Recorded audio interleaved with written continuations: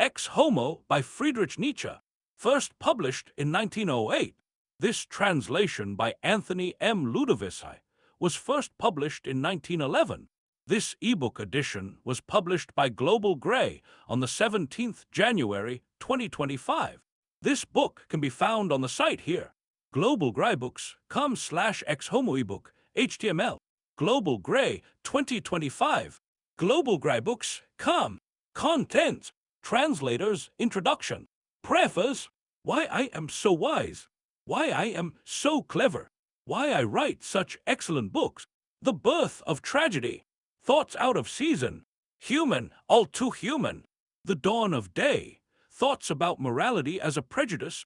Joyful wisdom. Logos Scienza. Thus spake Zarathustra. A book for all and none. Beyond good and evil. The prelude to a philosophy of the future. The genealogy of morals. A polemic. The twilight of the idols. How to philosophize with the hammer. The case of Wagner. A musician's problem. Why I am a fatality. Editorial note to poetry, songs, epigrams, etc. Dionysus dithyrambs. Fragments of Dionysus dithyrambs. Hymn to life. Translator's introduction. Ex Homo is the last prose work that Nietzsche wrote. It is true that the pamphlet Nietzsche contra Wagner was prepared a month later than the autobiography, but we cannot consider this pamphlet as anything more than a compilation, seeing that it consists entirely of aphorisms drawn from such previous works as Joyful Wisdom, Beyond Good and Evil, the Genealogy of Morals, etc., coming at the end of a year in which he had produced the case of Wagner, The Twilight of the Idols, and the Antichrist. Ex Homo is not only a coping stone, worthy of the wonderful creations of that year, but also a fitting conclusion to his whole life, in the form of a grand summing up of his character as a man, his purpose as a reformer, and his achievement as a thinker. As if half conscious of his approaching spiritual end, Nietzsche here bids his friends farewell, just in the manner in which, in The Twilight of the Idols, APH 36, part Roman 9, he declares that everyone should be able to take leave of his circle of relatives, and intimates when his time seems to have come, that is to say, while he is still himself, while he still knows what he is about, and is able to measure his own life and life in general, and speak of both in a manner which is not vouchsafed to the groaning invalid, to the man lying on his back, decrepit and exhausted, or to the moribund victim of some wasting disease. Nietzsche's spiritual death, like his whole life, was in singular harmony with his doctrine. He died suddenly and proudly, sword in hand, war which he and he alone, among all the philosophers of Christendom, had praised so wholeheartedly, at last struck him down in the full vigor of his manhood, and left him a victim on the battlefield, the terrible battlefield of thought, on which there is no quarter, and for which no Geneva Convention has yet been established or even thought of. To those who know Nietzsche's life work, no apology will be needed for the form and content of this wonderful work. They will know at least that a man either is or is not aware of his significance and of the significance of what he has accomplished, and that if he is aware of it, then self-realization, even of the kind which we find in these pages, is neither morbid nor suspicious, but necessary and inevitable.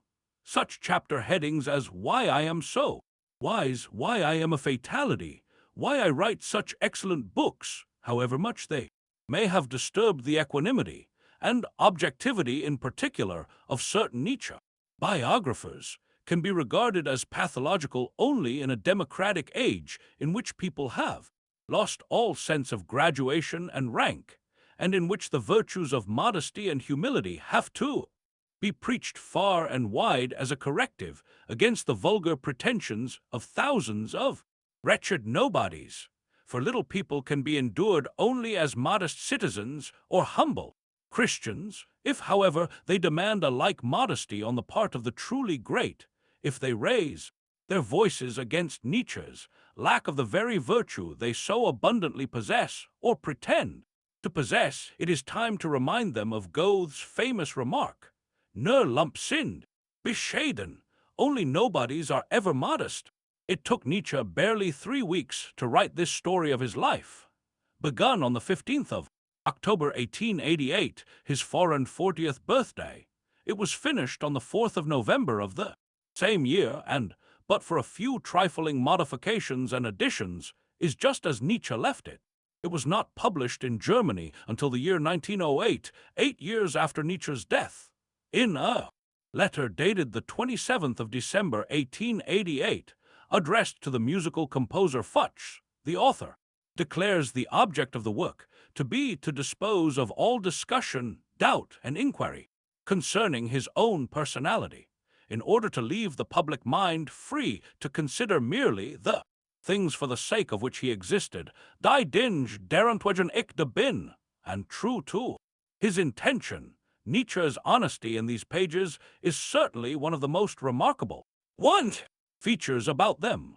From the first chapter, in which he frankly acknowledges the decadent elements within him, to the last page, whereon he characterizes his mission, his life task, and his achievement by means of the one symbol Dionysus versus Christ, everything comes straight from the shoulder, without hesitation, without fear of consequences, and, above all, without concealment. Only in one place does he appear to conceal something, and then he actually leads one to understand that he is doing so. It is in regard to Wagner, the greatest friend of his life. Who doubts, he says, that I, old artilleryman that I am, would be able, if I liked, to point my heavy guns at Wagner?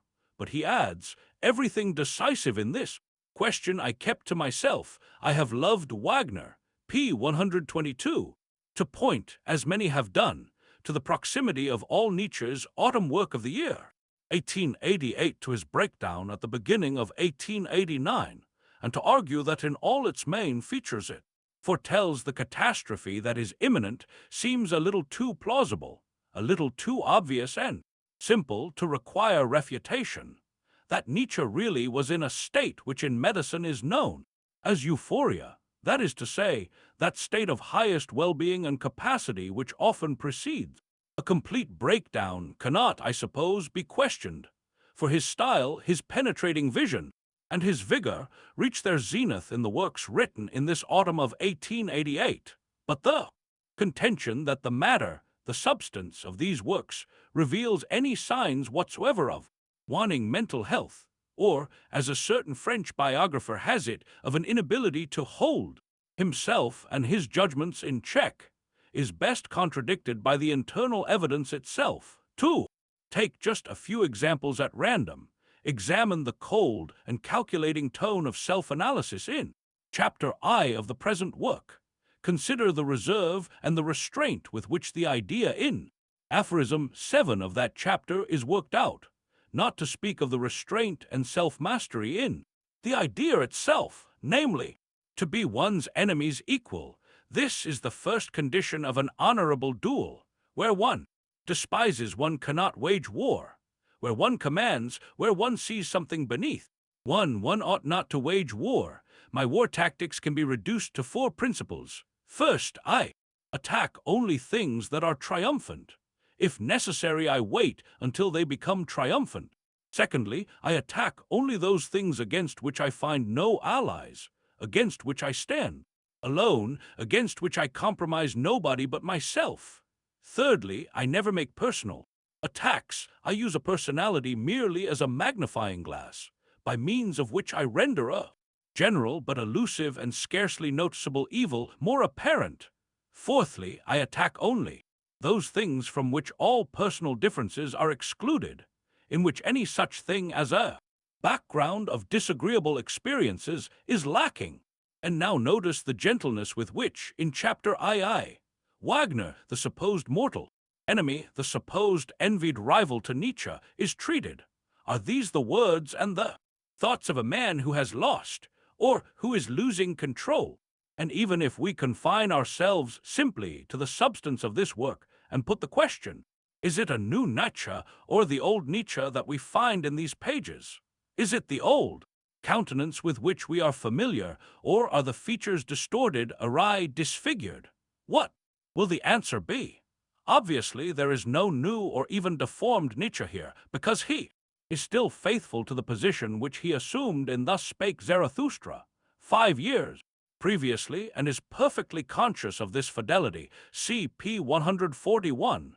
Neither can he be even on the verge of any marked change, because the whole of the third chapter, in which he reviews his life work, is simply a reiteration and a confirmation of his old points of view, which are here made all the more telling by additional arguments suggested, no doubt, by maturer thought. In fact, if anything at all is new in this work, it is its cool certainty, its severe deliberateness, and its extraordinarily incisive vision, as shown, for instance, in the summing up of the genuine import of the third and fourth essays in the Thoughts Out of Season, pp.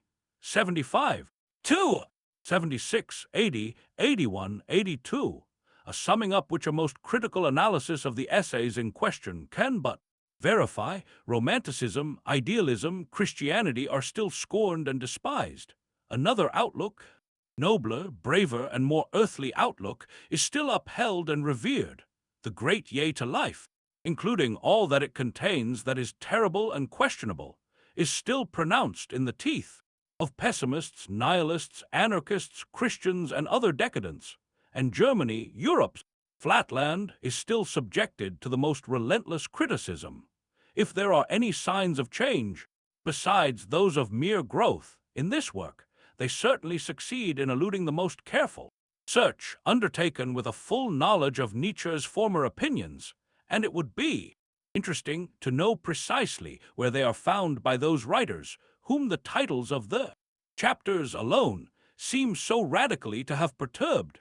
But the most striking thing of all, the miracle, so to speak, of this autobiography is the absence from it of that loathing, that suggestion of surfeit with which a life such as the one Nietzsche had led would have filled any other man, even of power approximate to his own. This anchorite, who, in the last years of his life as a healthy human being, suffered the experience of seeing even his oldest friends, including Rode, show the most complete indifference to his lot, this wrestler with fate, for whom recognition, in the persons of Brands, Taine, and Strindberg, had come all too late, and whom even support, sympathy, and help, arriving as it did at last, through Diusson and from Madame de Sully's marshlands, could no longer cheer or comfort. This was the man who was able, notwithstanding, to inscribe the device Amor Fati upon his shield on the very eve of his final collapse, as a victim of the unspeakable suffering he had endured, and this final collapse might easily have been foreseen. Nietzsche's sensorium, as his autobiography proves, was probably the most delicate instrument ever possessed by a human being, and with this fragile structure, the prerequisite, by the by, of all genius, his terrible will compelled him to confront the most profound and most recondite problems. We happen to know from another artist and profound thinker, Benjamin Disraeli, who himself had experienced a dangerous breakdown, what the consequences precisely are of indulging in excessive activity in the sphere of the spirit, more particularly when that spirit is highly organized. Disraeli says in Contarini Fleming, Part Roman 4, Chap. v. I have sometimes half believed, although the suspicion is mortifying, that there is only one step between his state, who deeply indulges in imaginative meditation, and insanity. For I well remember that, at this period of my life, when I indulged in meditation to a degree that would now be impossible, and I hope unnecessary, my senses sometimes appeared to be wandering, and artists are the proper judges of artists, not Oxford dons like Dr. Schiller, who, in his imprudent attempt at dealing with something for which his pragmatic hands are not sufficiently delicate, eagerly avails himself of popular help in his article on Nietzsche in the 11th edition of the Encyclopaedia Britannica, and implies the hackneyed and wholly exploded belief that Nietzsche's philosophy is madness in the making. As German philosophies, however, are said to go to Oxford only when they die, we may, perhaps, conclude from this want of appreciation in that quarter how very much alive Nietzsche's doctrine still is. Not that Nietzsche went mad so soon, but that he went mad so late is the wonder of wonders, considering the extraordinary amount of work he did, the great task of the transvaluation of all values which he actually accomplished, and the fact that he endured such long years of solitude which to him, the sensitive artist to whom friends were everything, must have been a terrible hardship. We can only wonder at his great health, and can well believe his sister's account of the phenomenal longevity and bodily vigor of his ancestors. 3. No one, however, who is initiated, no one who reads this work with understanding, will be in need of this introductory note of mine, for to all who know, these pages must speak for themselves. We are no longer in the 19th century. We have learned many things since then, and if caution is only one of these things, at least it will prevent us from judging a book such as this one, with all its apparent pontifical pride and surging self-reliance, with undue haste, or with that arrogant assurance with which the ignorance of the humble and the modest has always confronted everything truly great. Eludiovicia. 4. Preface. 1.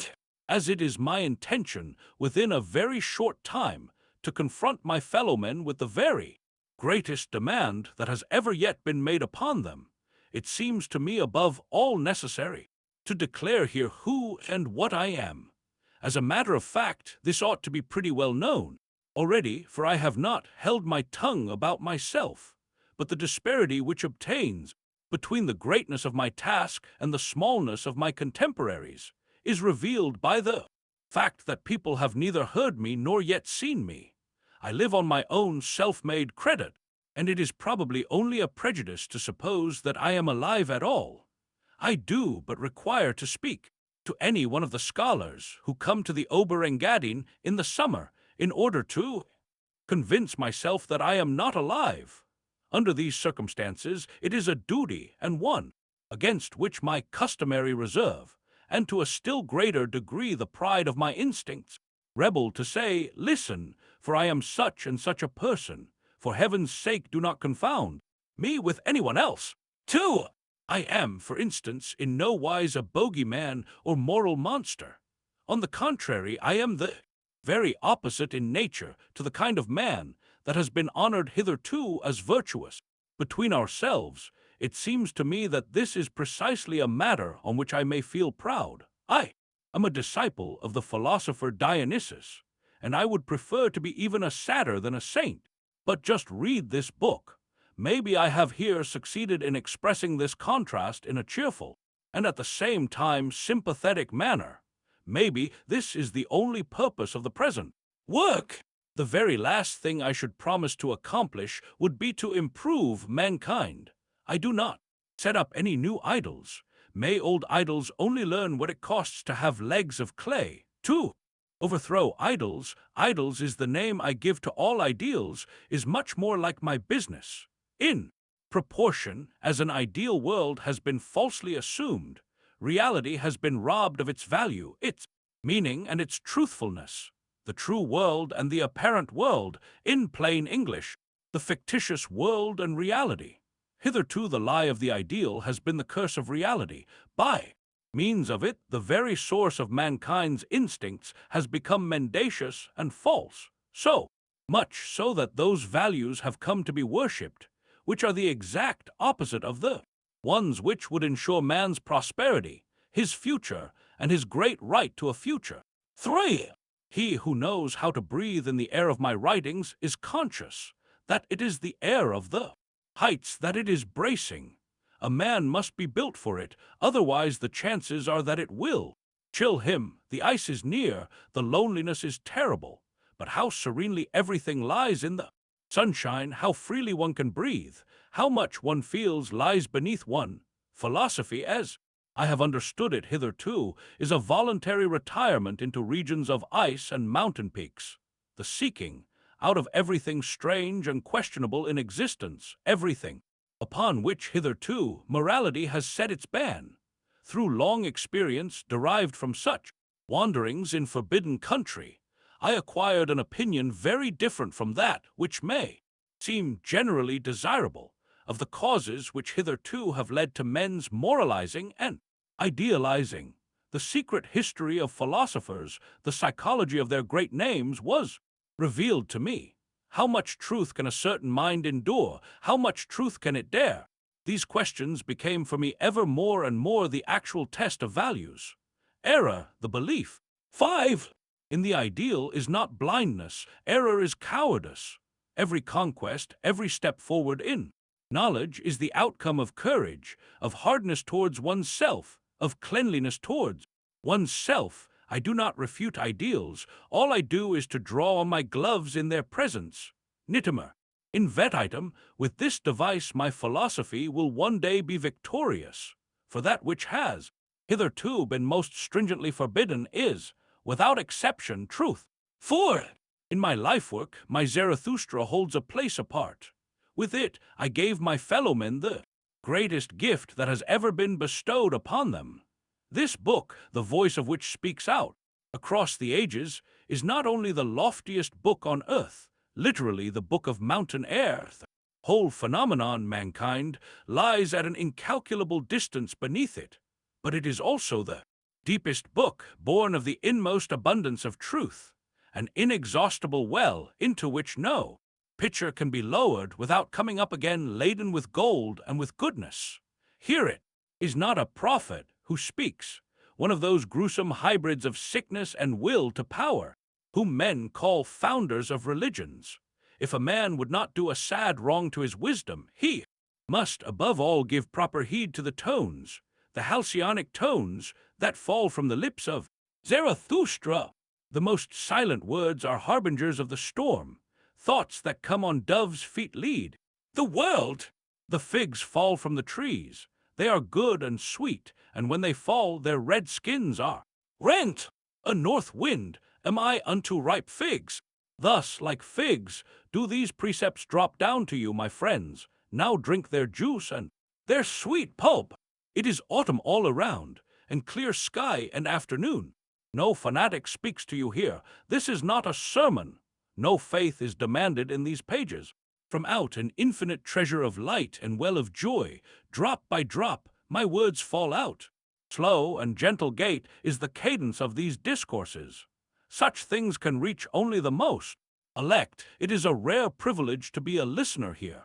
Not everyone who likes can have ears to hear. Zarathustra is not Zarathustra because of these things a seducer. But what indeed does he himself say when for the first time he goes back to his solitude?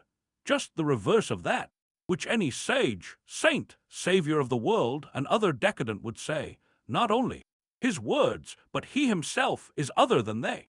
Alone do I now go, my disciples. Get ye also hence, and alone, thus would I have it.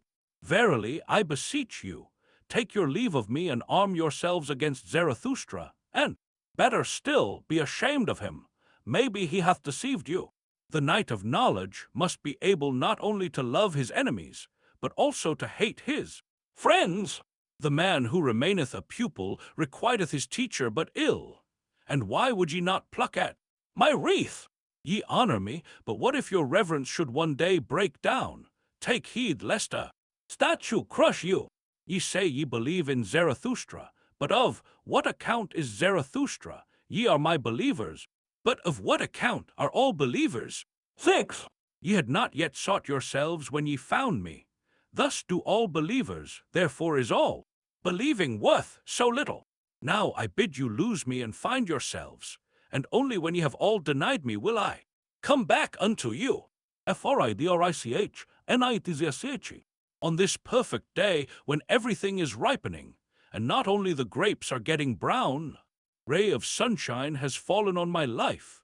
I looked behind me, I looked before me, and never have I seen so many good things all at once.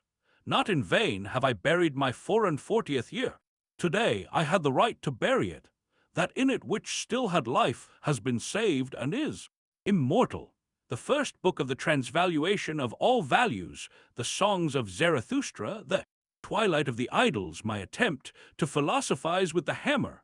All these things are the gift of this year and even of its last quarter. How could I help being thankful to the whole of my life? That is why I am now going to tell myself the story of my life. 7. Why I am so wise. 1. The happiness of my existence, its unique character perhaps, consists in its faithfulness. 2. Speak in a riddle. As my own father I am already dead. As my own mother I still live and grow. Old.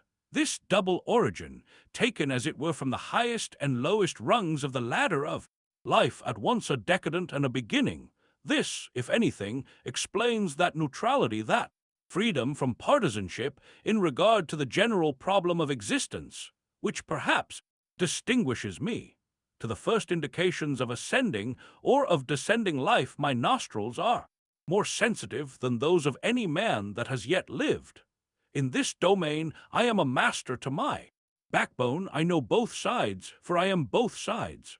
My father died in his 36th year. He was delicate, lovable, and morbid, like one who is preordained to pay simply a flying visit, a gracious reminder of life rather than life itself. In the same year that his life declined, mine also declined. In my 36th year, I reached the lowest point in my vitality. I still lived, but my eyes could distinguish nothing that lay 3 paces away from me. At that time, it was the year 1879. I resigned my professorship at Bale, lived through the summer, like a shadow in St. Moritz, and spent the following winter, the most sunless of my life, like a shadow in Naumburg. This was my lowest ebb. During this period I wrote The Wanderer and his shadow. Without a doubt I was conversant with shadows then. The winter that followed, my first winter in Genoa, brought forth that sweetness and spirituality which is almost inseparable from extreme poverty of blood and muscle, in the shape of the dawn of day, the perfect lucidity and cheerfulness, the intellectual exuberance even that this work reflects coincides in my case not only with the most profound physiological weakness, but also with an excess of suffering. In the midst of the agony of a headache which lasted 3 days, accompanied by violent nausea, I was possessed of most singular dialectical clearness, and in absolutely cold blood I then thought out things, for which, in my more healthy moments, I am not enough of a climber, not sufficiently subtle, not sufficiently cold. My readers perhaps know to what extent I consider dialectic a symptom of decadence, as for instance, in the most famous of all cases, the case of Socrates, all the morbid disturbances of the intellect, even that semi-stupor which accompanies fever, have, unto this day, remained completely unknown to me. And for my first information concerning their nature and frequency, I was obliged to have recourse to the learned works which have been compiled on the subject. My circulation is slow. No one has ever been able to detect fever in me. A doctor, who treated me for some time as a nerve patient, finally declared, "No, there is nothing wrong with your nerves. It is simply I who am nervous." It has been absolutely impossible to ascertain any local degeneration in me, nor any organic stomach trouble, however much I may have suffered from profound weakness of the gastric system as the result of general exhaustion. Even my eye trouble, which sometimes approached so perilously near to blindness, was only an effect and not a cause. For whenever my general vital condition improved, my power of vision also increased. Having admitted all this, do I need to say that I am experienced in questions of decadence? I know them inside and out, even that filigree art of prehension and comprehension in general, that feeling for delicate shades of difference, that psychology of seeing through brick walls, and whatever else I may be able to do was first learnt then, and is the specific gift of that period during which everything in me was subtilized, observation itself, together with all the organs of observation, to look upon healthier concepts and values from the standpoint of the sick, and conversely to look down upon the secret work of the instincts of decadence from the standpoint of him who is laden and self-reliant with the richness of life. This has been my longest exercise, my principal 8. experience. If in anything at all, it was in this that I became a master. Today my hand knows The trick, I now have the knack of revering perspectives. The first reason perhaps why a transvaluation of all values has been possible to me alone. 2. For apart from the fact that I am a decadent, I am also the reverse of such a creature. Among other things, my proof of this is that I always instinctively select the proper remedy when my spiritual or bodily health is low, whereas the decadent, as such, invariably chooses those remedies which are bad for him.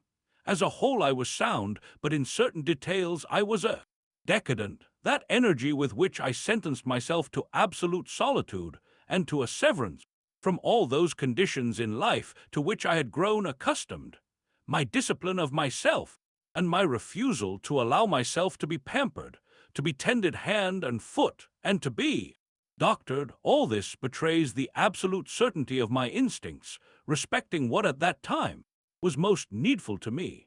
I placed myself in my own hands, I restored myself to health. The first condition of success in such an undertaking, as every physiologist will admit, is that at bottom a man should be sound.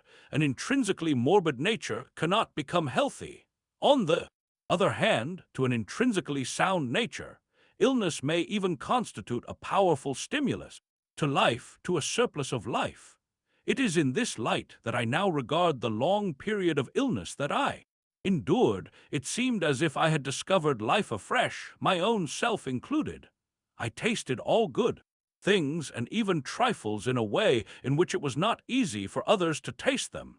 Out of my will to health and to life I made my philosophy, for this should be thoroughly understood.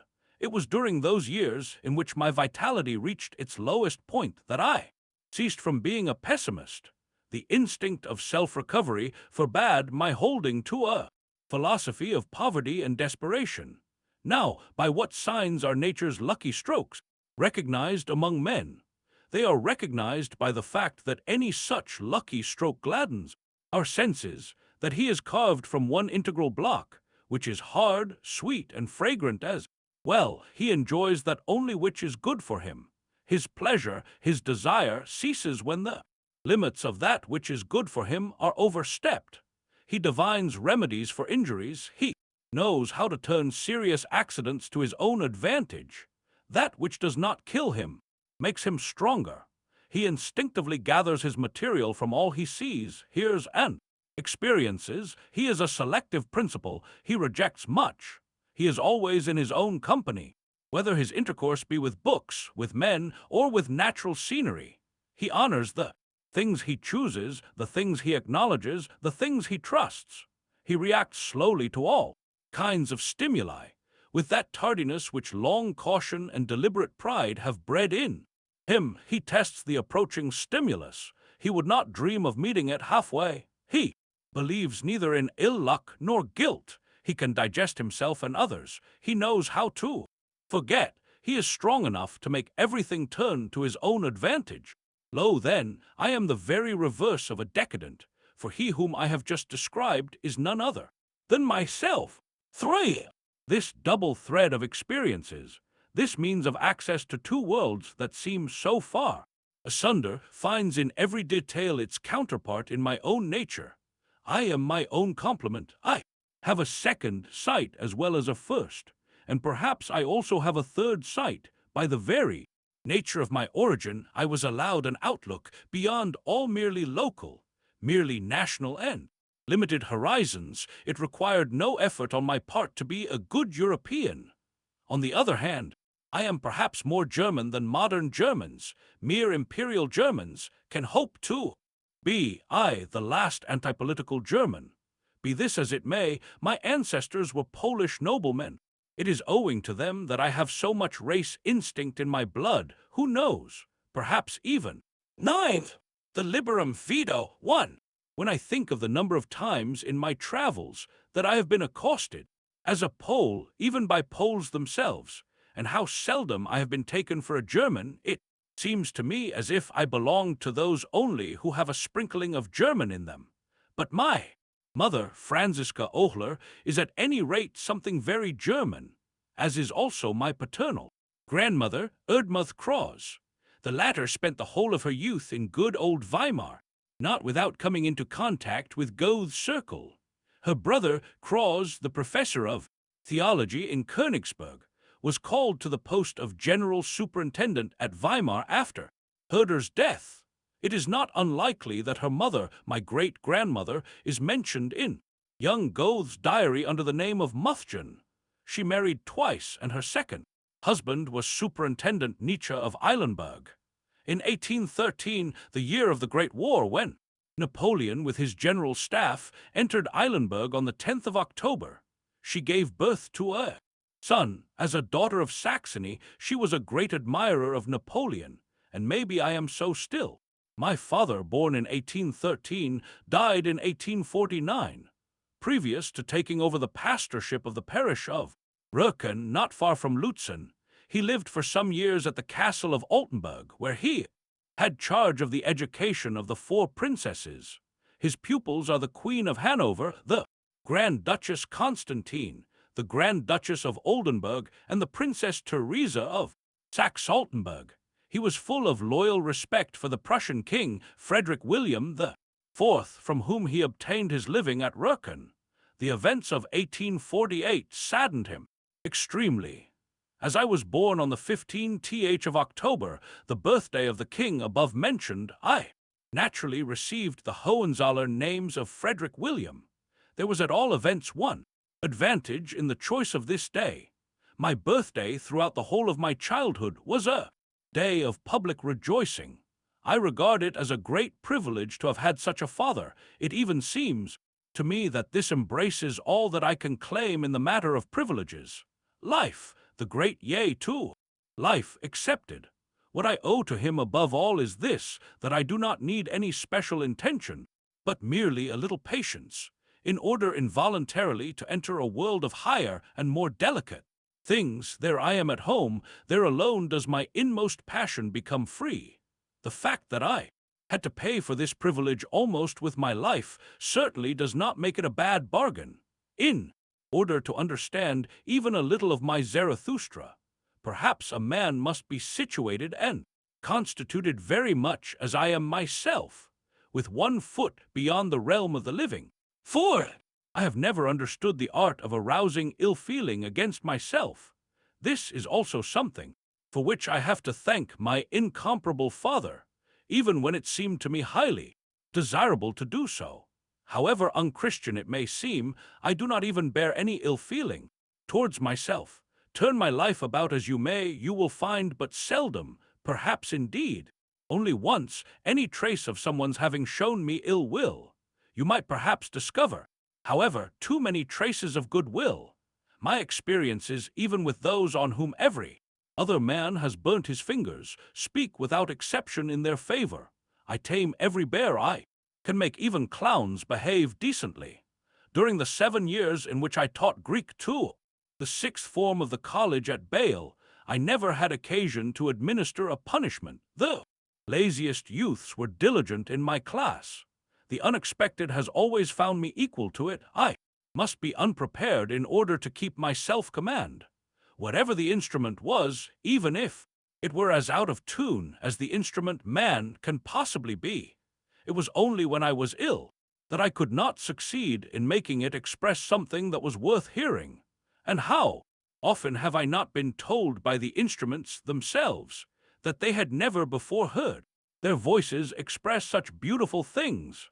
This was said to me most delightfully perhaps by that young fellow Heinrich von Stein, who died at such an unpardonably early age, and who won the right which every Polish deputy, whether a great or an inferior nobleman, possessed of forbidding the passing of any measure by the Diet, was called in Poland the liberum veto, in Polish najpozwalam, and brought all legislation to a standstill. Tr. 10, after having considerately asked leave to do so, once appeared in Sils Maria for a 3 days sojourn, telling everybody there that it was not for the Engadine that he had come. This excellent person, who with all the impetuous simplicity of a young Prussian nobleman, had waded deep into the swamp of Wagnerism, and into that of Dubringism too, into the bargain, seemed almost transformed during these 3 days by a hurricane of freedom, like one who has been suddenly raised to his full height and given wings. Again and again I said to him that this was all owing to the splendid air. Everybody felt the same. One could not stand 6,000 feet above Bayreuth for nothing, but he would not believe me. Be this as it may, if I have been the victim of many a small or even great offense, it was not will, and least of all, ill will that actuated the offenders, but rather, as I have already suggested, it was good will, the cause of no small amount of mischief in my life, about which I had to complain. My experience gave me a right to feel suspicious in regard to all so-called unselfish instincts, in regard to the whole of neighborly love which is ever ready and waiting with deeds or with advice. To me, it seems that these instincts are a sign of weakness. They are an example of the inability to withstand a stimulus. It is only among decadents that this pity is called a virtue. What I reproach the pitiful with is that they are too ready to forget shame, reverence, and the delicacy of feeling which knows how to keep at a distance. They do not remember that this gushing pity stinks of the mob, and that it is next of kin to bad manners, that pitiful hands may be thrust with results fatally destructive into a great destiny, into a lonely and wounded retirement, and into the privileges with which great guilt endows. 1. The overcoming of pity I reckon among the noble virtues. In the temptation of Zarathustra, I have imagined a case in which a great cry of distress reaches his ears, in which pity swoops down upon him like a last sin, and would make him break faith with himself. To remain one's own master in such circumstances, to keep the sublimity of one's mission pure in such cases, pure from the many ignoble and more short-sighted impulses which come into play in so-called unselfish actions. This is the rub, the last test perhaps, which a Zarathustra has to undergo, the actual proof of his power. 5. In yet another respect, I am no more than my father over again, and as it were the continuation of his life after an all too early death, like every man who has never been able to meet his equal, and unto whom the concept, retaliation, is just as incomprehensible as the notion of equal rights. I have forbidden myself the use of any sort of measure of security or protection, and also, of course, of defense and justification, in all cases in which I have been made the victim either of trifling or even very great foolishness. My form of retaliation consists in this: as soon as possible to set a piece of cleverness at the heels of an act of stupidity. By this means perhaps it may still be possible to overtake it. To speak in a parable, I dispatch a pot of jam in order to get rid of a bitter experience. Let anybody only give me offense, I shall retaliate. He can be quite sure of that. Before long I discover an opportunity of expressing my thanks to the offender, among other things even for the offense of asking him for something which can be more courteous even than giving. It also seems to me that the rudest word, the rudest letter, is more good-natured, more straightforward than silence. Those who keep silent are almost always lacking in subtlety and refinement of heart. Silence is an objection. To swallow a grievance must necessarily produce a bad temper. It even upsets the stomach. All silent people are dyspeptic. You perceive that I should not like to see rudeness undervalued. It is by far the most humane form of contradiction, and in the midst of modern effeminacy, it is one of our first virtues. If one is sufficiently rich for it, it may even be a joy to be wrong. If a god were to descend to this, too, Eugen Dubring is a philosopher and political economist, whose general doctrine might be characterized as a sort of abstract materialism with an optimistic coloring. Tr. 11. Earth, he would have to do nothing but wrong. To take guilt, not punishment, on one's shoulders is the first proof of divinity. 6. Freedom from resentment and the understanding of the nature of resentment. Who knows how very much, after all, I am indebted to my long illness for these two things? The problem is not exactly simple. A man must have experienced both through his strength and through his weakness. If illness and weakness are to be charged with anything at all, it is with the fact that when they prevail, the very instinct of recovery, which is the instinct of defense and of war in man, becomes decayed. He knows not how to get rid of anything, how to come to terms with anything, and how to cast anything behind him. Everything wounds him, people and things draw importunately near, all experiences strike deep, memory is a gathering wound, to be ill is a sort of resentment in itself. Against this resentment the invalid has only one great remedy. I call it Russian fatalism, that fatalism which is free from revolt and with which the Russian soldier, to whom a campaign proves unbearable, ultimately lays himself down in the snow, to accept nothing more, to undertake nothing more, to absorb nothing more, to cease entirely from reacting. The tremendous sagacity of this fatalism, which does not always imply merely the courage for death, but which in the most dangerous cases may actually constitute a self-preservative measure, amounts to a reduction of activity in the vital functions, the slackening down of which is like a sort of will to hibernate. A few steps farther in this direction we find the fakir, who will sleep for weeks in a tomb, owing to the fact that one would be used up too quickly if one reacted. One no longer reacts at all. This is the principle, and nothing on earth consumes a man more quickly than the passion of resentment, mortification, morbid susceptibility, the inability to wreak revenge, the desire and thirst for revenge, the concoction of every sort of poison. This is surely the most injurious manner of reacting which could possibly be conceived by exhausted men.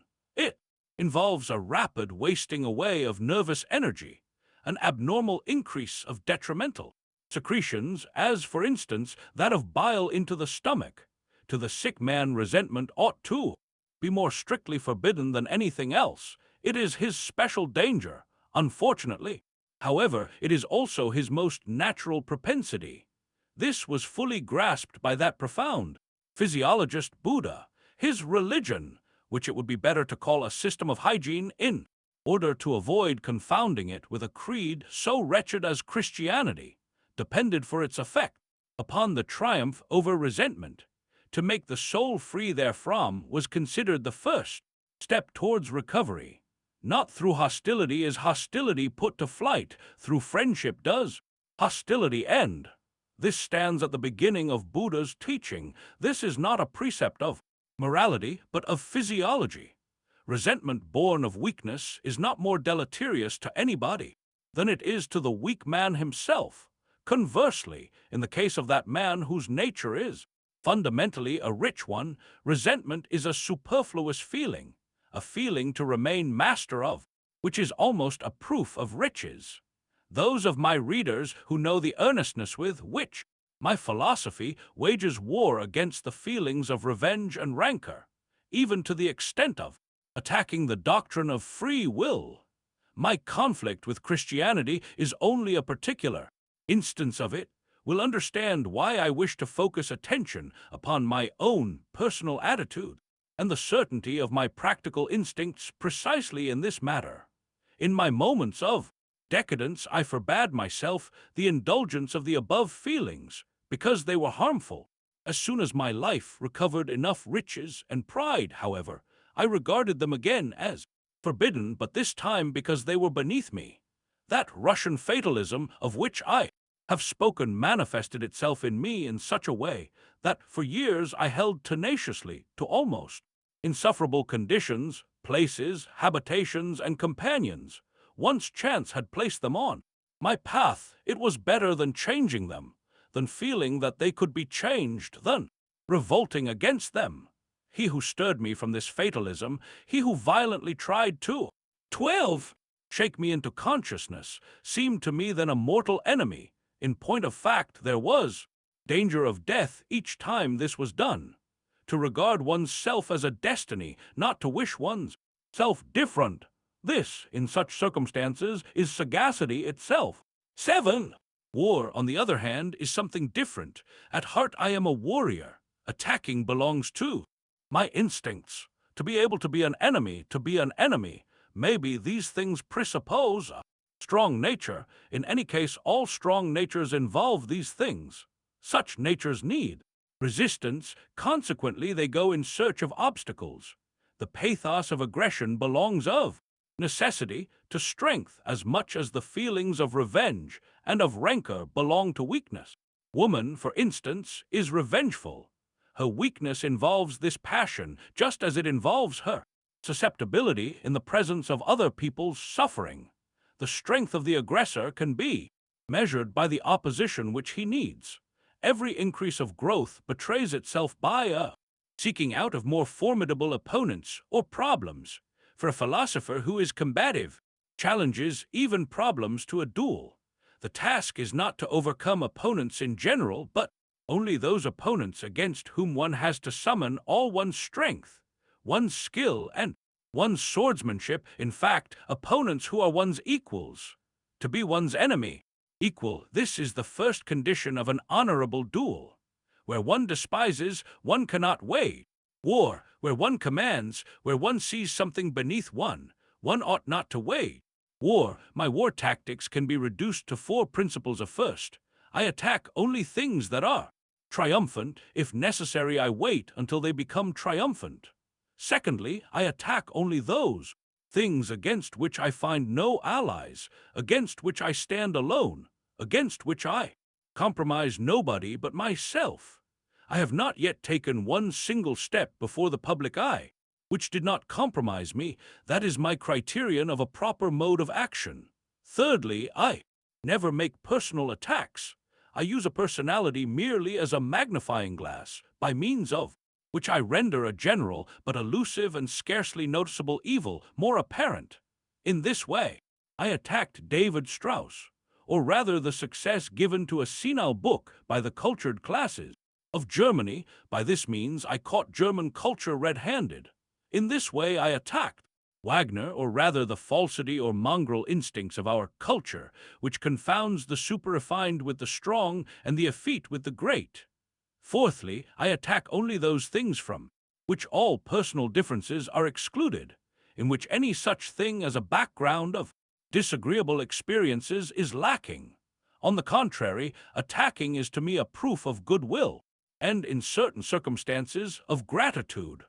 By means of it, I do honor to a thing, I distinguish a thing. Whether I associate my name with that of an institution or a person, by being against or for either, is all the same to me. If I wage war against Christianity, I feel justified in doing so, because in that quarter I have met with no fatal experiences and difficulties. The most earnest Christians have always been kindly disposed to me. I, personally, the most essential opponent of Christianity, am far from holding the individual responsible for what is the fatality of long ages. May I be allowed to hazard a suggestion concerning one last trait in my character, which in my intercourse with other men has led me into some difficulties. I am gifted with a sense of cleanliness, the keenness of which is phenomenal, so much so that I can ascertain, physiologically, that is to say, smell, the proximity, nay, the inmost core, the entrails of every human soul. This sensitiveness of mine is furnished with psychological antennae, wherewith I feel and grasp every secret. The quality of concealed filth lying at the base of many a human character, which may be the inevitable outcome of base blood, and which education may have veneered, is revealed to me at the first glance. If my observation has been correct, such people, whom my sense of cleanliness rejects, also become conscious, on their part, of the cautiousness to which my loathing prompts me, and this does not make them any more fragrant, in keeping with a custom which I have long observed, pure habits. And 13. Honesty towards myself are among the first conditions of my existence. I would die in unclean surroundings. I swim, bathe, and splash about, as it were, incessantly in water, in any kind of perfectly transparent and shining element. That is why my relations with my fellows try my patience to no small extent. My humanity does not consist in the fact that I understand the feelings of my fellows, but that I can endure to understand.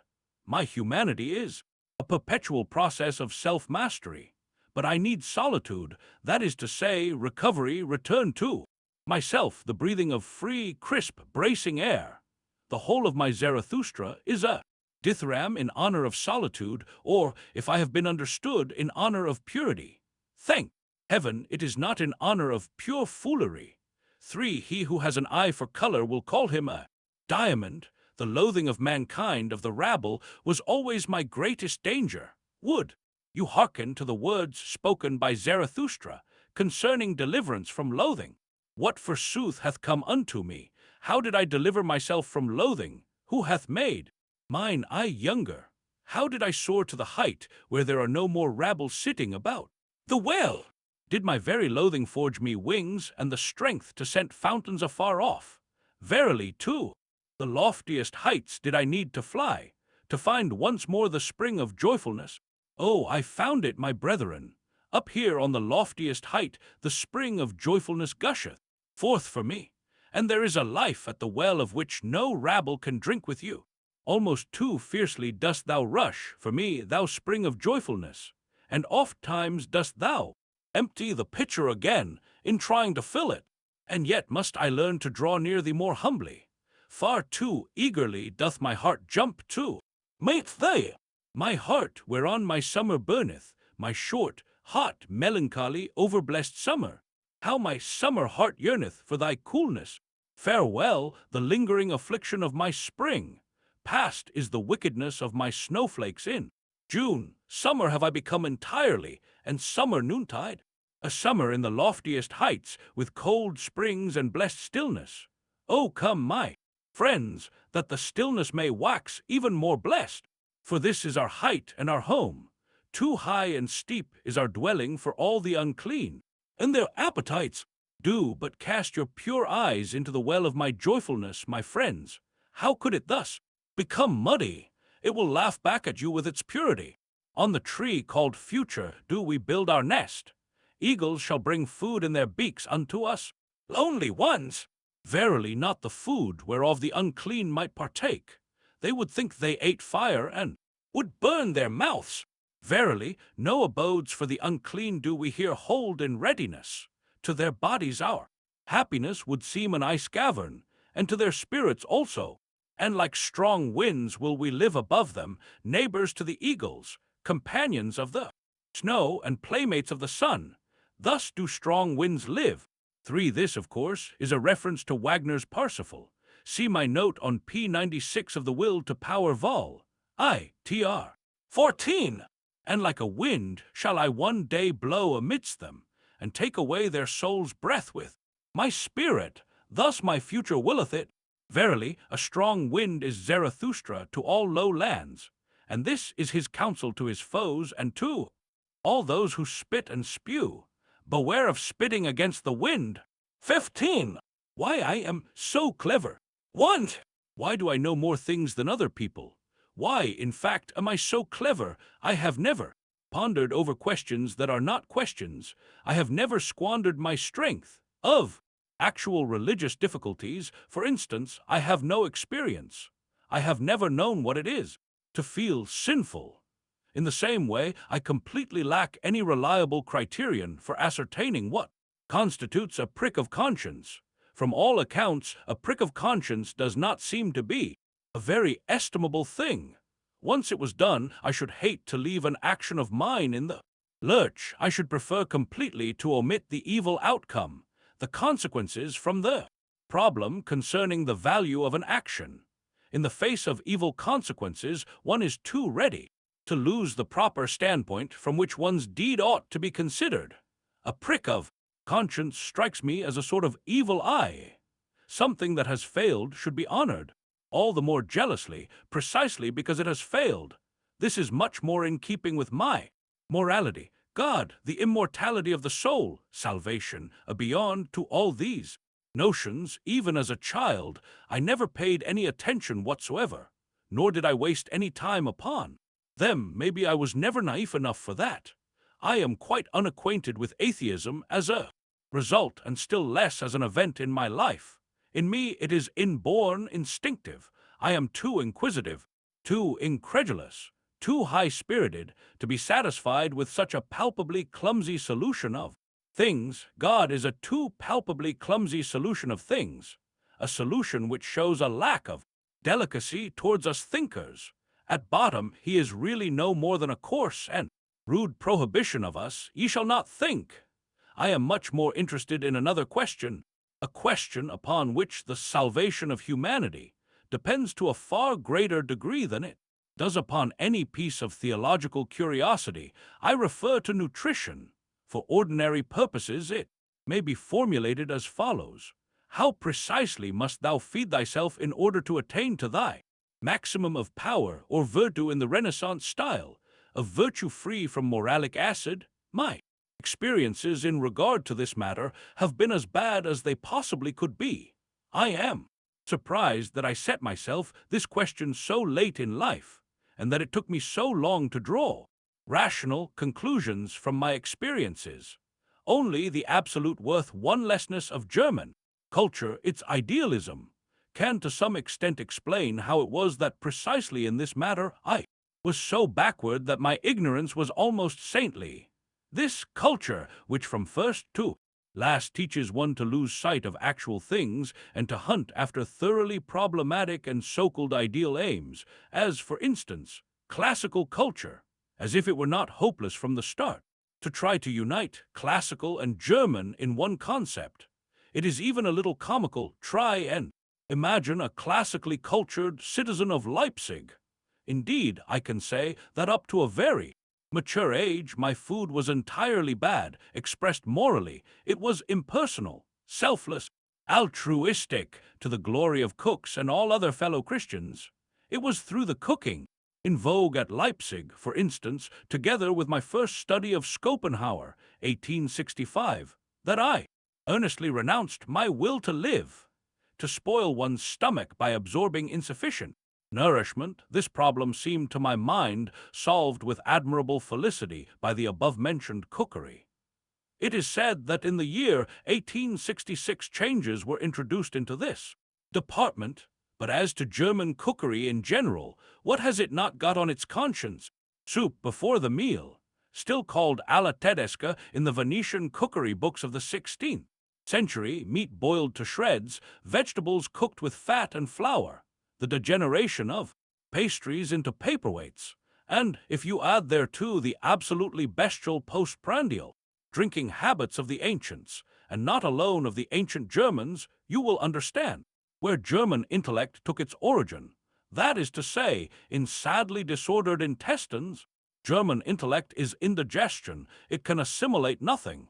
But even English diet, which in 16 comparison with German, and indeed with French alimentation, seems to me to constitute a return to nature, that is to say, to cannibalism, is profoundly opposed to my own instincts. It seems to me to give the intellect heavy feet. In fact, Englishwomen's feet are the best cooking is that of Piedmont.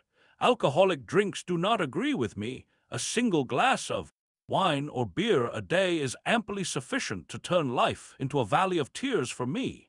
In Munich live my antipodes. Although I admit that this knowledge came to me somewhat late, it already formed part of my experience even as a child.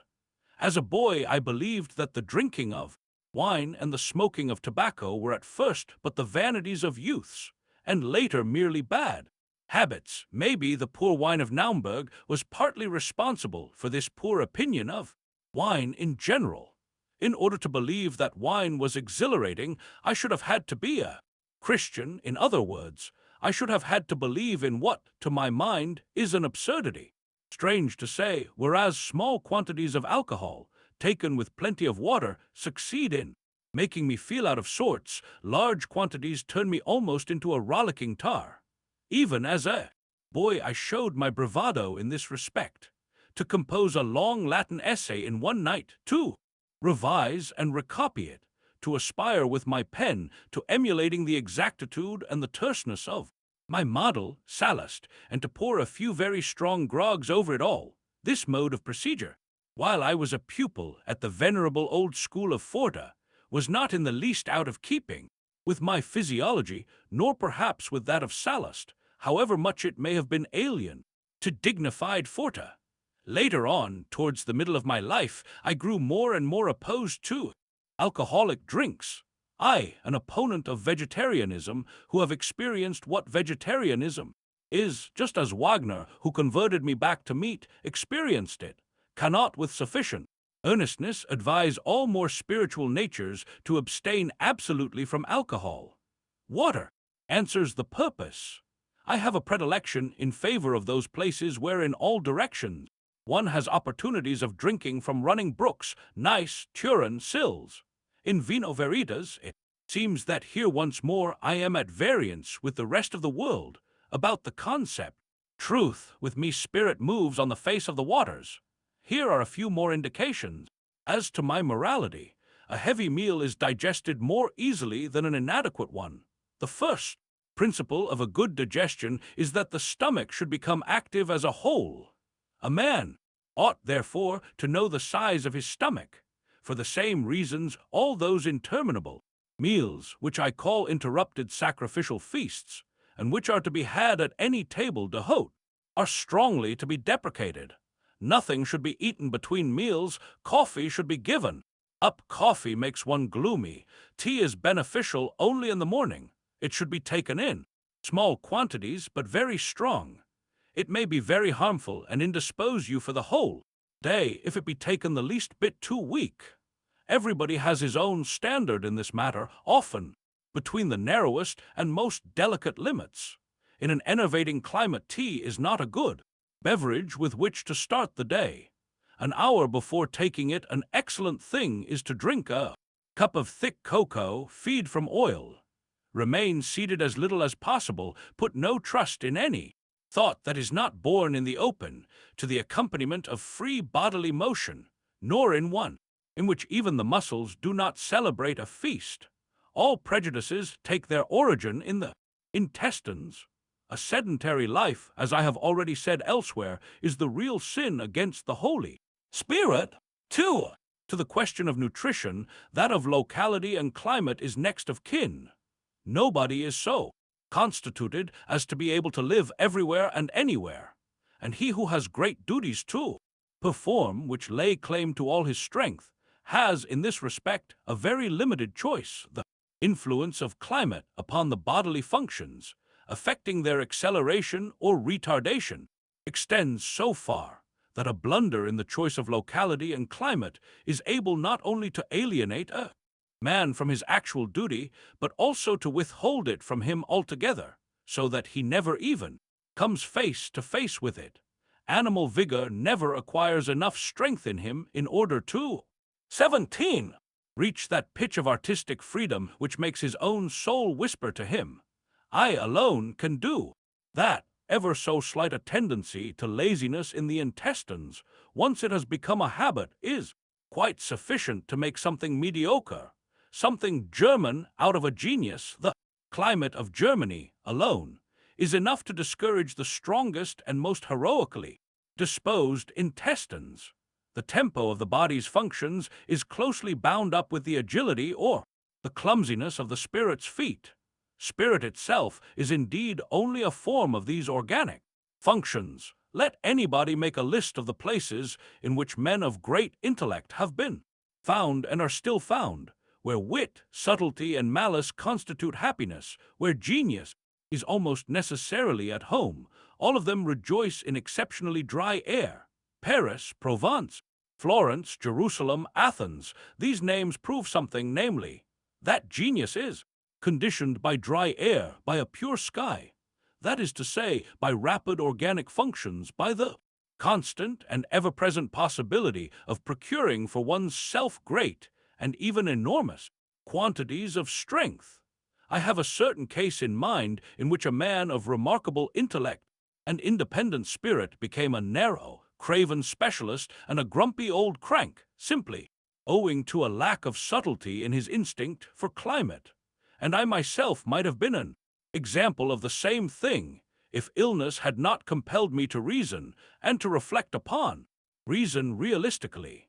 now that I have learnt through long practice to read the effects of climatic and meteorological influences from my own body, as though from a very delicate and reliable instrument, and that I am able to calculate the change in degrees of atmospheric moisture by means of physiological observations upon myself, even on so short a journey as that from Turin to Milan. I think with horror of the ghastly fact that my whole life, until the last 10 years, the most perilous years, has always been spent in the wrong, and what to me ought to have been the most forbidden places. Naumburg, Forta, Thuringia in general, Leipzig, Bâle, Venice, so many ill-starred places for a constitution like mine. If I cannot recall one single happy reminiscence of my childhood and youth, it is nonsense to suppose that so-called moral causes could account for this, as, for instance, the incontestable fact that I lacked companions that could have satisfied me. For this fact is the same today as it ever was, and it does not prevent me from being cheerful and brave. But it was ignorance in physiological matters that confounded idealism. That was the real curse of my life. This was the superfluous and foolish element in my existence, something from which nothing could spring and for which there can be no settlement and no compensation. As the outcome of this idealism, I regard all the blunders, the great aberrations of instinct, and the modest specializations which drew me aside from the task of my life, as, for instance, the fact that I became a philologist. Why not at least a medical man or anything else which might have opened my eyes? My days at Bâle, the whole of my intellectual routine, including my daily timetable, was an absolutely senseless abuse of extraordinary powers, without the slightest compensation for the strength that I spent, without even a thought of what I was squandering and how its place might be filled. I lacked all subtlety in egoism, all the fostering care of an imperative instinct. I was in a state in which one is ready to regard one's self as anybody's equal, a state of disinterestedness, a forgetting of one's distance from others, something, in short, for which I can never forgive myself. When I had well-nigh reached the end of my tether, simply because I had almost reached my end, I began to reflect upon the fundamental absurdity of my life, idealism. It was illness that first brought me to reason. 3. After the choice of nutrition, the choice of climate and locality, the third matter concerning which one must not on any account make a blunder, is the choice of the manner in which one recuperates one's strength. Here again, according to the extent to which a spirit is sway generis, the limits of that which he can allow himself, in other words, the limits of that which is beneficial to him, become more and more confined. As far as I in particular am 18 concerned, reading in general belongs to my means of recuperation. Consequently, it belongs to that which rids me of myself, to that which enables me to wander in strange sciences and strange souls, to that, in fact, about which I am no longer in earnest. Indeed, it is while reading that I recover from my earnestness. During the time that I am deeply absorbed in my work, no books are found within my reach. It would never occur to me to allow anyone to speak or even to think in my presence, for that is what reading would mean. Has anyone ever actually noticed that, during the period of profound tension to which the state of pregnancy condemns not only the mind, but also, at bottom, the whole organism, accident and every kind of external stimulus acts too acutely and strikes too deep?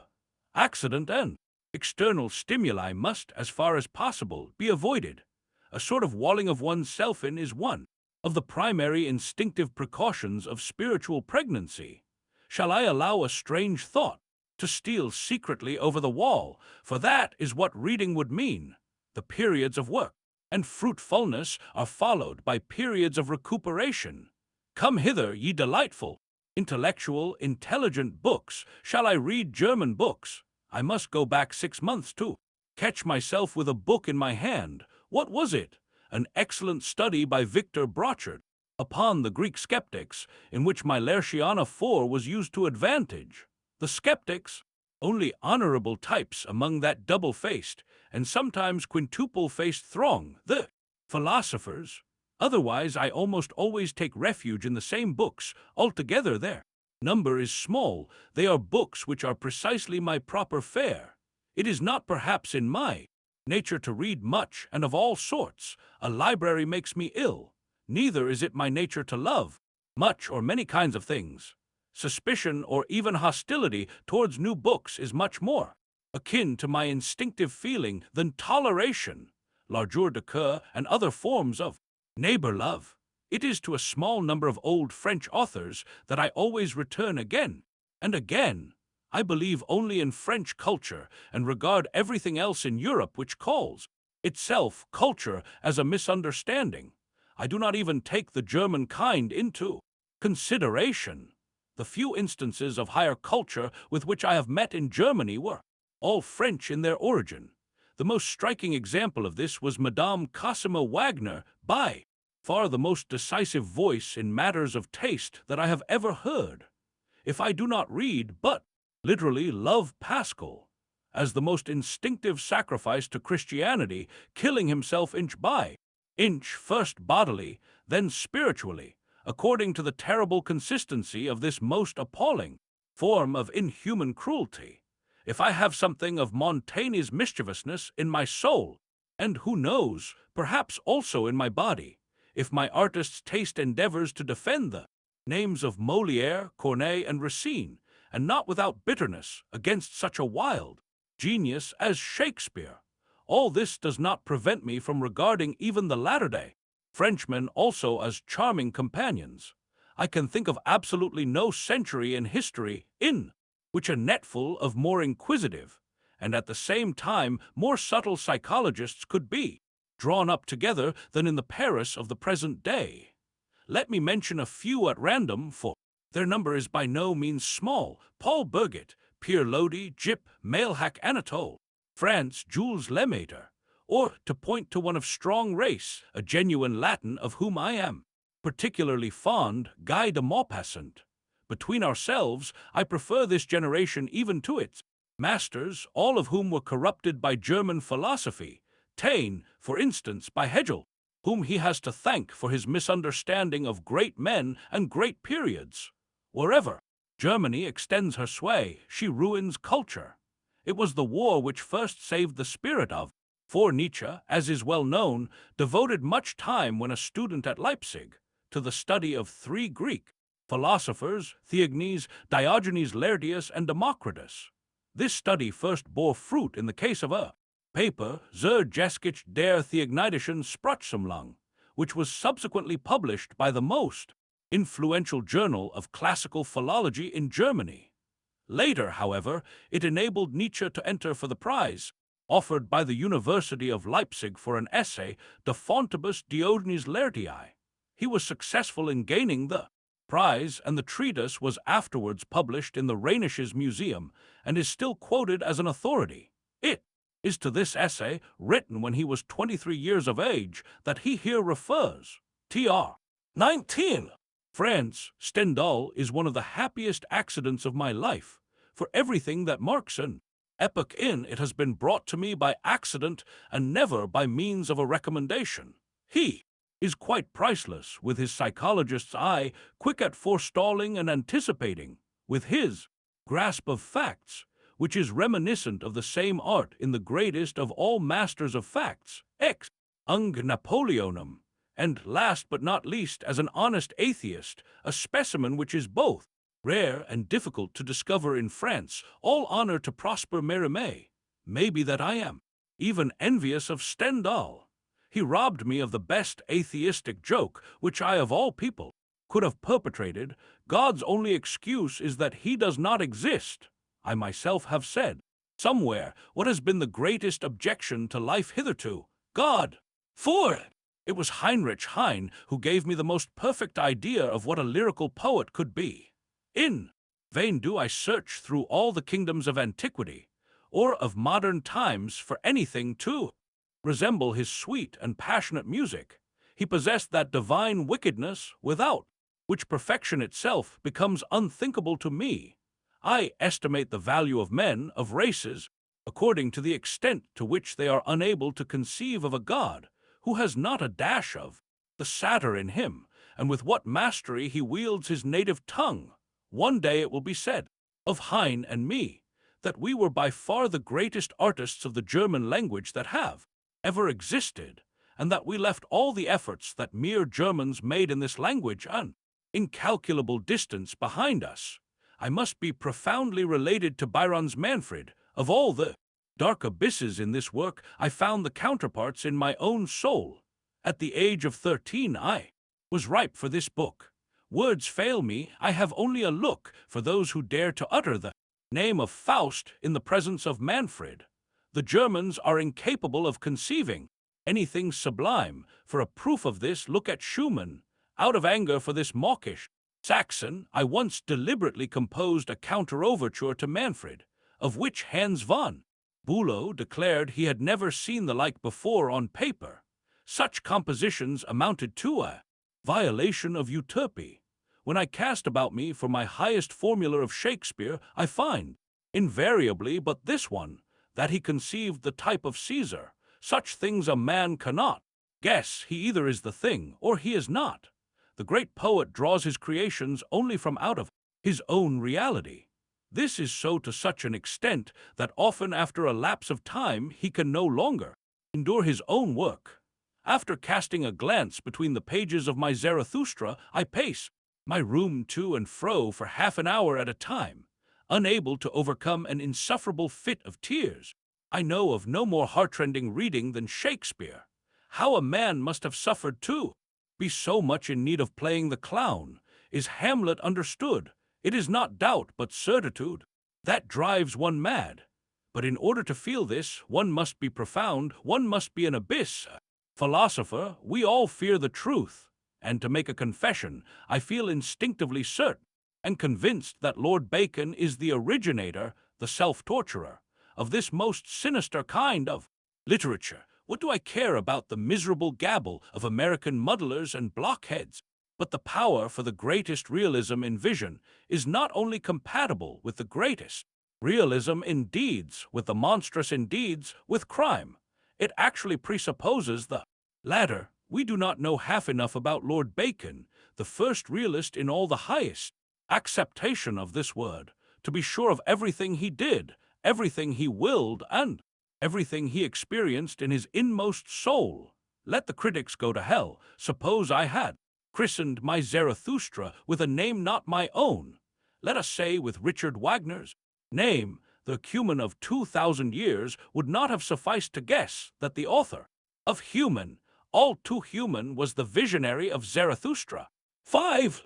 As I am speaking here of the recreations of my life, I feel I must express a word or two of gratitude for that which has refreshed me by far the most heartily and most profoundly.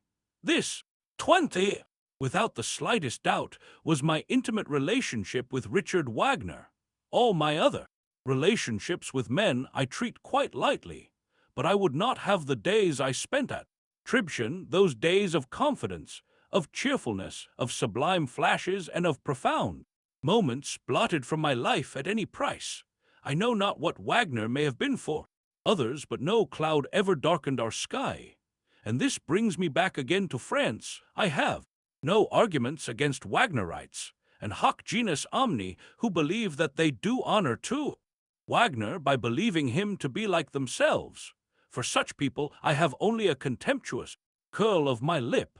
With a nature like mine, which is so strange to everything Teutonic, that even the presence of a German retards my digestion, my first meeting with Wagner was the first moment in my life in which I breathed freely.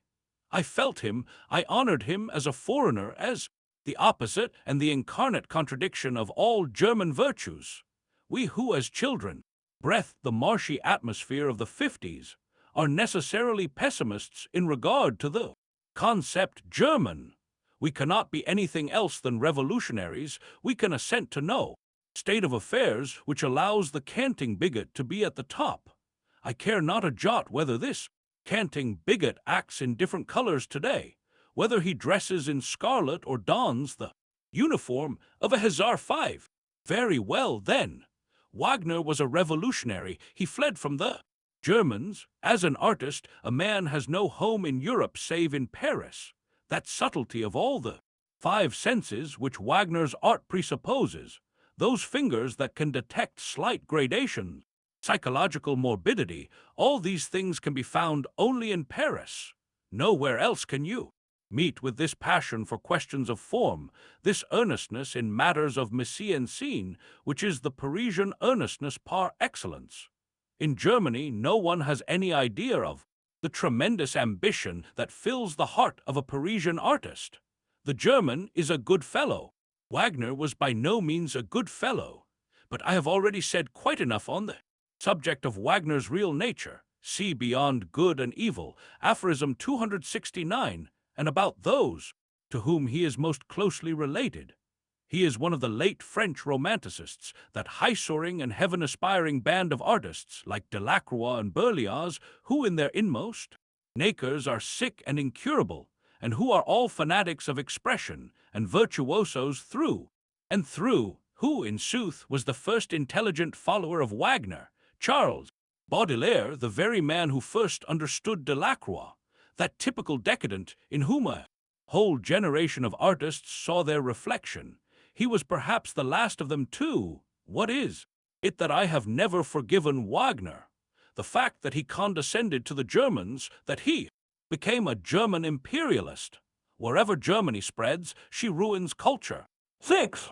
Taking everything into consideration, I could never have survived my youth without Wagnerian music, for I was condemned to the society of Germans. If a man wished to get rid of a feeling of insufferable oppression, he has to take to hashish. Well, I had to take to Wagner.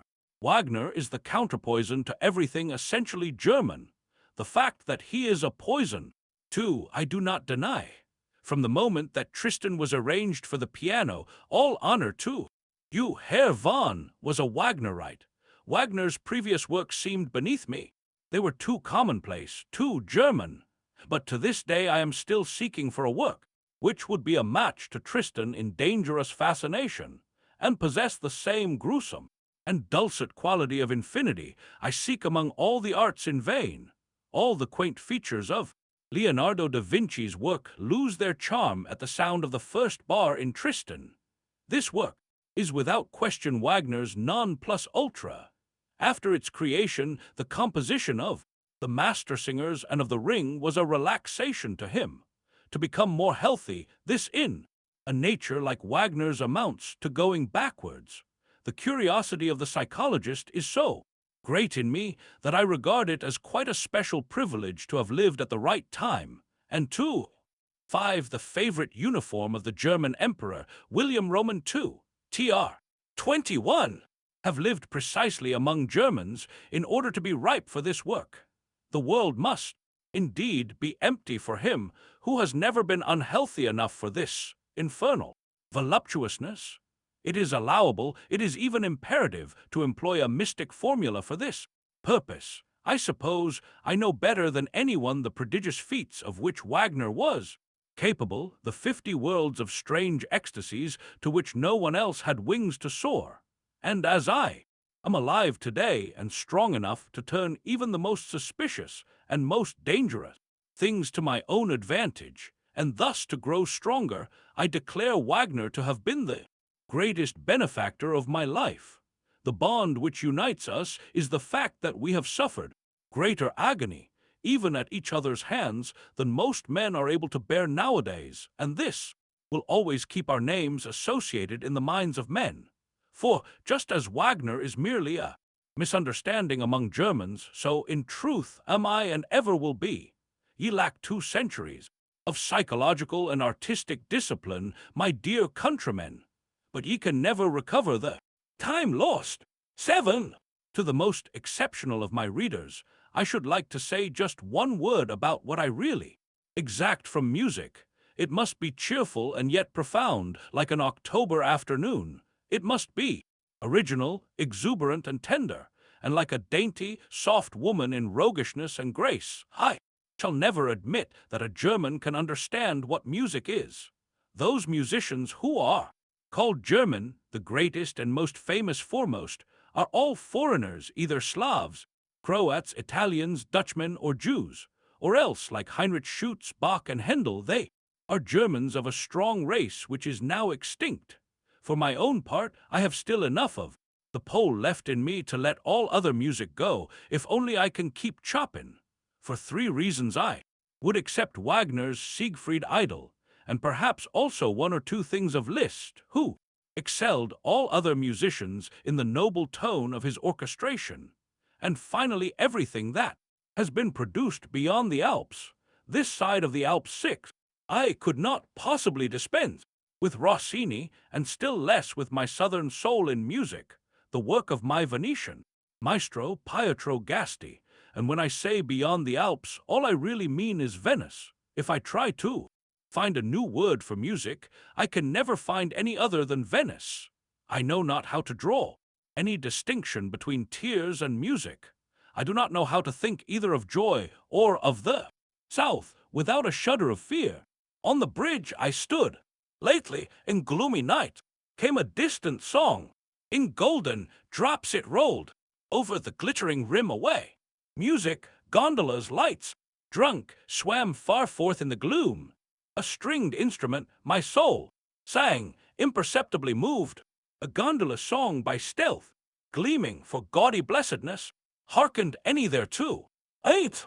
In all these things, in the choice of food, place, climate, and recreation, the instinct of self-preservation is dominant, and this instinct manifests itself with least ambiguity when it acts as an instinct of defense. To close one's eyes to much, to seal one's ears to much, to keep. 6. In the latter years of his life, Nietzsche practically made Italy his home. Tr. 22. Certain things at a distance. This is the first principle of prudence, the first proof of the fact that a man is not an accident but a necessity. The popular word for this instinct of defense is taste. A man's imperative command is not only to say no in cases where yes would be a sign of disinterestedness, but also to say no as seldom as possible. One must part with all that which compels one to repeat no with ever greater frequency.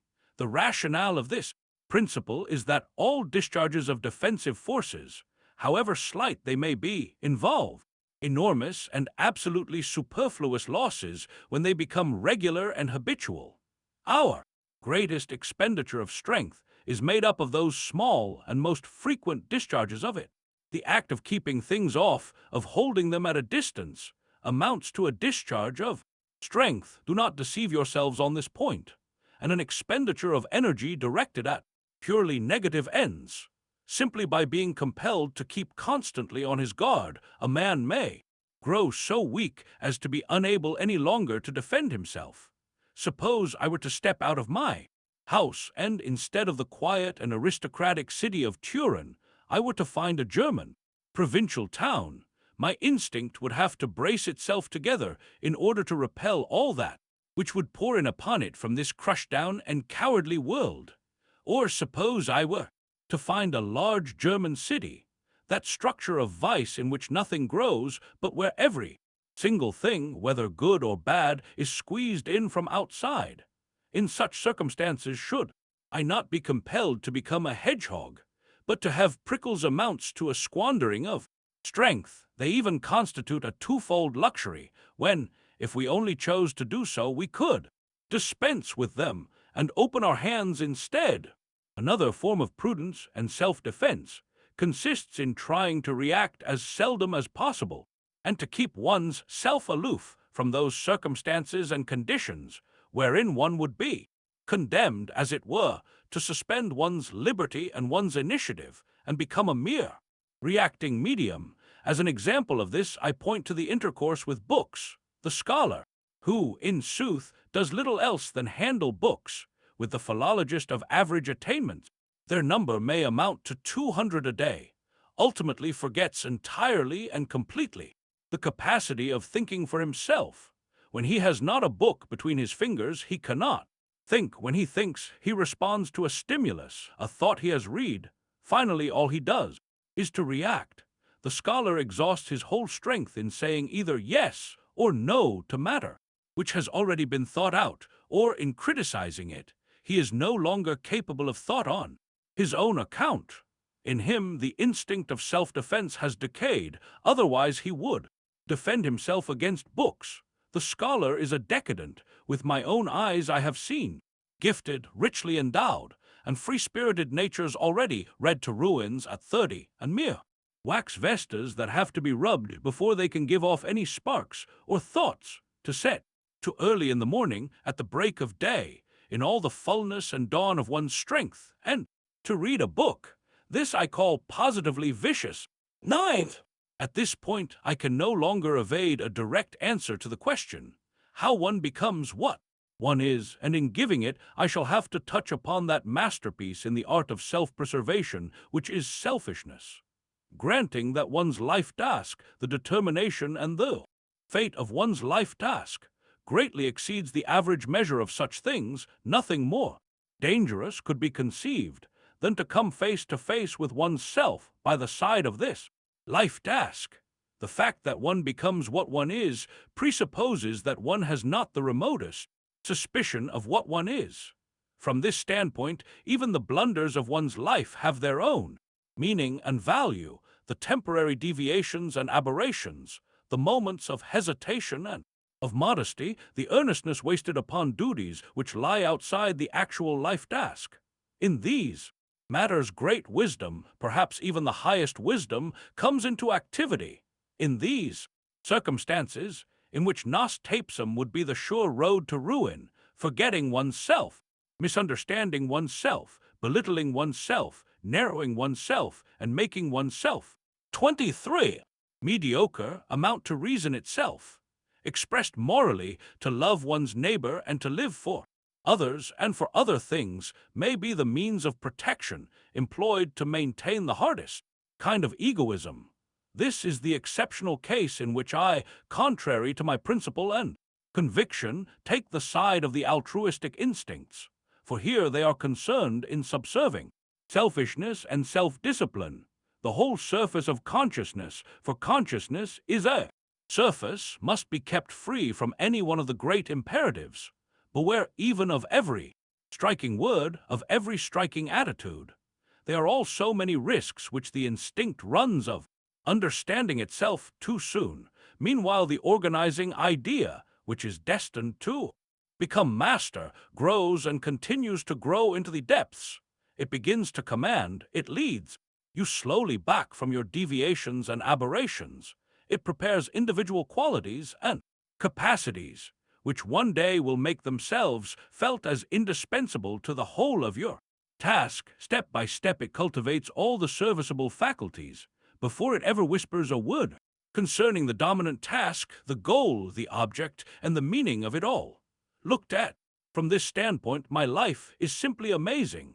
For the task of transvaluing values, more capacities were needful perhaps than could well be found side by side in one individual, and, above all, antagonistic capacities which had to be free from the mutual strife and destruction which they involve, an order of rank among capacities, distance, the art of separating without creating hostility, to refrain from confounding things, to keep from reconciling things, to possess enormous multifariousness, and yet to be the reverse of chaos. All this was the first condition, the long secret work, and the artistic mastery of my instinct.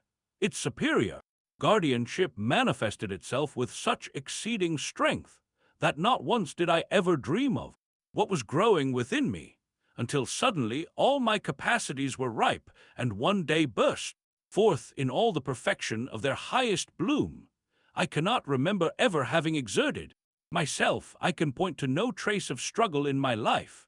I am the reverse of a heroic nature. To will something, to strive after something, to have an aim or a desire in my mind. I know none of these things from experience. Even at this moment I look out upon my future, a broad future, as upon a calm sea. No sigh of longing makes a ripple on its surface. I have not the slightest wish that anything should be otherwise than it is. I myself would not be otherwise, but in this matter I have always been the same. I have never had a desire. A man who, after his 440th year, can say that he has never bothered himself about honors, women, or money, not that they did not come his way. It was thus that I became one day a university professor. I had never had the remotest idea of such a thing, for I was scarcely 24 years of age. In the same way, 2 years previously, I had one day become a philologist, in the sense that my first philological work, my start in every way, was expressly obtained by my master Ritschl for publication in his Rheinisches Museum 7. Ritschl, and I say it in all reverence, was the only genial scholar that I have ever met. He possessed that pleasant kind of depravity which distinguishes us Thuringians and which makes even a German sympathetic. Even in the pursuit of truth, we prefer to avail ourselves of roundabout ways. In saying this, I do not mean to underestimate in any way my Thuringian brother, the intelligent Leopold von Ranke. 10. You may be wondering why I should actually have related all these trivial, and according to traditional accounts, insignificant details to you. Such action can but tell against me more, particularly if I am fated to figure in great causes. To this I reply that these trivial matters, diet, locality, climate, and one's mode of recreation, the whole casuistry of self-love, are inconceivably more important than all that which has hitherto been held in high esteem. It is precisely in this quarter that we must begin to learn afresh all those things which mankind, 7c note on page 37, 24, has valued with such earnestness heretofore, are not even real. They are mere creations of fancy, or more strictly speaking, lies born of the evil instincts of diseased, and in the deepest sense noxious natures, all the concepts, God, soul, virtue, sin, beyond, truth, eternal life. But the greatness of human nature, its divinity, was sought for in them. All questions of politics, of social order, of education, have been falsified root and branch, owing to the fact that the most noxious men have been taken for great men, and that people were taught to despise the small things, or rather the fundamental things of life. If I now choose to compare myself with those creatures who have hitherto been honored as the first among men, the difference becomes obvious. I do not reckon the so-called first men even as human beings. For me, they are the excrements of mankind, the products of disease and of the instinct of revenge. They are so many monsters laden with rottenness, so many hopeless incurables who avenge themselves on life. I wish to be the opposite of these people. It is my privilege to have the very sharpest discernment for every sign of healthy instincts. There is no such thing as a morbid trait in me. Even in times of serious illness, I have never grown morbid, and you might seek in vain for a trace of fanaticism in my nature. No one can point to any moment of my life in which I have assumed either an arrogant or a pathetic attitude. Pathetic attitudes are not in keeping with greatness. He who needs attitudes is false. Beware of all picturesque men. Life was easy, in fact easiest, to me in those periods when it exacted the heaviest duties from me. Whoever could have seen me during the 70 days of this autumn, when, without interruption, I did a host of things of the highest rank, things that no man can do nowadays, with a sense of responsibility for all the ages yet to come, would have noticed no sign of tension in my condition, but rather a state of overflowing freshness and good cheer. Never have I eaten with more pleasant sensations, never has my sleep been better. I know of no other manner of dealing with great tasks than as play. This, as a sign of greatness, is an essential prerequisite. The slightest constraint, a somber mien, any hard accent in the voice, all these things are objections to a man, but how much more to his work. One must not have nerves. Even to suffer from solitude is an objection. The only thing I have always suffered from is multitude. 8. At an absurdly tender age, in fact, when I was 7 years old, I already knew that no human speech would ever reach me. Did anyone ever see me sad on that account? At present I still possess the same affability towards everybody. I am even full of consideration for the lowest. In all this there is not an atom of haughtiness or of secret contempt. He whom I despise soon guesses that he is despised by me. The very fact of my existence is enough to rouse indignation in all those who have polluted blood in their veins. My formula for greatness in man is amor fati, the fact that a man wishes nothing to be different, either in front of him or behind him or for all eternity. Not only must the necessary be borne, and on no account concealed, all idealism is falsehood in the face of necessity, but it must also be loved. 8. The German words are Einsamkeit and Willsamkeit. The latter was coined by Nietzsche. The English word multitude should therefore be understood as signifying multifarious instincts and gifts, which in Nietzsche strove for ascendancy and caused him more suffering than any solitude. Complexity of this sort, held in check by a dominant instinct, as in Nietzsche's case, is of course the only possible basis of an artistic nature. Tr. 25. Why I write such excellent books. 1. I am one thing, my creations are another. Here, before I speak of the books themselves, I shall touch upon the question of the understanding and misunderstanding with which they have met. I shall proceed to do this in as perfunctory a manner as the occasion demands, for the time has by no means come for this question. My time has not yet come either. Some are born posthumously. 1's day institutions will be needed in which men will live and teach, as I understand living and teaching. Maybe also that by that time chairs will be founded and endowed for the interpretation of Zarathustra, but I should regard it as a complete contradiction of myself if I expected to find ears and eyes for my truths today.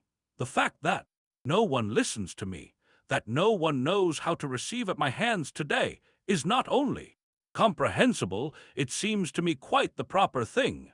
I do not wish to be mistaken for another, and to this end I must not mistake myself.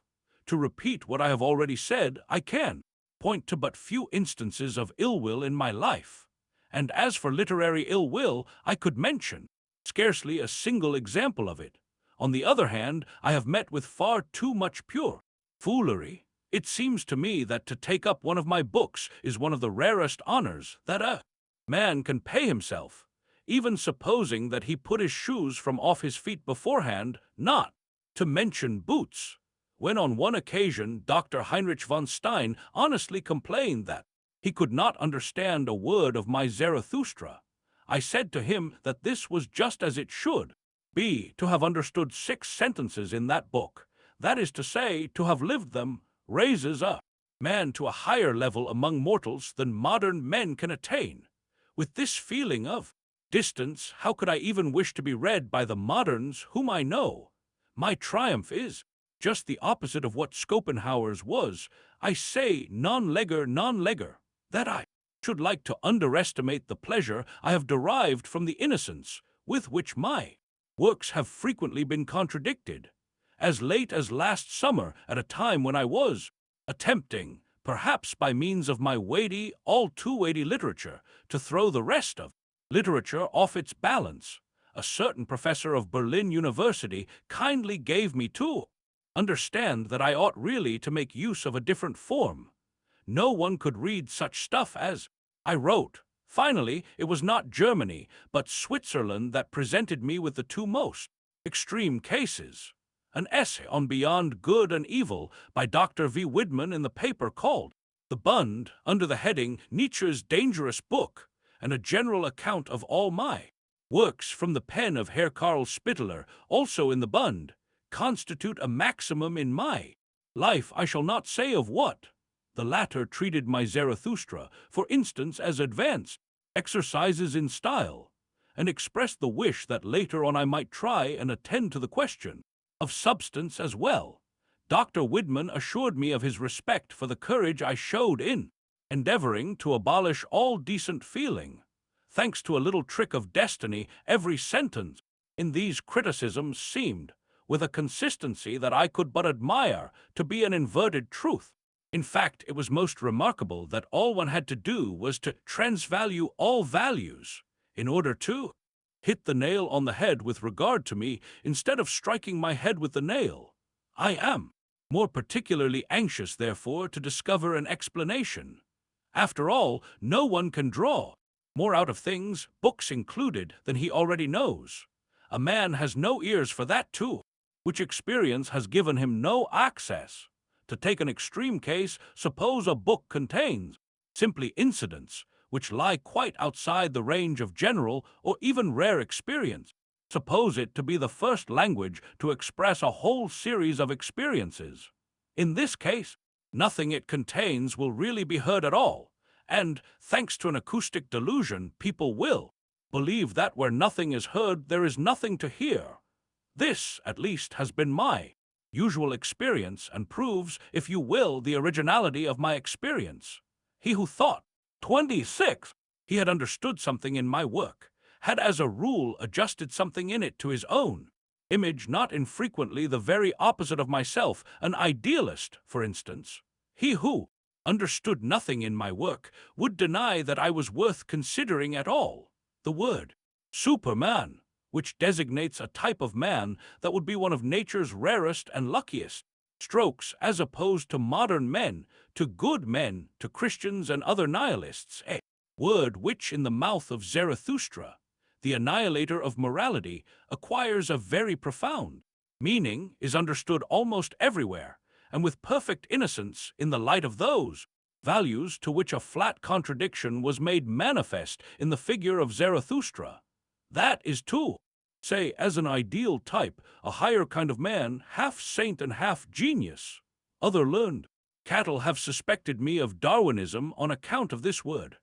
Even the hero cult of that great unconscious and involuntary swindler, Carlyle, a cult which I repudiated with such roguish malice, was recognized in my doctrine. Once, when I whispered to a man that he would do better to seek for the Superman in a Caesar Borgia than in a Parsifal, he could not believe his ears. The fact that I am quite free from curiosity in regard to criticisms of my books, more particularly when they appear in newspapers, will have to be forgiven me. My friends and my publishers know this and never speak to me of such things. In one particular case, I once saw all the sins that had been committed against a single book. It was beyond good and evil. I could tell you a nice story about it. Is it possible that the National Zeitung, a Prussian paper, this comment is for the sake of my foreign readers. For my own part, I beg to state, I read only Le Journal des Débats, really and seriously regarded the book as a sign of the times, or a genuine and typical example of Tory philosophy 9, for which the Kreuz Zeitung had not sufficient courage to. This was said for the benefit of Germans, for everywhere else I have my readers, all of them, exceptionally intelligent men, characters that have won their spurs and that have been reared in high offices and superior duties. I have even real geniuses among my readers. In Vienna, in St. Petersburg, in Stockholm, in Copenhagen, in Paris, and New York, I have been discovered everywhere. I have not yet been discovered in Europe's flatland, Germany. And to make a confession, I rejoice much more heartily over those who do not read me, over those who have neither heard of my name nor of the word philosophy. But whithersoever I go, here in Turin, for instance, every face brightens and softens at the sight of me. A thing that has flattered me more than anything else hitherto is the fact that old market-women cannot rest until they have picked out the sweetest of their grapes for me. To this extent must a man be a philosopher. It is not in vain that the Poles are considered as the French among the Slavs. A charming Russian lady will not be mistaken for a single moment concerning my origin. I am not successful at being pompous. The most I can do is to appear embarrassed. I can think in German, I can feel in German, I can do most things. But this is beyond my powers. My old master Ritschl went so far as to declare that I planned even my philological treatises after the manner of a Parisian novelist, that I made them absurdly thrilling. In Paris itself people are surprised at touts, mes audaces et finesses. The words are Monsieur Taine's. I fear that even in the highest forms of the dithyramb, that salt will be found, pervading my work, which never becomes insipid, which never becomes German, and that is wit. I can do naught else. God help me. All know, some of us even from experience, what a long ears is. Well then, I venture to assert that I have the smallest ears that have ever been seen. This fact is not without interest to women. It seems to me they feel. 9. Junker philosophy. The landed proprietors constitute the dominating class in Prussia, and it is from this class that all officers and higher officials are drawn. The Kreuzeitung is the organ of the Junker party, tr. 27, that I understand them better. I am essentially the anti-ass, and on this account alone, a monster in the world's history, in Greek, and not only in Greek, I am the Antichrist. 3. I am to a great extent aware of my privileges as a writer. In 1 or 2 cases, it has even been brought home to me how very much the habitual reading of my works spoils a man's taste. Other books simply cannot be endured after mine, and least of all philosophical ones. It is an incomparable distinction to cross the threshold of this noble and subtle world. In order to do so, one must certainly not be a German. It is, in short, a distinction which one must have deserved. He, however, who is related to me through loftiness of will, experiences genuine raptures of understanding in my books. For I swoop down from heights into which no bird has ever soared. I know abysses into which no foot has ever slipped. People have told me that it is impossible to lay down a book of mine, that I disturb even the night's rest. There is no prouder or at the same time more subtle kind of books. They sometimes attain to the highest pinnacle of earthly endeavor, cynicism. To capture their thoughts a man must have the tenderest fingers as well as the most intrepid fists. Any kind of spiritual decrepitude utterly excludes all intercourse with them, even any kind of dyspepsia. A man must have no nerves, but he must have a cheerful belly. Not only the poverty of a man's soul and its stuffy air excludes all intercourse with them, but also, and to a much greater degree, cowardice, uncleanliness, and secret intestinal revengefulness. A word from my lips suffices to make the color of all evil instincts rush into a face. Among my acquaintances I have a number of experimental subjects, in whom I see depicted all the different and instructively different reactions which follow upon a perusal of my works. Those who will have nothing to do with the contents of my books, as for instance my so-called friends, assume an impersonal tone concerning them. They wish me luck and congratulate me for having produced another work. They also declare that my writings show progress, because they exhale a more cheerful spirit. The thoroughly vicious people, the beautiful souls, the false from top to toe, do not know in the least what to do with my books. Consequently, with the beautiful consistency of all beautiful souls, they regard my work as beneath them. The cattle among my acquaintances, the mere Germans, leave me to understand, if you please, that they are not always of my opinion, though here and there they agree with me. I have heard this said, even about Zarathustra. Feminism, whether in mankind or in man, is likewise a barrier to my writings. With it, no one could ever enter into this labyrinth of fearless knowledge. To this end, a man must never have spared himself. He must have been hard in his habits in order to be good-humored and merry among a host of inexorable truths. When I try to picture the character of a perfect reader, I always imagine a monster of courage and curiosity, as well as of suppleness, cunning, and prudence, in short, a born adventurer and explorer. After all, I could not describe better than Zarathustra has done unto whom I really address myself. Unto whom alone would he reveal his riddle? Unto you, daring explorers and experimenters, and unto all who have ever embarked beneath cunning sails upon terrible seas, unto you who revel in riddles and in twilight, whose souls are lured by flutes unto every treacherous abyss. For ye care not to grope your way along a thread with craven fingers, and where ye are able to guess, ye hate to argue.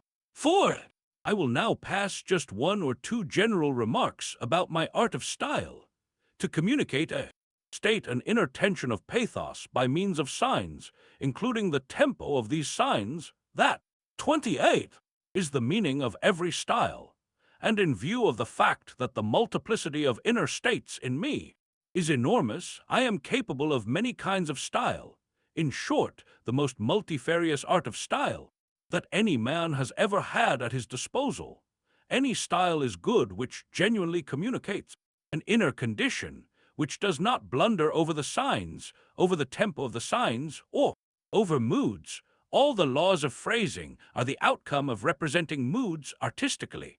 Good style in itself is a piece of sheer foolery, mere idealism like beauty in itself, for instance, or goodness in itself, or the thing in itself.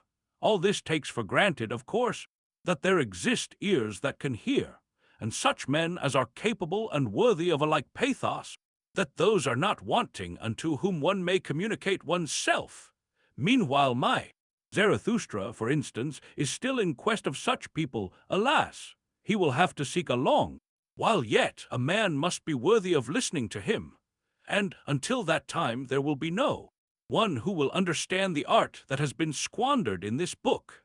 No one has ever existed who has had more novel, more strange, and purposely created art forms to fling to the winds. The fact that such things were possible in the German language still awaited proof. Formerly, I myself would have denied most emphatically that it was possible. Before my time, people did not know what could be done with the German language, what could be done with language in general. The art of grand rhythm, of grand style in periods for expressing the tremendous fluctuations of sublime and superhuman passion, was first discovered by me, with the dithyramb entitled The Seven Seals, which constitutes the last discourse of the third part of Zarathustra. I soared miles above all that which heretofore has been called poetry. 5. The fact that the voice which speaks in my works is that of a psychologist who has not his peer is perhaps the first conclusion at which a good reader will arrive, a reader such as I deserve, and one who reads me just as the good old philologists used to read their Horace, those propositions about which all the world is fundamentally agreed, not to speak of fashionable philosophy, of moralists and other empty-headed and cabbage-brained people, are to me but ingenuous blunders. For instance, the belief that altruistic and egoistic are opposites, while all the time the ego itself is merely a supreme swindle, an ideal. There are no such things as egoistic or altruistic actions. Both concepts are psychological nonsense, or the proposition that man pursues happiness, or the proposition that happiness is the reward of virtue, or the proposition that pleasure and pain are opposites. Morality, the Circe of mankind, has falsified everything's psychological root and branch. It has demoralized everything, even to the terribly nonsensical point of calling love unselfish. A man must first be firmly poised, he must stand securely on his two legs, otherwise he cannot love at all. This indeed the girls know only too well. They don't care two pins about unselfish and merely objective men. May I venture to suggest, incidentally, that I know women? This knowledge is part of my Dionysian patrimony. Who knows? Maybe I am the first psychologist of the eternally feminine. Women all like me, but that's an old story. Save, of course, the abortions among them, the emancipated ones, those who lack the wherewithal to have children. Thank goodness I am not willing to let myself be torn to pieces. The perfect woman tears you to pieces when she loves you. I know these amiable maenads. Oh, what a dangerous, creeping, subterranean little beast of prey she is, and so agreeable withal. A little woman, pursuing her vengeance, would force open even the iron gates of fate itself. Woman is incalculably more wicked than man. She is also cleverer. Goodness in a woman is already a sign of degeneration. All cases of beautiful souls in women may be traced to a faulty physiological condition, but I go no further, lest I should become metaphysical. The struggle for equal rights is even a symptom of disease. Every doctor knows this. The more womanly a woman is, the more she fights tooth and nail against rights in 29. General, the natural order of things, the eternal war between the sexes, assigns to her by far the foremost rank. Have people had ears to hear my definition of love? It is the only definition worthy of a philosopher. Love, in its means, is war. In its foundation, it is the mortal hatred of the sexes. Have you heard my reply to the question how a woman can be cured, saved, in fact? Give her a child. A woman needs children, man is always only a means. Thus spake Zarathustra. The emancipation of women, this is the instinctive hatred of physiologically botched, that is to say, barren women for those of their sisters who are well constituted. The fight against man is always only a means, a pretext, a piece of strategy by trying to rise to woman per se, to higher woman, to the ideal woman. All they wish to do is to lower the general level of women's rank, and there are no more certain means to this end than university education, trousers, and the rights of voting cattle. Truth to tell, the emancipated are the anarchists in the eternally feminine world, the physiological mishaps, the most deep-rooted instinct of whom is revenge, a whole species of the most malicious idealism, which, by the by, also manifests itself in men, in Henrik Ibsen, for instance, that typical old maid, whose object is to poison the clean conscience, the natural spirit of sexual love. And in order to leave no doubt in your minds in regard to my opinion, which, on this matter, is as honest as it is severe, I will reveal to you one more clause out of my moral code against vice. With the word vice, I combat every kind of opposition to nature, or, if you prefer fine words, idealism. The clause reads, preaching of chastity is a public incitement to unnatural practices. All depreciation of the sexual life, all the sullying of it by means of the concept impure, is the essential crime against life, is the essential crime against the holy spirit of life. In order to give you some idea of myself as a psychologist, let me take this curious piece of psychological analysis out of the book Beyond Good and Evil, in which it appears. I forbid, by the by, any guessing as to whom I am describing in this passage. The genius of the heart, as that great anchorite possesses it, the divine tempter and born Pied Piper of consciences, whose voice knows how to sink into the inmost depths of every soul, who neither utters a word nor casts a glance, in which some seductive motive or trick does not lie, a part of whose masterliness is that he understands the art of seeming, not what he is, but that which will place a fresh constraint upon his followers, to press ever more closely upon him, to follow him ever more enthusiastically and wholeheartedly. The genius of the heart, which makes all loud and self-conceited things hold their tongues and lend their ears, which polishes all rough souls and makes them taste a new longing, to lie placid as a mirror, that the deep heavens may be reflected in them. The genius of the heart, which teaches the clumsy and too hasty hand to hesitate and grasp more tenderly, which scents the hidden and forgotten treasure, the pearl of goodness and sweet spirituality, beneath thick black ice, and is a divining rod for every grain of gold, long buried and imprisoned in heaps of mud and sand. The genius of the heart, from contact with which every man goes away richer, not blessed and overcome, not as though favored and crushed by the good things of others, but richer in himself, fresher to himself than before, opened up, breathed upon and sounded by a thawing wind, more uncertain perhaps, more delicate, more fragile, more bruised, but full of hopes which as yet lack names, full of a new will and striving, full of a new unwillingness and counter-striving. 30. The birth of tragedy. 1. In order to be fair to the birth of tragedy, 1872, it is necessary to forget a few things. It created a sensation and even fascinated by means of its mistakes, by means of its application to Wagnerism, as if the latter were the sign of an ascending tendency. On that account alone, This treatise was an event in Wagner's life. Thenceforward great hopes surrounded the name of Wagner. Even to this day, people remind me, sometimes in the middle of Parsifal, that it rests on my conscience if the opinion that this movement is of great value to culture, at length, became prevalent. I have often seen the book quoted as the second birth of tragedy from the spirit of music.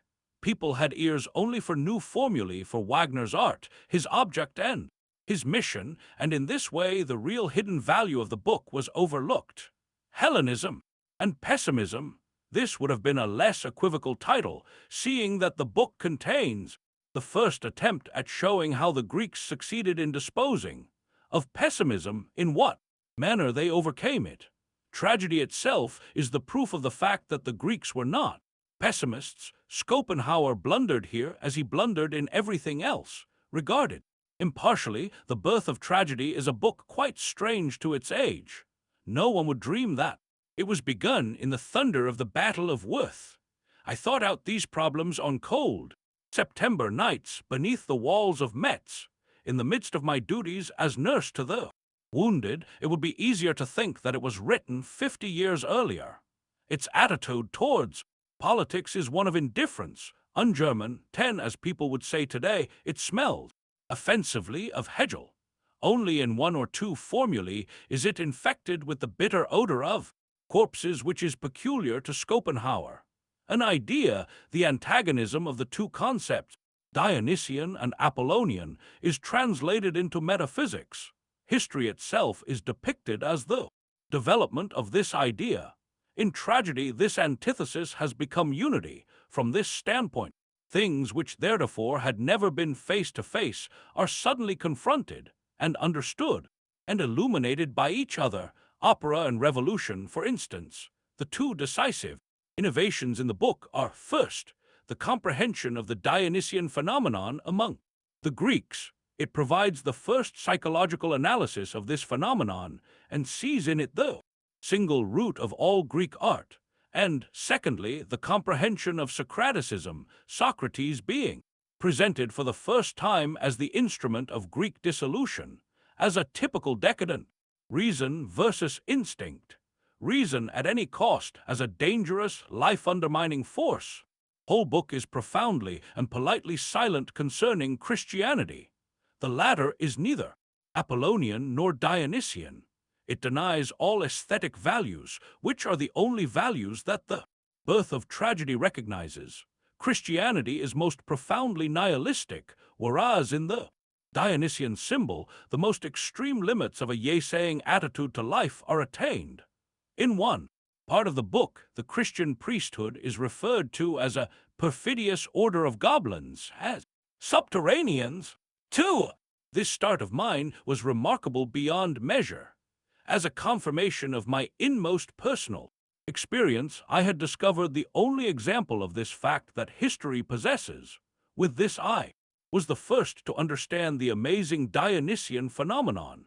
At the same time, by recognizing Socrates as a decadent, I proved most conclusively that the certainty of those Germans who, like Nietzsche or Goethe, recognized that politics constituted a danger to culture, and who appreciated the literature of maturer cultures, such as that of France, are called undeutsch, un-German by imperialistic Germans. Tr. 31. Psychological grasp of things ran very little risk at the hands of any sort of moral idiosyncrasy. To regard morality itself as a symptom of degeneration is an innovation, unique event of the first order in the history of knowledge. How high I had soared above the pitifully foolish gabble about optimism and pessimism with my two new doctrines. I was the first to see the actual contrast, the degenerate instinct which turns upon life with a subterranean lust of vengeance. Christianity, Schopenhauer's philosophy, and in some respects too even Plato's philosophy. In short, the whole of idealism in its typical forms, as opposed to a formula of the highest yea-saying to life, born of an abundance and a superabundance of life, a yea-saying free from all reserve, applying even to suffering and guilt, and all that is questionable and strange in existence. This last, most joyous, most exuberant and exultant yea to life is not only the highest, but also the profoundest conception, and one which is most strictly confirmed and supported by truth and science. Nothing that exists must be suppressed, nothing can be dispensed with. Those aspects of life which Christians and other nihilists reject belong to an incalculably higher order in the hierarchy of values than that which the instinct of degeneration calls good and may call good. In order to understand this, a certain courage is necessary, and, as a prerequisite of this, a certain superfluity of strength. For a man can approach only as near to truth as he has the courage to advance. That is to say, everything depends strictly upon the measure of his strength. Knowledge and the affirmation of reality are just as necessary to the strong man as cowardice, the flight from reality, in fact, the ideal, are necessary to the weak inspired by weakness. These people are not at liberty to know. Decadents stand in need of lies is one of their self-preservative measures. He who not only understands the word Dionysian, but understands himself in that term, does not require any refutation of Plato or of Christianity or of Schopenhauer, for his knows sense decomposition. 3. The extent to which I had, by means of these doctrines, discovered the idea of tragedy, ultimate explanation of what the psychology of tragedy is, I discussed finally in the twilight of the Idols, APH 5, Part 10, the saying of yea to life and even to its weirdest and most difficult problems. The will to life rejoicing at its own infinite vitality in the sacrifice of its highest types. That is what I called Dionysian. That is what I meant as the bridge to the psychology of the tragic poet. Not to cast out terror and pity, or to purge one's self of dangerous passion by discharging it with vehemence. This was Aristotle's 11 misunderstanding of it. But to be far beyond terror and pity, and to be the eternal lust of becoming itself, that lust which also involves the joy of destruction. In this sense, I have the right to regard myself as the first tragic philosopher, that is to say, the most extreme antithesis and antipodes of a pessimistic philosopher. Before my time no such thing existed as this translation of the Dionysian phenomenon into philosophically emotion. Tragic wisdom was lacking. In vain have I sought for signs of it even among the great Greeks. In philosophy, those belonging to the 2 centuries before Socrates, I still remained a little doubtful about Heraclitus, in whose presence alone I felt warmer and more at ease than anywhere else. The yea-saying to the impermanence and annihilation of things, which is the decisive feature of a Dionysian philosophy. The yea-saying to contradiction and war, the postulation of becoming, together with the radical rejection even of the concept being in. All these things, at all events, I must recognize him who has come nearest to me in thought. Hitherto, the doctrine of the eternal recurrence, that is to say, of the absolute and eternal repetition of all things in periodical cycles. This doctrine of Zarathustra's might, it is true. 11 Aristotle's Poetics, see Romans 6, tr. 32, have been taught before. In any case, the Stoics, who derived nearly all their fundamental ideas from Heraclitus, show traces of it. A tremendous hope finds expression in this work. After all, I have absolutely no reason to renounce the hope for a Dionysian future of music. Let us look a century ahead, and let us suppose that my attempt to destroy 2 millenniums of hostility to nature and of the violation of humanity be crowned with success that new party of life advocates, which will undertake the greatest of all tasks, the elevation and perfection of mankind, as well as the relentless destruction of all degenerate and parasitical elements, will make that superabundance of life on earth once more possible, out of which the Dionysian state will perforce arise again. I promise the advent of a tragic age. The highest art in the saying of yea to life, tragedy, will be born again when mankind has the knowledge of the hardest but most necessary of wars behind it, without, however, suffering from that knowledge. Psychologist might add that what I heard in Wagnerian music in my youth and early manhood had nothing whatsoever to do with Wagner. That when I described Dionysian music, I described merely what I personally had heard, that I was compelled instinctively to translate and transfigure everything into the new spirit which filled my breast. A proof of this, and as strong a proof as you could have, is my essay, Wagner in Bayreuth. In all its decisive, psychological passages, I am the only person concerned. Without any hesitation you may read my name or the word Zarathustra, wherever the text contains the name of Wagner. The whole panorama of the dithyrambic artist is the representation of the already existing author of Zarathustra, and it is drawn with an abysmal depth which does not even once come into contact with the real Wagner. Wagner himself had a notion of the truth he did not recognize himself in the essay. In this way, the idea of Bayreuth was changed into something which, to those who are acquainted with my Zarathustra, will be no riddle. That is to say, into the great noon when the highest of the elect will consecrate themselves for the greatest of all duties, who knows, the vision of a feast which I may live to see, the pathos of the first few pages is universal history. The look which is discussed on page 10,512 of the book is the actual look of Zarathustra. Wagner, Bayreuth, the whole of this petty German wretchedness, is a cloud upon which an infinite fata morgana of the future is reflected.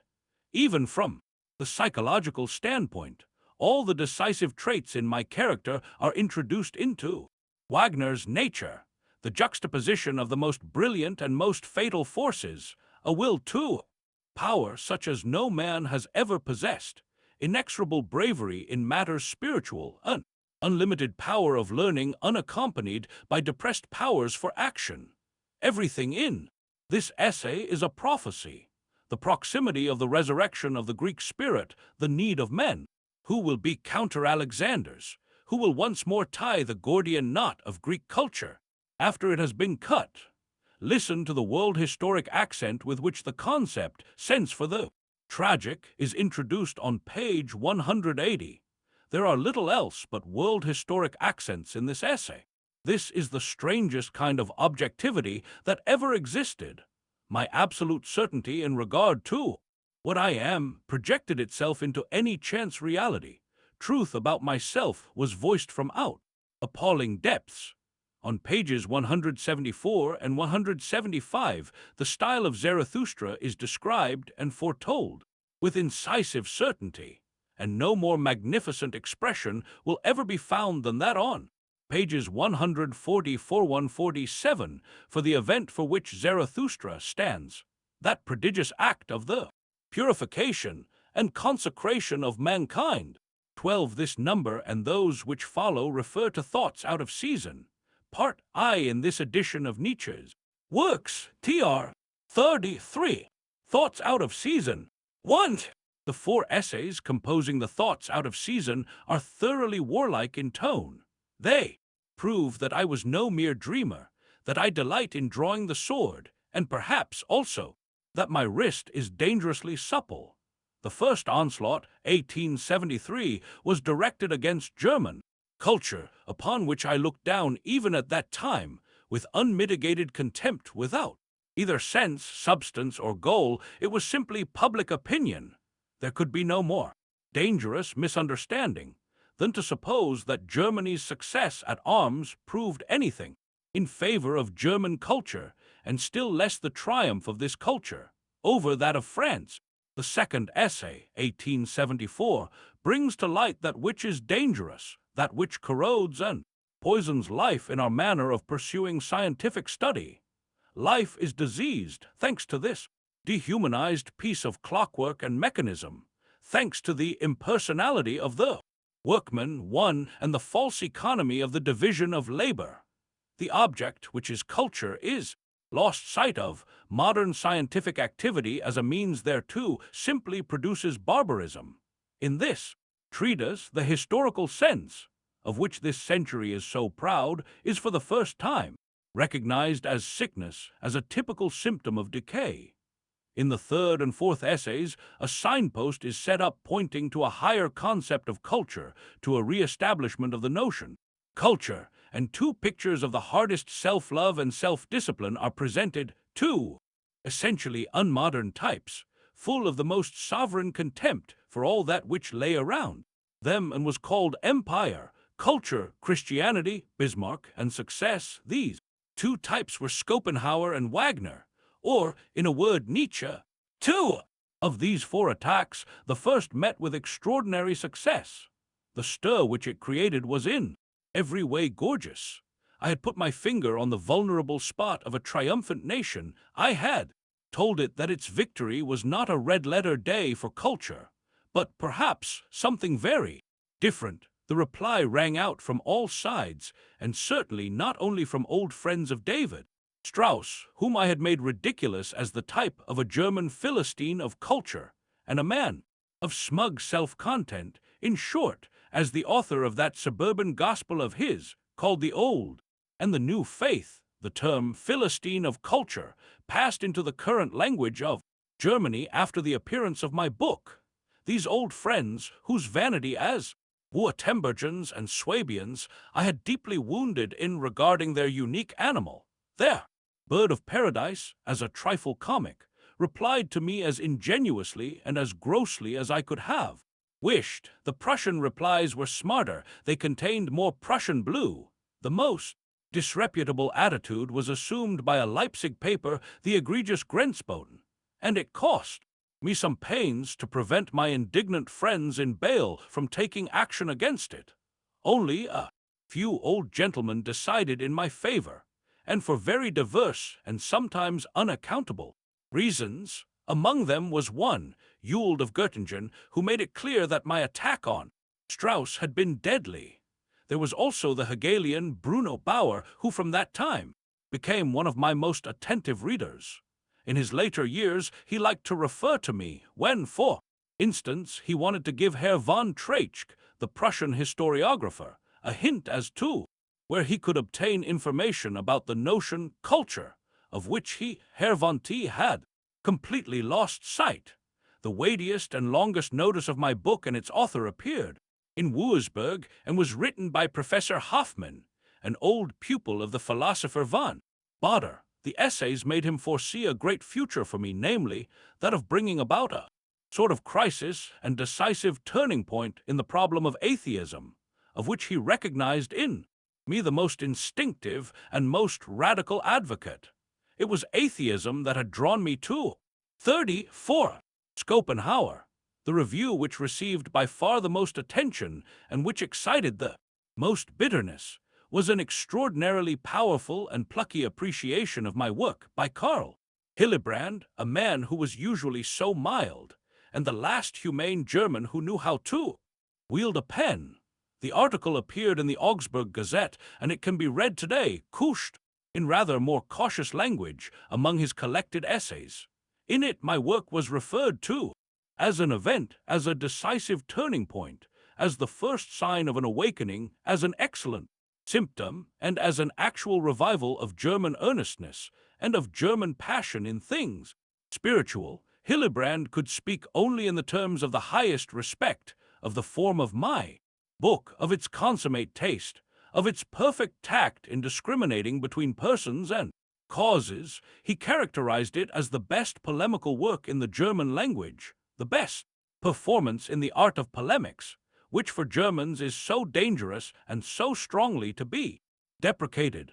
Besides confirming my standpoint, he laid even greater stress upon what I had dared to say about the deterioration of language in Germany.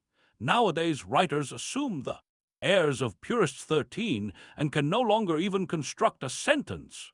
Sharing my contempt for the literary stars of this nation, he concluded by expressing his admiration for my courage, that greatest courage of all which places the very favorites of the people in the dock. The after effects of this essay of mine proved invaluable to me in my life. No one has ever tried to meddle with me since. People are silent, In Germany, I am treated with gloomy caution. For years, I have rejoiced in the privilege of such absolute freedom of speech, as no one, nowadays, least of all in the empire, has enough liberty to claim. My paradise is in the shadow of my sword. At bottom, all I had done was to put one of Stendhal's maxims into practice. He advises one to make one's entrance into society by means of a duel. And how? Well, I had chosen my opponent, the foremost freethinker of Germany. As a matter of fact, quite a novel kind of free thought found its expression in this way. Up to the present, nothing has been more strange and more foreign to my blood than the whole of that European and American species known as leaders penseurs, incorrigible blockheads and clowns of modern ideas that they are. I feel much more profoundly at variance with them than with any one of their adversaries. They also wish to improve mankind after their own fashion, that is to say, in their own image. Against that which I stand for and desire, they would wage an implacable war if only they understood it. The whole gang of them still believe in an ideal. I am the first immoralist. 3. I should not like to say that the last two essays in the Thoughts Out of Season, associated with the names of Schopenhauer and Wagner respectively, serve any special purpose in throwing light upon these two cases or in formulating their psychological problems. This, of course, does not apply to a few details. Thus, for instance, in the second of the two essays, with a profound certainty of instinct, I already characterized the elementary factor in Wagner's nature as a theatrical talent, which in all his means and inspirations only draws its final conclusions. At bottom, my desire in this essay was to do something very different from writing psychology, an unprecedented educational problem, a new understanding of self-discipline and self-defense carried to the point of hardness, a road to greatness and to world-historic duties yearned to find expression. Roughly speaking, I seized two famous and, theretofore, completely undefined types by the forelock, after the manner in which one seizes opportunities, simply in order to speak my mind on certain questions, in order to have a few. 13. The purists constitute a definite body in Germany, which is called the Deutscher Sprachverein. Their object is to banish every foreign word from the language, and they carry this process of ostracism even into the domain of the menu, where their efforts at rendering the meaning of French dishes are extremely comical. Strange, too. Say, their principal organ and their other publications are by no means free either from solecisms or faults of style, and it is doubtless to this curious anomaly that Nietzsche here refers. Tr. 35. More formulas, signs, and means of expression at my disposal. Indeed, I actually suggest this with most unearthly sagacity on page 183 of Schopenhauer as Educator. Plato made use of Socrates in the same way, that is to say, as a cipher for Plato. Now that, from some distance, I can look back upon the conditions of which these essays are the testimony, I would be loth to deny that they refer simply to me. The essay Wagner in Bayreuth is a vision of my own future. On the other hand, my most secret history, my development, is written down in Schopenhauer as Educator.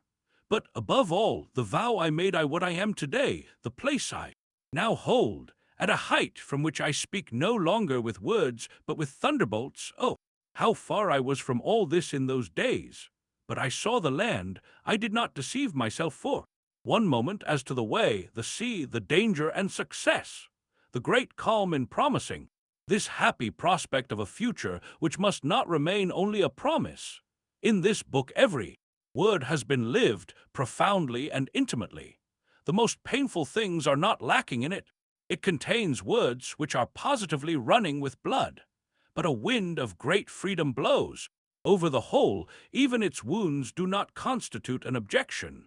As to what I understand by being a philosopher, that is to say, a terrible explosive in the presence of which everything is in danger. As to how I sever my idea of the philosopher by miles from that other idea of him which includes even a Kant, not to speak of the academic ruminators and other professors of philosophy. Concerning all these things, this essay provides invaluable information, even granting that at bottom it is not Schopenhauer as educator, but Nietzsche as educator who speaks his sentiments in it. Considering that in those days my trade was that of a scholar, and perhaps also that I understood my trade, the piece of austere scholar psychology, which suddenly makes its appearance in this essay, is not without importance. It expresses the feeling of distance and my profound certainty regarding what was my real life task and what were merely means, intervals, and accessory work to me. My wisdom consists in my having been many things, and in many places, in order to become one thing, in order to be able to attain to one thing. It was part of my fate to be a scholar for a while. 36. Human, all too human. 1. Human, all too human, with its two sequels, is the memorial of a crisis. It is called a book for free spirits. Almost every sentence in it is the expression of a triumph. By means of it I purged myself of everything in me which was foreign to my nature. Idealism is foreign to me. The title of the book means, where ye see ideal things I see, human, alas, all too human. Things I know men better. The word free spirit in this book must not be understood as anything else than a spirit that has become free, that has once more taken possession of itself. My tone, the pitch of my voice, has completely changed. The book will be thought clever, cool, and at times both hard and scornful. A certain spirituality of noble taste seems to be ever struggling to dominate a passionate torrent at its feet. In this respect, there is some sense in the fact that it was the 100th anniversary of Voltaire's death that served, so to speak, as an excuse for the publication of the book as early as 1878. For Voltaire, as the opposite of everyone who wrote after him, was above all a grandee of the intellect, precisely what I am. Also, the name of Voltaire on one of my writings, that was verily a step forward in my direction. Looking into this book a little more closely, you perceive a pitiless spirit who knows all the secret hiding places in which ideals are wont to skulk, where they find their dungeons and, as it were, their last refuge. With a torch in my hand, the light of which is not by any means a flickering one, I illuminate this nether world with beams that cut like blades. It is war, but war without powder and smoke, without warlike attitudes, without pathos and contorted limbs. All these things would still be idealism. One error after the other is quietly laid upon ice. The ideal is not refuted, it freezes. Here, for instance, genius freezes. Round the corner, the saint freezes. Under a thick icicle, the hero freezes, and in the end, faith itself freezes. So-called conviction and also pity are considerably cooled, and almost everywhere the thing in itself is freezing to death. 2. This book was begun during the first musical festival at Bayreuth. A feeling of profound strangeness towards everything that surrounded me there is one of its first conditions. He who has any notion of the visions which even at that time had flitted across my path will be able to guess what I felt when one day I came to my senses in Bayreuth. It was just as if I had been dreaming. Where on earth was I? I recognized nothing that I saw. I scarcely recognized Wagner. It was in vain that I called up reminiscences. Tribschen, remote island of bliss, not the shadow of a resemblance. The incomparable days devoted to the laying of the first stone, the small group of the initiated who celebrated them, and who were far from lacking fingers for the handling of delicate things, not the shadow of a resemblance. What had happened? Wagner had been translated into German. The Wagnerite had become master of Wagner. German art, the German master, German beer. We who know only too well the kind of refined artists and cosmopolitanism in taste, to which alone Wagner's art can appeal, were beside ourselves at the sight of Wagner bedecked with German virtues. I think I know the Wagnerite. I have experienced 3 generations of them, from Brendel of blessed memory, who confounded Wagner with Hegel, to the idealists of the Bayreuth Gazette, who confound Wagner with themselves. I have been the recipient of every kind of confession. About Wagner from Beautiful Souls. My kingdom for just one intelligent word I in very. 37. Truth, a blood-curdling company. Knoll, Pole, and Cole 14, and others of their kidney too. Infinity, there was not a single abortion that was lacking among them, no, not even the anti-Semite. Poor Wagner, into whose hands had he fallen, if only he had gone into a herd of swine, but among Germans. Some day, for the edification of posterity, one ought really to have a genuine Beiruthian stuffed, or better still, preserved in spirit, for it is precisely spirit that is lacking in this quarter, with this inscription at the foot of the jar, a sample of the spirit whereon the German Empire was founded. But enough! In the middle of the festivities, I suddenly packed my trunk and left the place for a few weeks, despite the fact that a charming Parisian lady sought to comfort me. I excused myself to Wagner simply by means of a fatalistic telegram. In a little spot called Klingenbrunn, deeply buried in the recesses of the Bomerwald, I carried my melancholy and my contempt of Germans about with me like an illness, and from time to time, under the general title of the Plowshare, I wrote a sentence or two down in my notebook. Nothing but severe psychological stuff, which it is possible may have found its way into human, all too human. 3. That which had taken place in me then was not only a breach with Wagner. I was suffering from a general aberration of my instincts, of which a mere isolated blunder, whether it were Wagner or my professorship at Bale, was nothing more than a symptom. I was seized with a fit of impatience with myself. I saw that it was high time that I should turn my thoughts upon my own lot. In a trice I realized, with appalling clearness, how much time had already been squandered, how futile and how senseless my whole existence as a philologist appeared by the side of my life task. I was ashamed of this false modesty.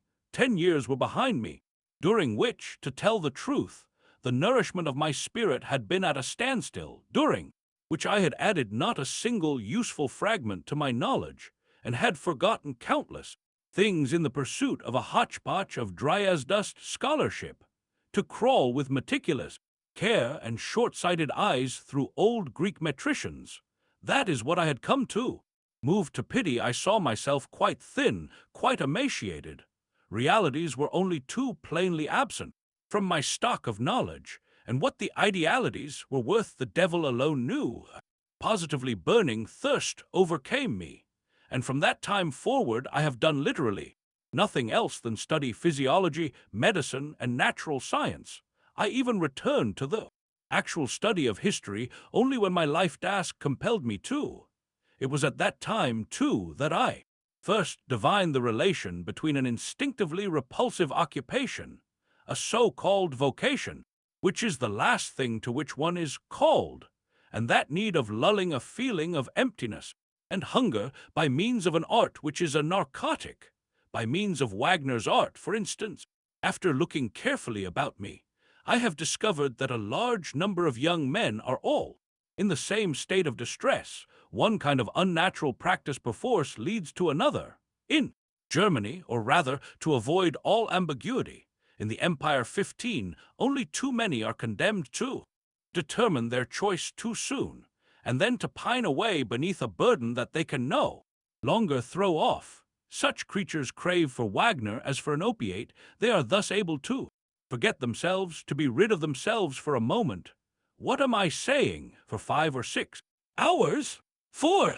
At this time, my instincts turned resolutely against any further yielding or following on my part and any further misunderstanding of myself. Every kind of life, the most unfavorable. 14. Knoll and Pole were both writers on music. Cole, however, which literally means cabbage, is a slang expression denoting superior nonsense. Tr.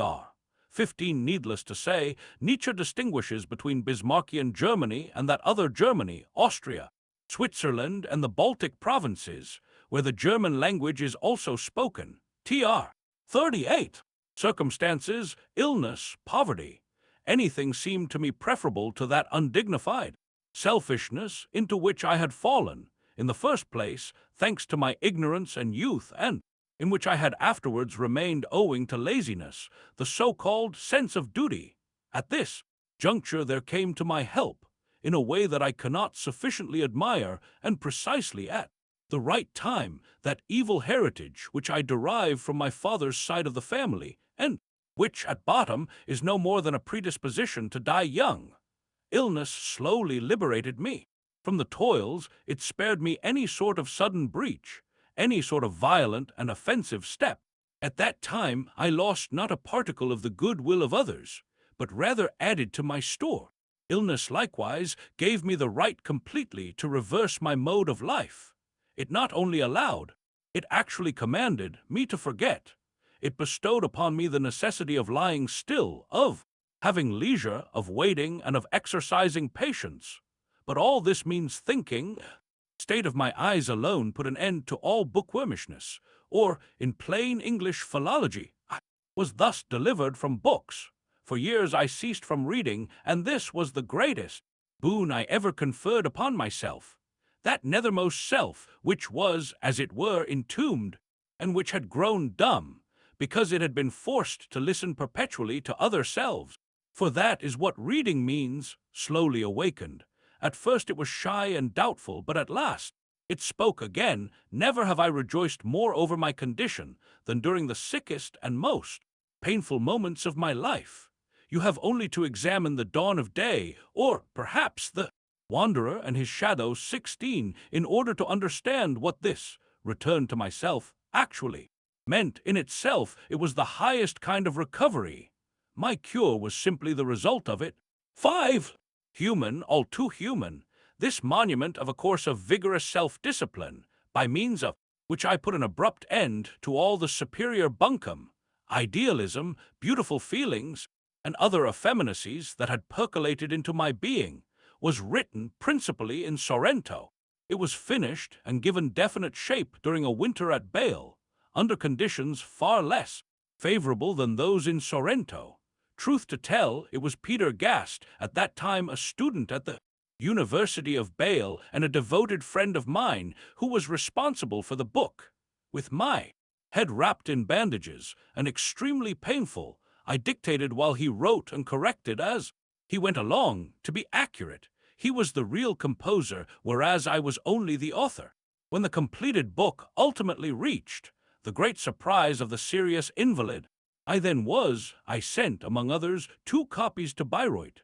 Thanks to a miraculous flash of intelligence on the part of chance, there reached me precisely at the same time a splendid copy of the Parsifal text, with the following inscription from Wagner's pen: "To his dear friend Friedrich Nietzsche, from Richard Wagner, ecclesiastical counselor."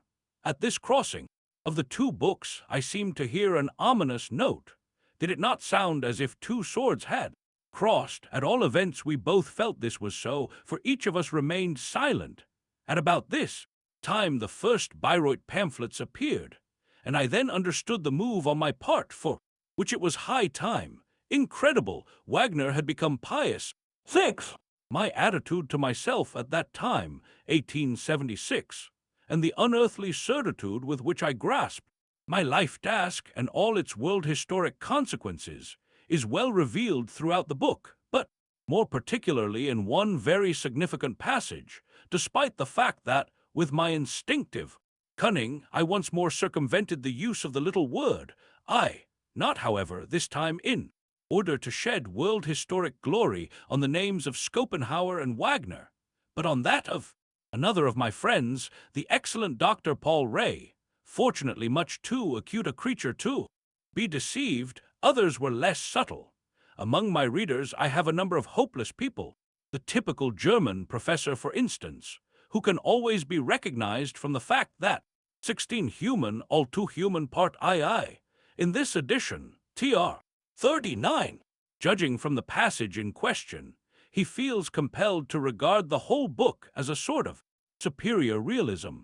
As a matter of fact, it contradicts 5 or 6 of my friend's utterances. Only read the introduction to the Genealogy of Morals on this question. The passage above referred to reads, "What, after all, is the principal axiom to which the boldest and coldest thinker, the author of the book on the origin of moral sensations. Read Nietzsche, the first immoralist, has attained by means of his incisive and decisive analysis of human action. The moral man, he says, is no nearer to the intelligible metaphysical world than is the physical man, for there is no intelligible world. This theory, hardened and sharpened under the hammer blow of historical knowledge, read the transvaluation of all values, may, sometime or other, perhaps in some future period, 1890, serve as the axe which is applied to the root of the metaphysical need of man, whether more as a blessing than a curse to the general welfare, it is not easy to say, but in any case as a theory with the most important consequences, at once fruitful and terrible, and looking into the world with that Janus face which all great knowledge possesses. 17 human, all too human vol. IAPH 37 40. The dawn of day. Thoughts about morality as a prejudice. 1. With this book I open my campaign against morality. Not that it is at all redolent of powder, you will find quite other and much nicer smells in it, provided that you have any keenness in your nostrils. There is nothing either of light or of heavy artillery in its composition, and if its general end be a negative one, its means are not so. Means out of which the end follows like a logical conclusion, not like a cannon shot. And if the reader takes leave of this book with a feeling of timid caution in regard to everything which has hitherto been honored and even worshipped under the name of morality, it does not alter the fact that there is not one negative word, not one attack, and not one single piece of malice in the whole work. On the contrary, it lies in the sunshine, smooth and happy, like a marine animal basking in the sun between two rocks. For after all, I was this marine animal. Almost every sentence in the book was thought out, or rather caught, among that medley of rocks in the neighborhood of Genoa, where I lived quite alone, and exchanged secrets with the ocean. Even to this day, when by chance I happen to turn over the leaves of this book, almost every sentence seems to me like a hook, by means of which I draw something incomparable. Out of the depths, its whole skin quivers with delicate shudders of recollection. This book is conspicuous for no little art in gently catching things which whisk rapidly and silently away, moments which I call godlike lizards, not with the cruelty of that young Greek god who simply transfixed the poor little beast, but nevertheless with something pointed with a pen. There are so many dawns which have not yet shed their light. This Indian maxim is written over the doorway of this book. Where does its author seek that new morning, that delicate red as yet undiscovered with which another day, a whole series of days, a whole world of new days will begin? In the transvaluation of all values, in an emancipation from all moral values, in a saying of yea, and in an attitude of trust to all that which hitherto has been forbidden, despised, and damned. This yea-saying book projects its light, its love, its tenderness over all evil things. It restores to them their soul, their clear conscience, and their superior right and privilege to exist on earth. Morality is not assailed, it simply ceases to be considered. This book closes with the word or. It is the only book which closes with an or. 2. My life task is to prepare for humanity one supreme moment in which it can come to its senses, a great noon in which it will turn its gaze backwards and forwards, in which it will step from under the yoke of accident and of priests, and for the first time set the question of the why and wherefore of humanity as a whole. This life task naturally follows out of the conviction that mankind does not get on the right road of its own accord, that it is by no means divinely ruled, but rather that it is precisely under the cover of its most holy valuation, that the instinct of negation, of corruption, and of degeneration has held such a seductive sway. The question concerning the origin of moral valuations is therefore a matter of the highest importance to me, because it determines the future of mankind. The demand made upon us to believe that everything is really in the best hands, that a certain book, the Bible, gives us the definite and comforting assurance that there is a providence that wisely rules the fate of man, when translated back into reality, amounts simply to this, namely the will to stifle the truth which maintains the reverse of all this, which is that hitherto man has been in 41 the worst possible hands, and that he has been governed by the physiologically botched, the men of cunning and burning revengefulness, and the so-called saints, those slanderers of the world and traducers of humanity. The definite proof of the fact that the priest, including the priest in disguise, the philosopher, has become master, not only within a certain limited religious community, but everywhere, and that the morality of decadence, the will to nonentity, has become morality per se, is to be found in this, that altruism is now an absolute value and egoism is regarded with hostility everywhere. He who disagrees with me on this point I regard as infected, but all the world disagrees with me, to a physiologist alike. Antagonism between values admits of no doubt. If the most insignificant organ within the body neglects, however slightly, to assert with absolute certainty its self-preservative powers, its recuperative claims, and its egoism, the whole system degenerates. The physiologist insists upon the removal of degenerated parts. He denies all fellow feeling for such parts, and has not the smallest feeling of pity for them. But the desire of the priest is precisely the degeneration of the whole of mankind. Hence his preservation of that which is degenerate. This is what his dominion costs humanity. What meaning have those lying concepts, those handmaids of morality, soul, spirit, free will, God, if their aim is not the physiological ruin of mankind?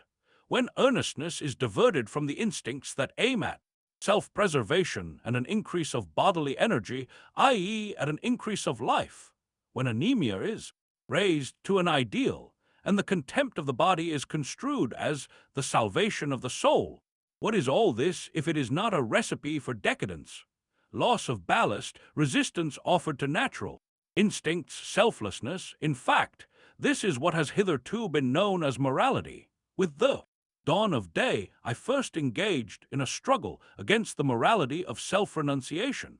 42. Joyful Wisdom, La Gaia Science. 1. Dawn of Day is a yea-saying book, profound but clear and kindly. The same applies once more and in the highest degree to La Gaia Science. In almost every sentence of this book, profundity and playfulness go gently hand in hand.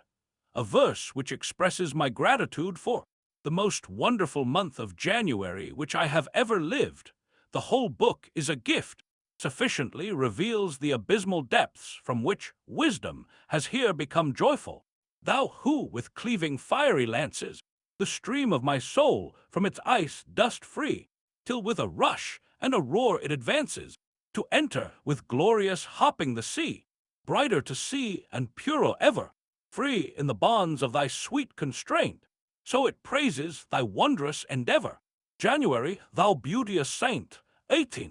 Who can be in any doubt as to what glorious hopping means here, when he has realized the diamond beauty of the first of Zarathustra's words, as they appear in a glow of light at the close of the fourth book, or when he reads the granite sentences at the end of the third book, wherein a fate for all times is first given a formula, the songs of Prince Friazabird, which, for the most part, were written in Sicily, remind me quite forcibly of that provincial notion of Gaia Scienza, of that union of singer, knight, and free spirit, which distinguishes that wonderfully early culture of the provincials from all ambiguous cultures. The last poem of all, To the Mistral, an exuberant dance song in which, if you please, the new spirit dances freely upon the corpse of morality, is a perfect provincialism. 18. Translated for Joyful Wisdom by Paul V. Cohn, tr. 43. Thus Spake Zarathustra, a book for all and none. 1. I now wish to relate the history of Zarathustra. The fundamental idea of the work, the eternal recurrence, the highest formula of a yea-saying to life that can ever be attained, was first conceived in the month of August 1881. I made a note of the idea on a sheet of paper with the postscript 6,000 feet beyond man and time. That day I happened to be wandering through the woods alongside of the lake of Silvaplana, and I halted not far from Surley beside a huge rock that towered aloft like a pyramid. It was then that the thought struck me. Looking back now, I find that exactly 2 months before this inspiration I had an omen of its coming in the form of a sudden and decisive change in my tastes, more particularly in music.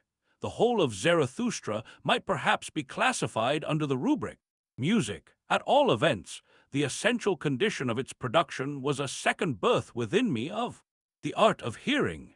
In Ricoro, a small mountain resort near Vicenza, where I spent the spring of 1881, I and my friend and maestro, Peter Gast, who was also one who had been born, again discovered that the phoenix music hovered over us in lighter and brighter plumage than it had ever worn before.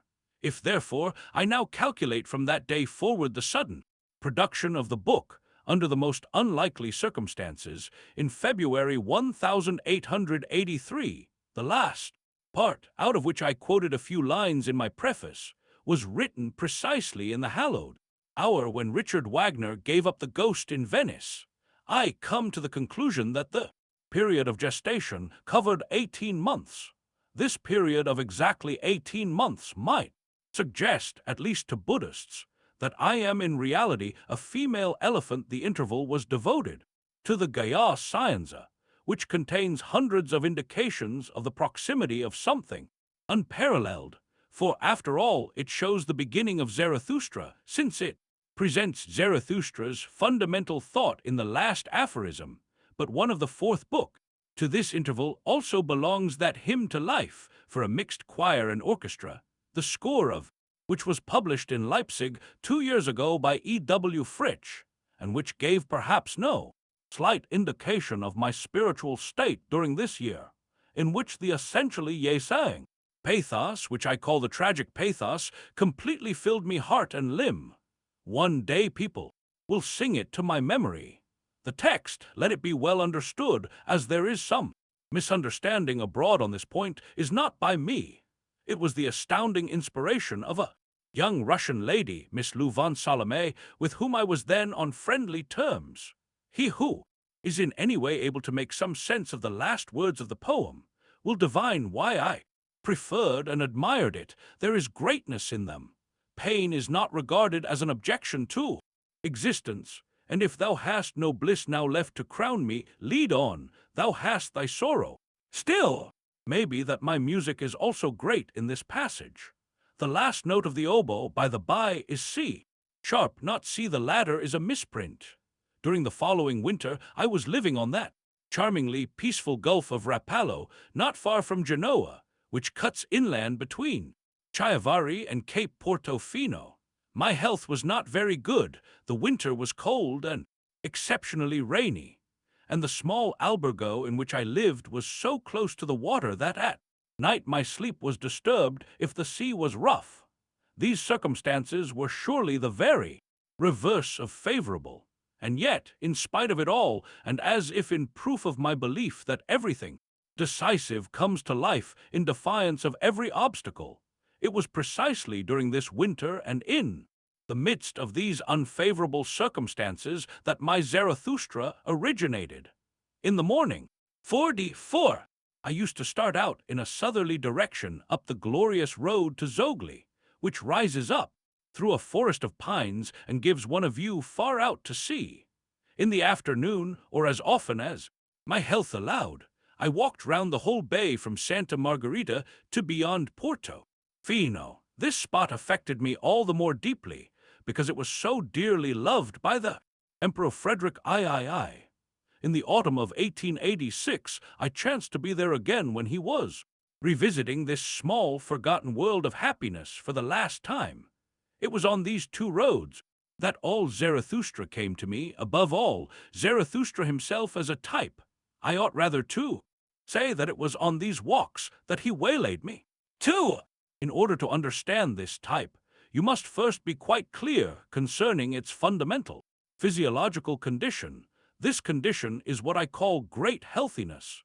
In regard to this idea, I cannot make my meaning more plain or more personal than I have done already in one of the last aphorisms, number 382 of the fifth book of the Gaia Scienza.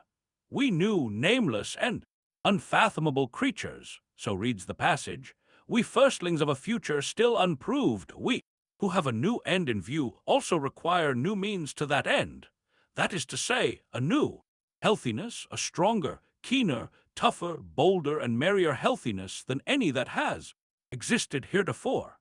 He who longs to feel in his own soul the whole range of values and aims that have prevailed on earth until his day, and to sail round all the coasts of this ideal Mediterranean Sea, who, from the adventures of his own inmost experience, would fain know how it feels to be a conqueror and discoverer of the ideal, as also how it is with the artist, the saint, the legislator, the sage, the scholar, the man of piety, and the godlike anchorite of yore. Such a man requires one thing above all for his purpose, and that is great healthiness, such healthiness as he not only possesses, but also constantly acquires and must acquire because he is continually sacrificing it again and is compelled to sacrifice it. And now, therefore, after having been long on the way, we Argonauts of the ideal, whose pluck is greater than prudence would allow, and who are often shipwrecked and bruised, but, as I have said, healthier than people would like to admit, dangerously healthy, and forever recovering our health, it would seem as if we had before us, as a reward for all our toils, a country still undiscovered, the horizon of which no one has yet seen, a beyond to every country and every refuge of the ideal that man has ever known, a world so overflowing with beauty, strangeness, doubt, terror, and divinity, that both our curiosity and our lust of possession are frantic with eagerness. Alas, how in the face of such vistas and with such burning desire in our conscience and consciousness, could we still be content with the man of the present day? This is bad indeed, but that we should regard his worthiest aims and hopes with ill-concealed amusement, or perhaps give them no thought at all, is inevitable.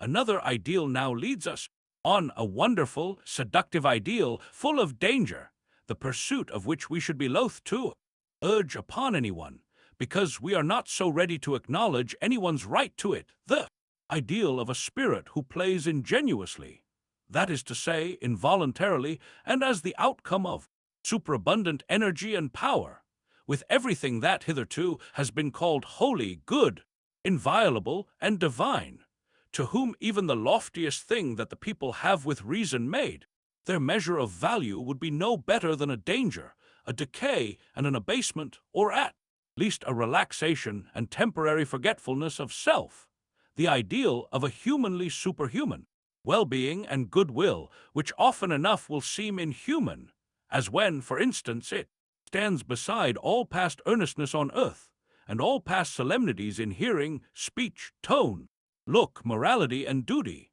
as their most lifelike and unconscious parody, but with which, nevertheless, great earnestness perhaps alone begins. The first note of interrogation is affixed, the fate of the soul changes, the hour hand moves, and tragedy begins. 345. Has anyone at the end of the 19th century any distinct notion of what poets of a stronger age understood by the word inspiration? If not, I will describe it. If one had the smallest vestige of superstition left in one, it would hardly be possible completely to set aside the idea that one is the mere incarnation, mouthpiece, or medium of an almighty power, the idea of revelation, in the sense that something which profoundly convulses and upsets one becomes suddenly visible and audible with indescribable certainty and accuracy, describes the simple fact: one hears, one does not seek, one takes, one does not ask who gives. Thought suddenly flashes up like lightning. It comes with necessity, without faltering. I have never had any choice in the matter.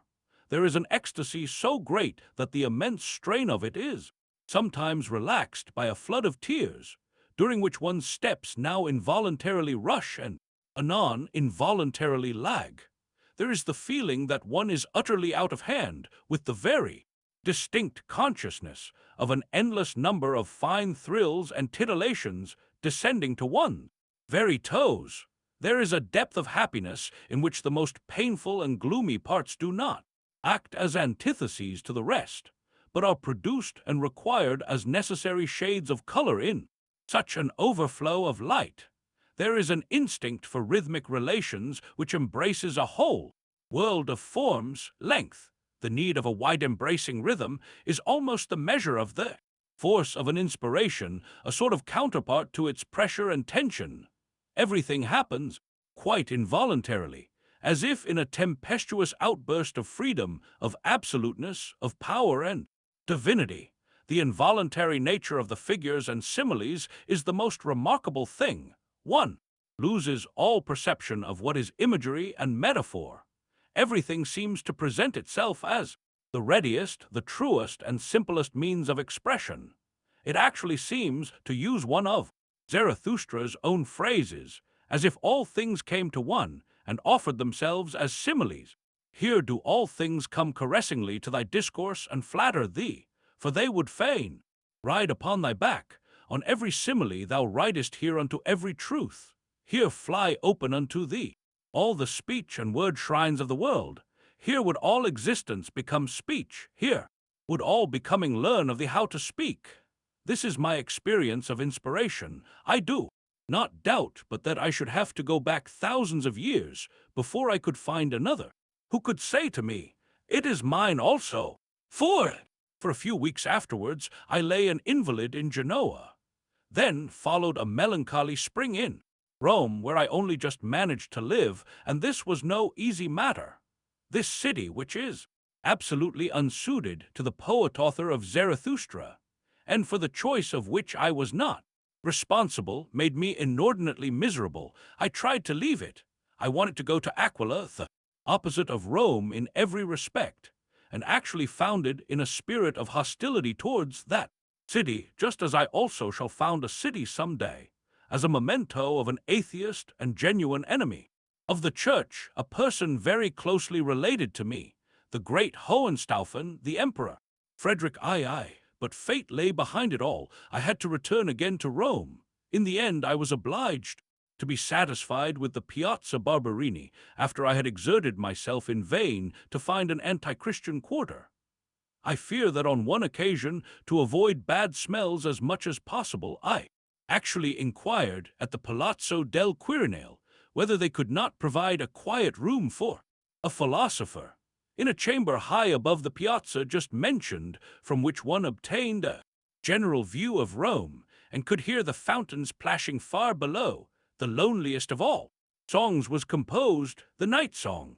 About this time I was obsessed by an unspeakably sad melody, the refrain of which I recognized in the affords, "Dead through immortality." In the summer, finding myself once more in the sacred place, where the first thought of Zarathustra flashed like a light across my mind, I conceived the second part. 10 days sufficed. Neither for the second, the first, nor the third part have I required a day longer. In the ensuing winter, beneath the halcyon sky of Nice, which then for the first time poured its light into my life, I found the third Zarathustra and came to the end of my task. The whole 46 having occupied me scarcely a year. Many hidden corners and heights in the country round about Nice are hallowed for me by moments that I can never forget. That decisive chapter, entitled Old and New Tables, was composed during the arduous ascent from the station to Ecce, that wonderful Moorish village in the rocks. During those moments when my creative energy flowed most plentifully, my muscular activity was always greatest. The body is inspired. Let us waive the question of soul. I might often have been seen dancing in those days, and I could then walk for 7 or 8 hours on end over the hills without a suggestion of fatigue. I slept well and laughed a good deal. I was perfectly robust and patient. 5. With the exception of these periods of industry lasting 10 days, the years I spent during the production of Zarathustra and thereafter were for me years of unparalleled distress. A man pays dearly for being immortal. To this end, he must die many times over during his life. There is such a thing as what I call the rancor of greatness. Everything great, whether a work or a deed, once it is completed, turns immediately against its author. The very fact that he is its author makes him weak at this time. He can no longer endure his deed. He can no longer look it full in the face. To have something at one's back which one could never have willed, something to which the knot of human destiny is attached, and to be forced thenceforward to bear it on one's shoulders, why, it almost crushes one, the rancor of greatness. Somewhat different experience is the uncanny silence that reigns about one. Solitude has 7 skins which nothing can penetrate. One goes among men, one greets friends, but these things are only new deserts. The looks of those one meets no longer bear a greeting. At the best, one encounters a sort of revolt. This feeling of revolt I suffered in varying degrees of intensity at the hands of almost everyone who came near me. It would seem that nothing inflicts a deeper wound than suddenly to make one's distance felt. Those noble natures are scarce who know not how to live unless they can revere. A third thing is the absurd susceptibility of the skin to small pinpricks, a kind of helplessness in the presence of all small things. This seems to me a necessary outcome of the appalling expenditure of all defensive forces, which is the first condition of every creative act, of every act which proceeds from the most intimate, most secret, and most concealed recesses of a man's being. The small defensive forces are thus, as it were, suspended, and no fresh energy reaches them. I even think it probable that one does not digest so well, that one is less willing to move, and that one is much too open to sensations of coldness and suspicion. For, in a large number of cases, suspicion is merely a blunder in etiology. On one occasion, when I felt like this, I became conscious of the proximity of a herd of cows, some time before I could possibly have seen it with my eyes, simply owing to a return in me of milder and more humane sentiments. They communicated warmth to me. 6. This work stands alone. Do not let us mention the poets in the same breath. Nothing, perhaps, has ever been produced out of such a superabundance of strength.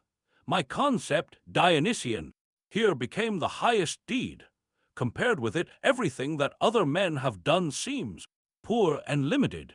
The fact that a Goethe or a Shakespeare would not for an instant have known how to take breath in this atmosphere of passion and of the heights.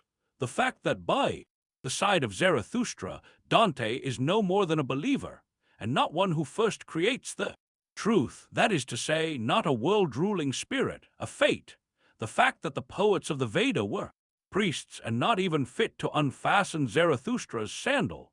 All this is the least of things, and gives no idea of the distance, of the azure solitude in which this work dwells. Zarathustra has an eternal right to say, I draw around me circles and holy boundaries, ever fewer are they. 47. That mount with me to ever loftier heights. I build me a mountain range of ever holier mountains. If all the spirit and goodness of every great soul were collected together, the whole could not create a single one of Zarathustra's discourses. The ladder upon which he rises and descends is of boundless length. He has seen further, he has willed further, and gone further than any other man. There is contradiction in every word that he utters, this most yea-saying of all spirits. Through him all contradictions are bound up into a new unity. The loftiest and the basest powers of human nature, the sweetest, the lightest, and the most terrible, rush forth from out one spring with everlasting certainty.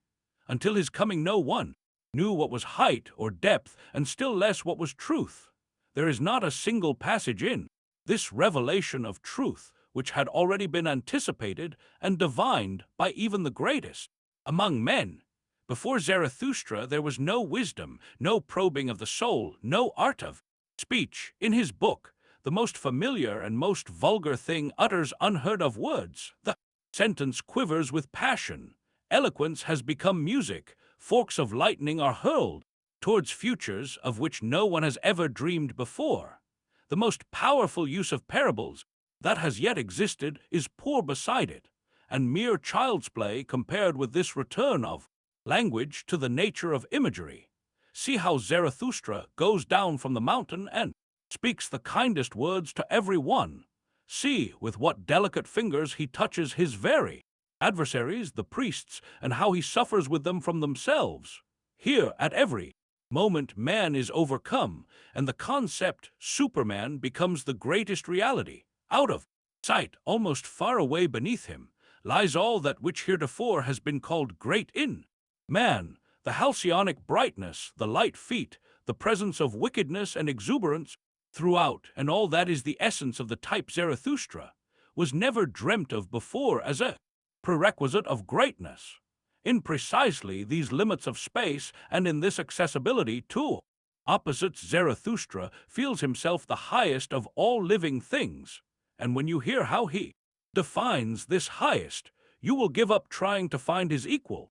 The soul which hath the longest ladder and can step down deepest, the vastest soul that can run and stray and rove furthest in its own domain, the most necessary soul that out of desire flingeth itself to chance, the stable soul that plungeth into becoming, the possessing soul that must needs taste of willing and longing, the soul that flieth from itself and overtaketh itself in the widest circle, the wisest soul that folly exhorteth most sweetly, the most self-loving soul, in whom all things have their rise, their ebb and flow. But this is the very idea of Dionysus. Another consideration leads to this idea. The psychological problem presented by the type of Zarathustra is, how can he, who in an unprecedented manner says no and acts no, in regard to all that which has been affirmed, hitherto remain nevertheless a yea-saying spirit? How can he who bears the heaviest destiny on his shoulders and whose very life task is a fatality, yet be the brightest and the most transcendental of spirits, for Zarathustra is a dancer? How can he who has the hardest and most terrible grasp of reality, and who has thought the most abysmal thoughts, nevertheless avoid conceiving these things as objections to existence, or even as objections to the eternal recurrence of existence? How is it that, on the contrary, he finds reasons for being himself the eternal affirmation of all things, the tremendous and unlimited saying of yea and amen? Into every abyss do I bear the benediction of my yea to life. But this, once more, is precisely the idea of Dionysus. 7:48. What language will such a spirit speak when he speaks unto his soul?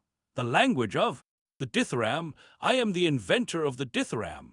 Hearken unto the manner in which Zarathustra speaks to his soul before sunrise, Romans 3:48. Before my time such emerald joys and divine tenderness had found no tongue. Even the profoundest melancholy of such a Dionysus takes shape as a dithyramb. As an example of this I take the night song, the immortal plaint of one who, thanks to his superabundance of light and power, thanks to the sun within him, is condemned never to love. It is night, now do all gushing springs raise their voices, and my soul too is a gushing spring. It is night, now only do all lovers burst into song, and my soul too is the song of a lover. Something unquenched and unquenchable is within me that would raise its voice. A craving for love is within me, which itself speaketh the language of love. Light am I, would that I were night, but this is my loneliness, that I am begirt with light. Alas, why am I not dark and like unto the night? How joyfully would I then suck at the breasts of light! And even you would I bless, ye twinkling starlets and glowworms on high, and be blessed in the gifts of your light. But in mine own light do I live, ever back into myself do I drink the flames I send forth. I know not the happiness of the hand stretched forth to grasp, and oft have I dreamt that stealing must be more blessed than taking. Wretched am I that my hand may never rest from giving. An envious fate is mine that I see expectant eyes and nights made bright with longing. Oh, the wretchedness of all them that give! Oh, the clouds that cover the face of my sun, that craving for desire, that burning hunger at the end of the feast. They take what I give them, but do I touch their soul? A gulf is there twixt giving and taking, and the smallest gulf is the last to be bridged. An appetite is born from out my beauty. Would that I might do harm to them that I fill with light, would that I might rob them of the gifts I have given. Thus do I thirst for wickedness, to withdraw my hand when their hand is ready stretched forth, like the waterfall that wavers even in its fall. Thus do I thirst for wickedness, for such vengeance doth my fullness yearn. To such tricks doth my loneliness give birth. My joy in giving died with the deed. By its very fullness did my virtue grow weary of itself. He who giveth risketh to lose his shame. He that is ever distributing groweth callous in hand and heart therefrom. Mine eyes no longer melt into tears at the sight of the suppliant's shame. My hand hath become too hard to feel the quivering of laden hands. Whither have ye fled, the tears of mine eyes and the bloom of my heart? Oh, the solitude of all givers! Oh, the silence of all beacons! Many are the suns that circle in barren space. To all that is dark do they speak with their light. To me alone are they silent. Alas, this is the hatred of light for that which shineth. Pitiless it runneth its course. 49. Unfair in its inmost heart to that which shineth. Cold toward suns, thus doth every sun go its way. Like a tempest do the suns fly over their course, for such is their way, their own. Unswerving will do they follow. That is their coldness. Alas, it is ye alone, ye creatures of gloom, ye spirits of the night, that take your warmth from that which shineth. Ye alone suck your milk and comfort from the udders of light. Alas, about me there is ice. My hand burneth itself against ice. Alas, within me is a thirst that thirsteth for your thirst. It is night. Woe is me that I must needs be light, and thirst after darkness, and loneliness. It is night. Now doth my longing burst forth like a spring. For speech do I long. It is night. Now do all gushing springs raise their voices, and my soul too is a gushing spring. It is night. Now only do all lovers burst into song, and my soul too is the song of a lover. 8. Such things have never been written, never been felt, never been suffered. Only a god, only Dionysus suffers in this way. The reply to such a dithyramb on the sun's solitude in light would be Ariadne.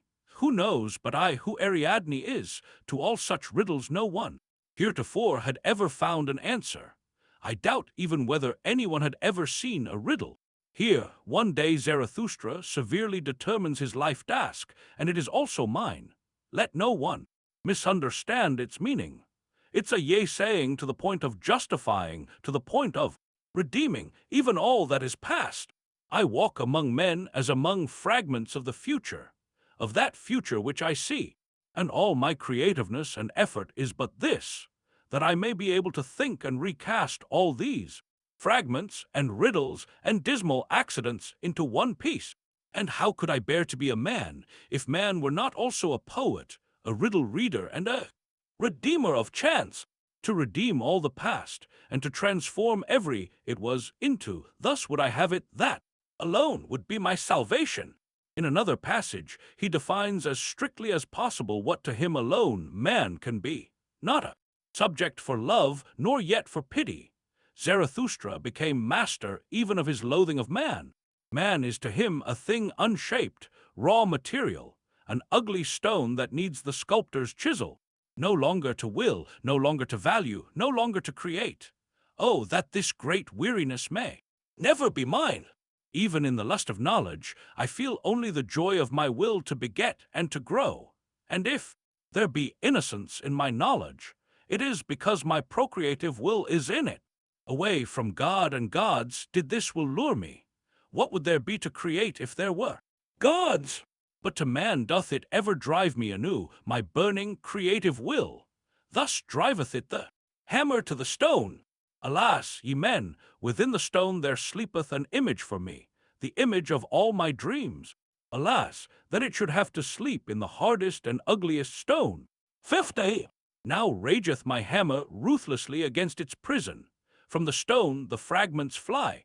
What's that to me? I will finish it, for a shadow came unto me, the stillest and lightest thing on earth once came unto me. The beauty of the Superman came unto me as a shadow. Alas, my brethren, what are the gods to me now? Let me call attention to one last point of view. The line in italics is my pretext for this remark. A Dionysian life task needs the hardness of the hammer, and one of its first essentials is, without doubt, the joy even of destruction, the command, harden yourselves, and the deep conviction that all creators are hard, is the really distinctive sign of a Dionysian nature. 51. Beyond Good and Evil, the prelude to a philosophy of the future. 1. My work for the years that followed was prescribed as distinctly as possible. Now that the yea-saying part of my life task was accomplished, there came the turn of the negative portion, both in word and deed. The transvaluation of all values that had existed hitherto, the great war, the conjuring up of the day when the fatal outcome of the struggle would be decided. Meanwhile, I had slowly to look about me for my peers, for those who, out of strength, would proffer me a helping hand in my work of destruction. From that time onward, all my writings are so much bait. Maybe I understand as much about fishing as most people. If nothing was caught, it was not I who was at fault. There were no fish to come and bite. 2. In all its essential points, this book, 1886, is a criticism of modernity, embracing the modern sciences, arts, even politics, together with certain indications as to a type which would be the reverse of modern man, or as little like him as possible, a noble and yea-saying type. In this last respect, the book is a school for gentlemen, the term gentleman being understood herein a much more spiritual and radical sense than it has implied hitherto. All those things of which the age is proud, as, for instance, far-famed objectivity, sympathy with all that suffers, the historical sense, with its subjection to foreign tastes, with its lying in the dust before petty's fates, and the rage for science, are shown to be the contradiction of the type, recommended, and are regarded as almost ill-bred. If you remember that this book follows upon Zarathustra, you may possibly guess to what system of diet it owes its life. The eye, which, owing to tremendous constraint, has become accustomed to see at a great distance. Zarathustra is even more far-sighted than the Tsar, is here forced to focus sharply that which is close at hand, the present time, the things that lie about him. In all the aphorisms, and more particularly in the form of this book, the reader will find the same voluntary turning away from those instincts which made a Zarathustra a possible feat. Refinement in form, in aspiration, and in the art of keeping silent are its more or less obvious qualities. Psychology is handled with deliberate hardness and cruelty. The whole book does not contain one single good-natured word. All this sort of thing refreshes a man who can guess the kind of recreation that is necessary after such an expenditure of goodness as is to be found in Zarathustra. From a theological standpoint, now pay ye heed, for it is but on rare occasions that I speak as a theologian. It was God himself who, at the end of his great work, coiled himself up in the form of a serpent at the foot of the tree of knowledge. It was thus that he recovered from being a god. He had made everything too beautiful. The devil is simply God's moment of idleness on that seventh day. 52. The genealogy of morals, a polemic. The 3 essays which constitute this genealogy are, as regards expression, aspiration, and the art of the unexpected, perhaps the most curious things that have ever been written. Dionysus, as you know, is also the god of darkness. In each case, the beginning is calculated to mystify. It is cool, scientific, even ironical, intentionally thrust to the fore, intentionally reticent. Gradually less calmness prevails. Here and there a flash of lightning defines the horizon. Exceedingly unpleasant truths break upon your ears from out remote distances with a dull, rumbling sound, until very soon a fierce tempo is attained in which everything presses forward at a terrible degree of tension. At the end, in each case, amid fearful thunderclaps, new truth shines out between thick clouds. The truth of the first essays the psychology of Christianity, the birth of Christianity out of the spirit of resentment, not, as is supposed, out of the spirit, in all its essentials, a counter-movement, the great insurrection against the dominion of noble values. The second essay contains the psychology of conscience. This is not, as you may believe, the voice of God in man. It is the instinct of cruelty which turns inwards once it is unable to discharge itself outwardly. Cruelty is here exposed, for the first time, as one of the oldest and most indispensable elements in the foundation of culture. The third S replies to the question as to the origin of the formidable power of the ascetic ideal, of the priest ideal, despite the fact that this ideal is essentially detrimental, that it is a will to nonentity and to decadence. Reply, it flourished not because God was active behind the priests, as is generally believed, but because it was a faute de mieux, from the fact that hitherto it has been the only ideal and has had no competitors. For man prefers to aspire to nonentity than not to aspire at all. But above all, until the time of Zarathustra, there was no such thing as a counter-ideal. You have understood my meaning. 3 decisive overtures on the part of a psychologist to a transvaluation of all values. This book contains the first psychology of the priest. 53. The twilight of the idols. How to philosophize with the hammer. 1.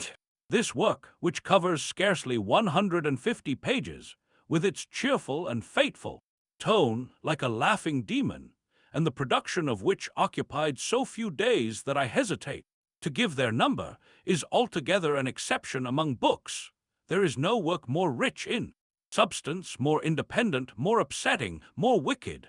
If anyone should desire to obtain a rapid sketch of how everything, before my time, was standing on its head, he should begin reading me in this book. That which is called idols on the title page is simply the old truth that has been believed in hitherto. In plain English, the twilight of the idols means that the old truth is on its last legs. 2. There is no reality, no ideality, which has not been touched in this book. Touched? What a cautious euphemism.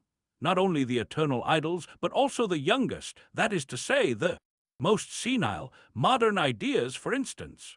A strong wind blows between the trees, and in all directions fall the fruit, the truths. There is the waste of an all too rich autumn in this book. You trip over truths, you even crush some to death. There are too many of them. Those things that you can grasp, however, are quite unquestionable. They are irrevocable decrees. I alone have the criterion of truths in my possession. I alone can decide. It would seem as if a second consciousness had grown up in me, as if the life-will in me had thrown a light upon the downward path along which it has been running throughout the ages. The downward path, hitherto this had been called the road to truth.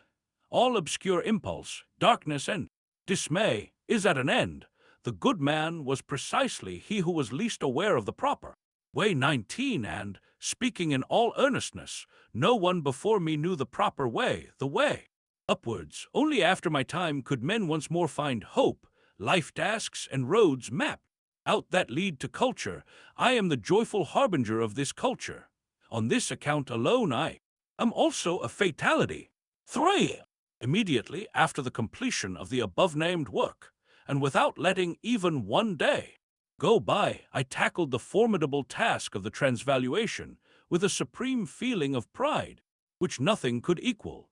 And, certain at each moment of my immortality, I cut sign after sign upon tablets of brass with the sureness of fate.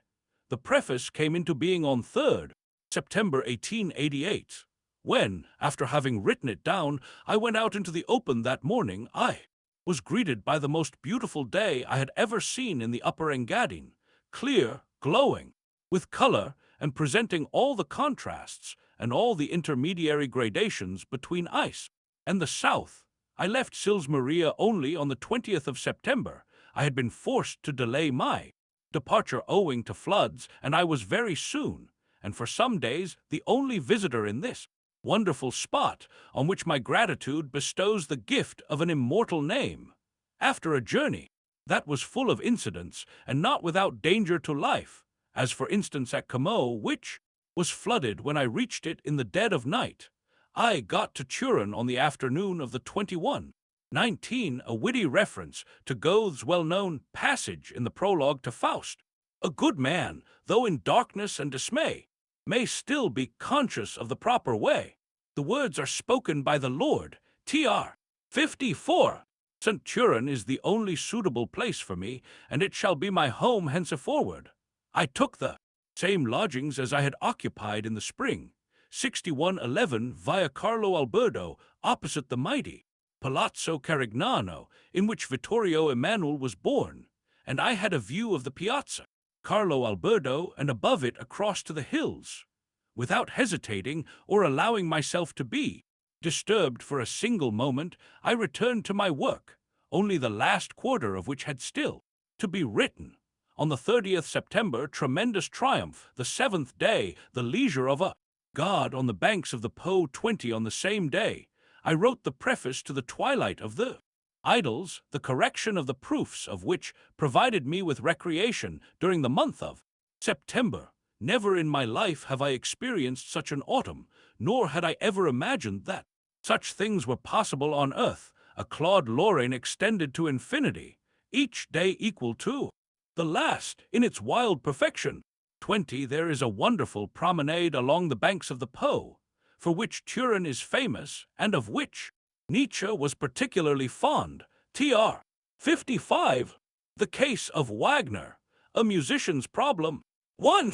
In order to do justice to this essay, a man ought to suffer from the fate of music as from an open wound.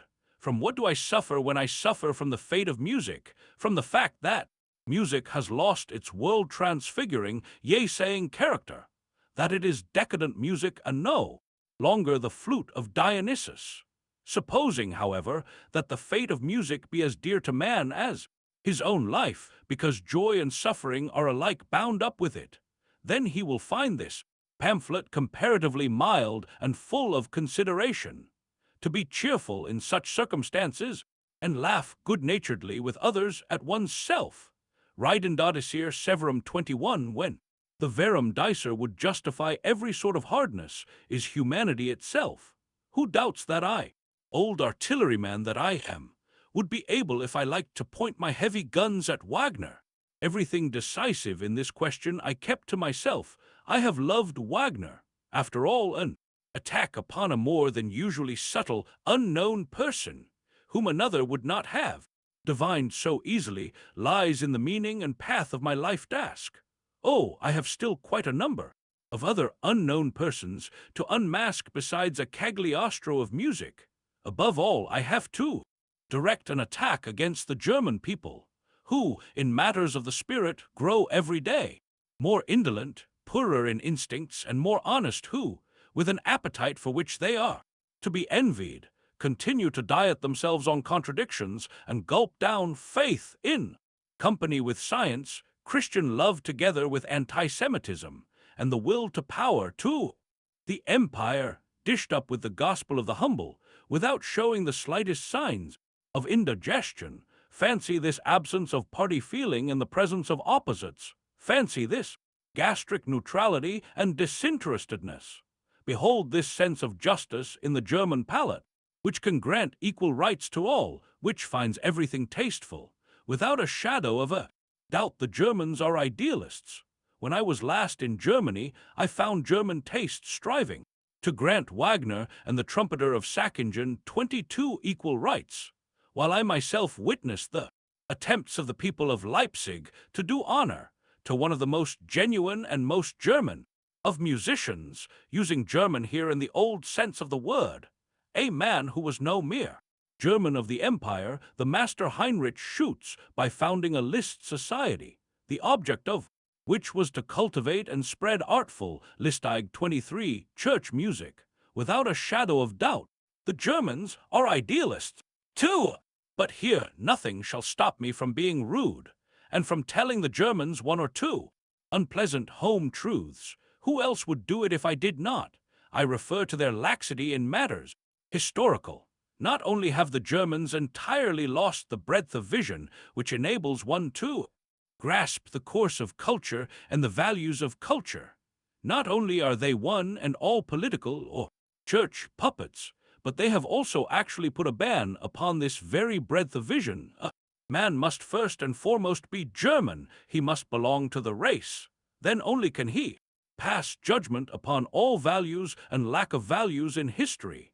Then only can he establish them. To be German is in itself an argument. Germany, Germany above all. 24 is a principle. The Germans stand for the moral order of the universe in history. Compared with the Roman Empire, they are the upholders of freedom. Compared with the 18th. 21, the motto of the case of Wagner, tr. 22, an opera by Nessler which was all the rage in Germany 20 years ago, tr. 23, unfortunately it is impossible to render this play on the words in English, tr. 24, the German national song, Deutschland, Deutschland über alles, tr. 56. Century, they are the restorers of morality, of the categorical imperative. There is such a thing as the writing of history according to the lights of imperial Germany. There is, I fear, anti-Semitic history. There is also history written with an eye to the court, and Herr von Treitschke is not ashamed of himself.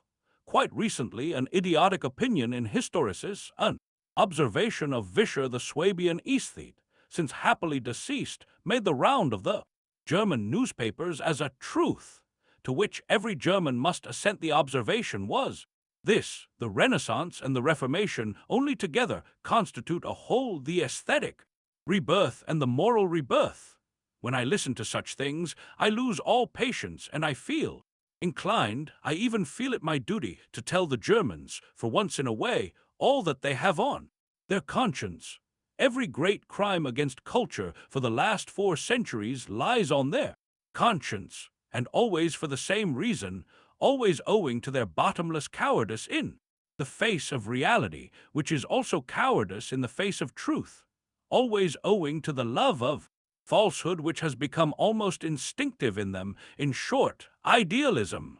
It was the Germans who caused Europe to lose the fruits, the whole meaning of her last period of greatness, the period of the Renaissance, at a moment when a higher order of values that were noble, that said yea to life, and that guaranteed a future, had succeeded in triumphing over the opposite values, the values of degeneration, in the very seat of Christianity itself, and even in the hearts of those sitting there. Luther, that cursed monk, not only restored the church, but, what was 1,000 times worse, restored Christianity, and at a time, too, when it lay defeated.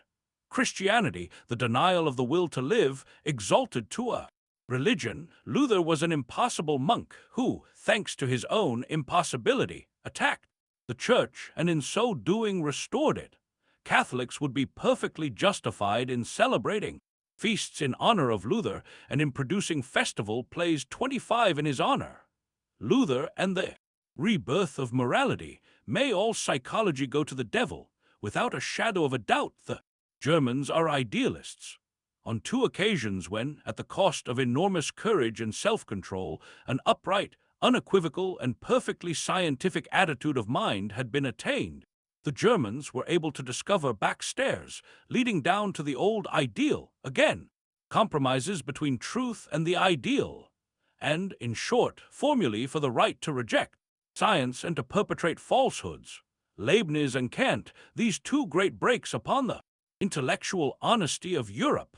Finally, at a moment when there appeared on the bridge that spanned 2 centuries of decadence, a superior force of genius and will which was strong enough to consolidate Europe and to convert it into a political and economic unit, with the object of ruling the world, the Germans, with their wars of independence, robbed Europe of the significance, the marvelous significance of Napoleon's life, and in so doing they laid on their conscience everything that followed, everything that exists today, this sickliness and want of reason which is most opposed to culture, and which is called nationalism.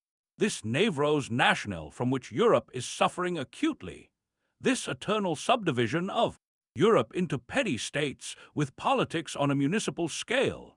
They have robbed Europe itself of its significance, of its reason, and have stuffed it into a cul-de-sac. Is there anyone except me who knows the way out of this cul-de-sac? Does anyone except me know of an aspiration which would be great enough to bind the people of Europe once more together? 3. And after all, why should I not express my suspicions? In my case, too, the Germans will attempt to make a great fate give birth merely to a mouse. Up to the present they have compromised themselves with me. I doubt whether the future will improve them. Alas, how happy I should be to prove a false prophet in this matter. My natural readers and listeners are already Russians, Scandinavians, and Frenchmen. Will they always be the same? In the 25, ever since the year 1617, such plays have been produced by the Protestants of Germany. Tr. 57. History of knowledge, Germans are represented only by doubtful names. They have been able to produce only unconscious swindlers. This word applies to Fichte, Schelling, Schopenhauer, Hegel, and Schleiermacher, just as well as to Kant or Leibniz. They were all mere Schleiermachers. 26. The Germans must not have the honor of seeing the first upright intellect in their history of intellects, that intellect in which truth ultimately got the better of the fraud of 4,000 years, reckoned as one with the German intellect. German intellect is my foul air. I breathe with difficulty in the neighborhood of this psychological uncleanliness that has now become instinctive, an uncleanliness which in every word and expression betrays a German. They have never undergone a 17th century of hard self-examination, as the French have. Et la Rochefoucauld, a Descartes, are 1,000 times more upright than the very first among Germans. The latter have not yet had any psychologists, but psychology is almost the standard of measurement for the cleanliness or uncleanliness of a race. For if a man is not even clean, how can he be deep? The Germans are like women, you can scarcely ever fathom their depths. They haven't any, and that's the end of it. Thus they cannot even be called shallow. That which is called deep in Germany is precisely this instinctive uncleanliness towards oneself, of which I have just spoken. People refuse to be clear in regard to their own natures. Might I be allowed, perhaps, to suggest the word German as an international epithet denoting this psychological depravity? At the moment of writing, for instance, the German emperor is declaring it to be his Christian duty to liberate the slaves in Africa. Among us Europeans, then, this would be called simply German. Have the Germans ever produced even a book that had depth? They are lacking in the mere idea of what constitutes a book. I have known scholars who thought that Kant was deep. At the court of Prussia, I fear that Herr von Treitschke is regarded as deep. And when I happen to praise Stendhal as a deep psychologist, I have often been compelled, in the company of German university professors, to spell his name aloud. For it. And why should I not proceed to the end? I am fond of clearing the air. It is even part of my ambition to be considered as essentially a despiser of Germans. I expressed my suspicions of the German character even at the age of 26. See Thoughts Out of Season, Vol. Roman 2, pp. 164. My mind, the Germans are impossible. When I try to think of the kind of man who is opposed to me in all my instincts, my mental image takes the form of a German. The first thing I ask myself when I begin analyzing a man is whether he has a feeling for distance in him, whether he sees rank, gradation, and order everywhere between man and man, whether he makes distinctions, for this is what constitutes a gentleman. Otherwise he belongs hopelessly to that open-hearted, open-minded, alas, and always very good-natured species la canaille, but the Germans are canaille, alas, they are so good-natured. A man lowers himself by frequenting the society of Germans. The German places every one on an equal footing, with the exception of my intercourse with one or two artists, and above all, with Richard Wagner. I cannot say that I have spent one pleasant hour with Germans. Suppose, for one moment, that the profoundest spirit of all ages were to appear among Germans, then one of the saviors of the capital would be sure to arise and declare that his own ugly soul was just as great. I can no longer abide this race with which a man is always in bad company, which has no idea of nuances. Woe to me! I am a nuance, and which has not a spree in its feet, and cannot even walk withal. In short, the Germans have no feet at all. They simply have legs. The Germans have not the faintest idea of how vulgar they are, but this in itself is the acme of vulgarity. They are not even ashamed of being merely Germans. They will have their say in everything. They regard themselves as fit to decide all questions. 26 Schleiermacher literally means a weaver or maker of veils. Tr. 58. Even fear that they have decided about me. My whole life is essentially a proof of this. Remark, in vain have I sought among them for a sign of tact and delicacy towards myself. Among Jews I did indeed find it, but not among Germans. I am so constituted as to be gentle and kindly to everyone. I have the right not to draw distinctions, but this does not prevent my eyes from being open. I accept no one, and least of all my friends. I only trust that this has not prejudiced my reputation for humanity among them. There are 5 or 6 things which I have always made points of honor, albeit the truth remains that for many years I have considered almost every letter that has reached me as a piece of cynicism. There is more cynicism in an attitude of goodwill towards me than in any sort of hatred.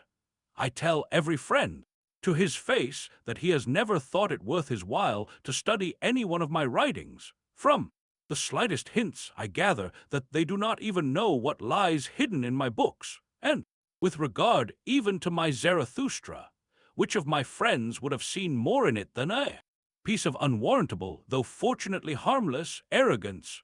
10 years have elapsed, and no one has yet felt it a duty to his conscience to defend my name against the absurd silence beneath which it has been entombed. It was a foreigner, a Dane, who first showed sufficient keenness of instinct and of courage to do this, and who protested indignantly against my so-called friends.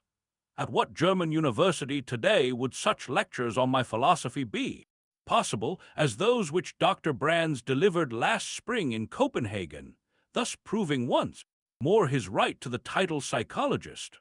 For my part, these things have never caused me any pain. That which is necessary does not offend me.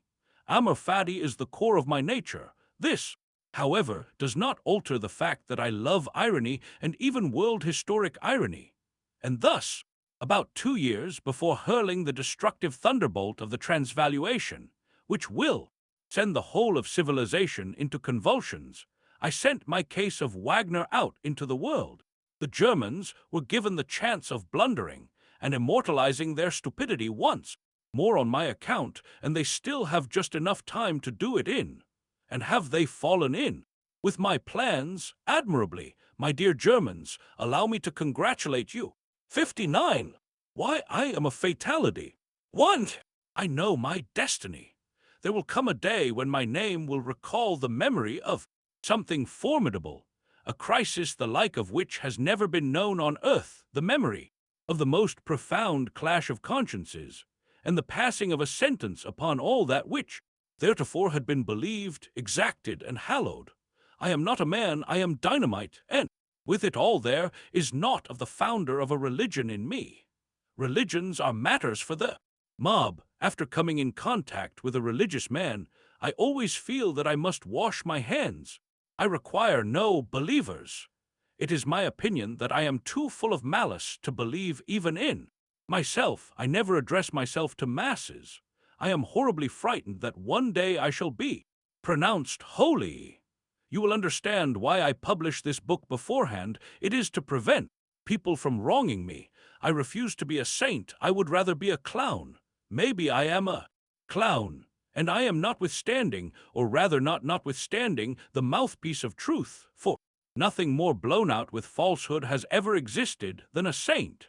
But my truth is terrible, for hitherto lies have been called truth.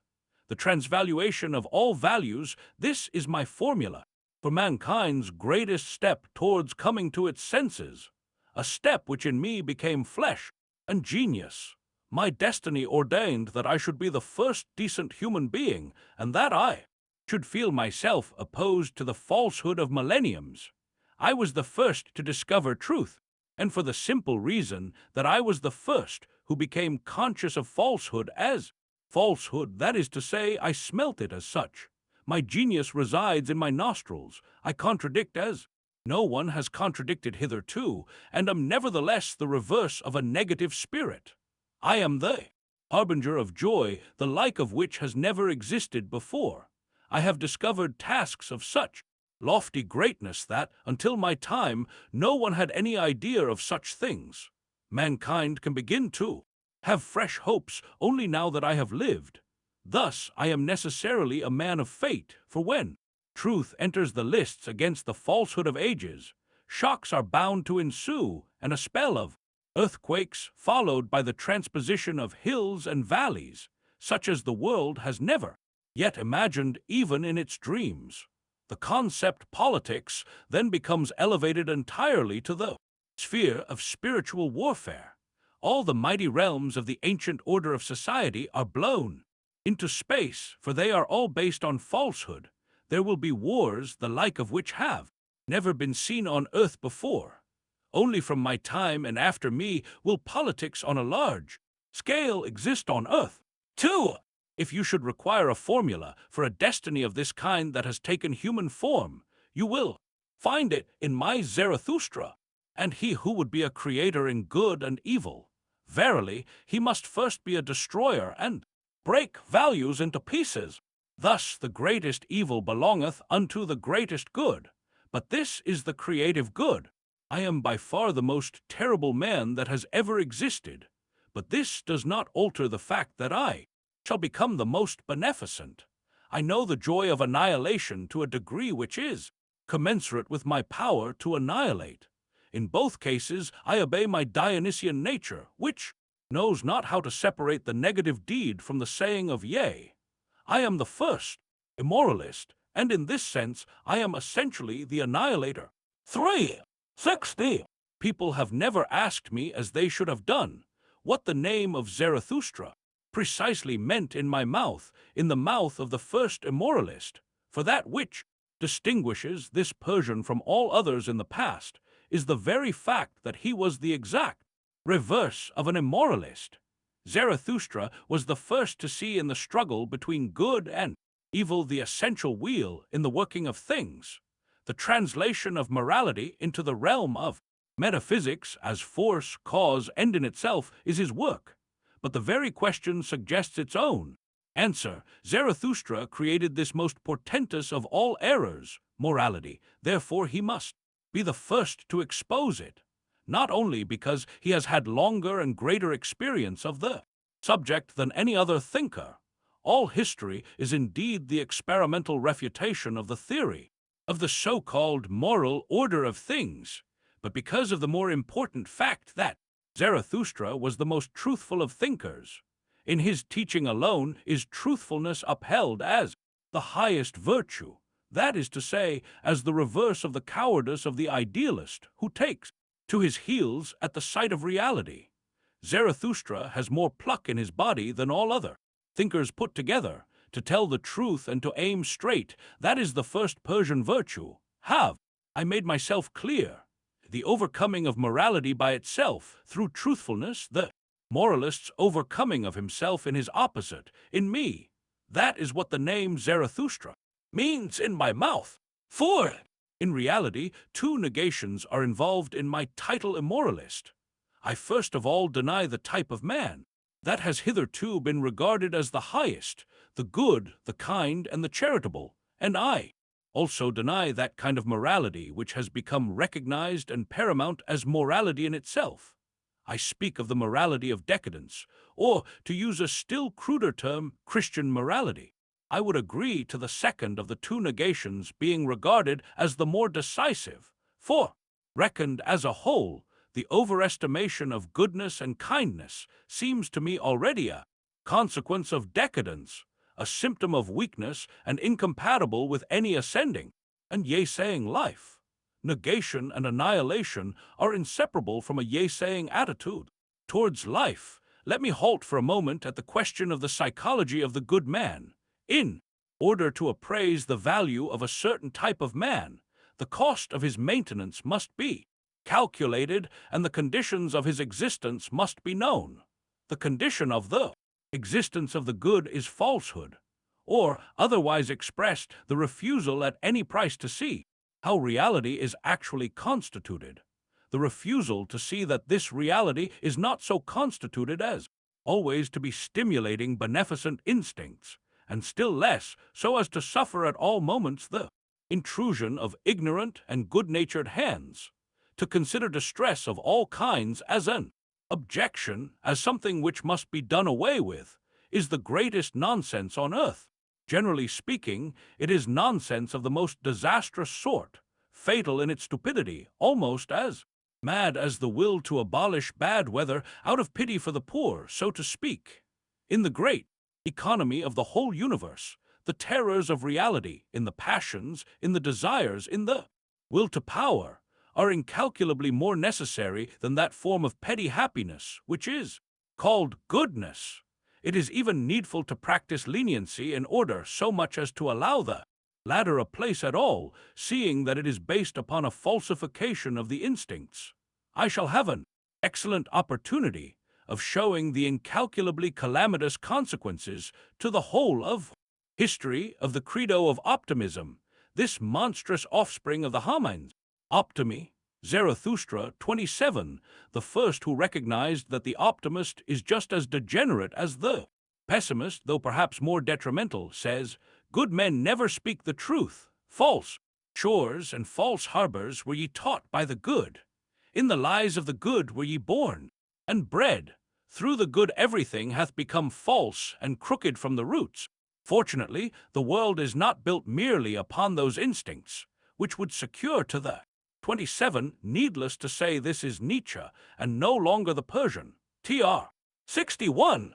Good-natured herd animal his paltry happiness, to desire everybody to become a good man, a gregarious animal, a blue-eyed, benevolent, beautiful soul, or, as Herbert Spencer wished, a creature of altruism, would mean robbing existence of its greatest character, castrating man, and reducing humanity to a sort of wretched Chinadom. And this, some have tried to do. It is precisely this that men called morality. In this sense Zarathustra calls the good, now the last men, and anon the beginning of the end, and above all he considers them as the most detrimental kind of men, because they secure their existence at the cost of truth and at the cost of the future. The good they cannot create, they are ever the beginning of the end. They crucify him who writeth new values on new tables. They sacrifice unto themselves the future. They crucify the whole future of humanity. The good, they are ever the beginning of the end. And whatever harm the slanderers of the world may do, the harm of the good is the most calamitous of all harm. 5. Zarathustra, as the first psychologist of the good man, is perforce the friend of the evil man.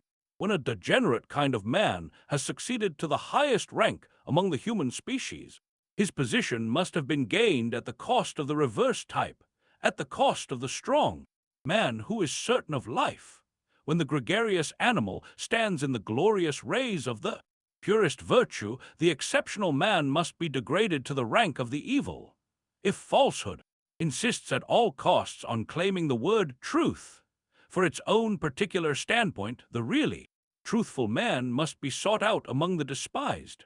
Zarathustra allows of no doubt here. He says that it was precisely the knowledge of the good, of the best, which inspired his absolute horror of men, and it was out of this feeling of repulsion that he grew the wings which allowed him to soar into remote futures.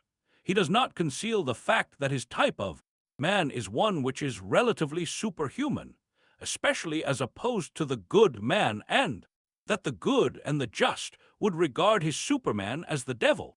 Ye higher men, on whom my gaze now falls, this is the doubt that ye wake in my breast, and this is my secret laughter. Methinks ye would call my Superman the devil, so strange are ye, in your souls to all that is great, that the Superman would be terrible in your eyes for his goodness.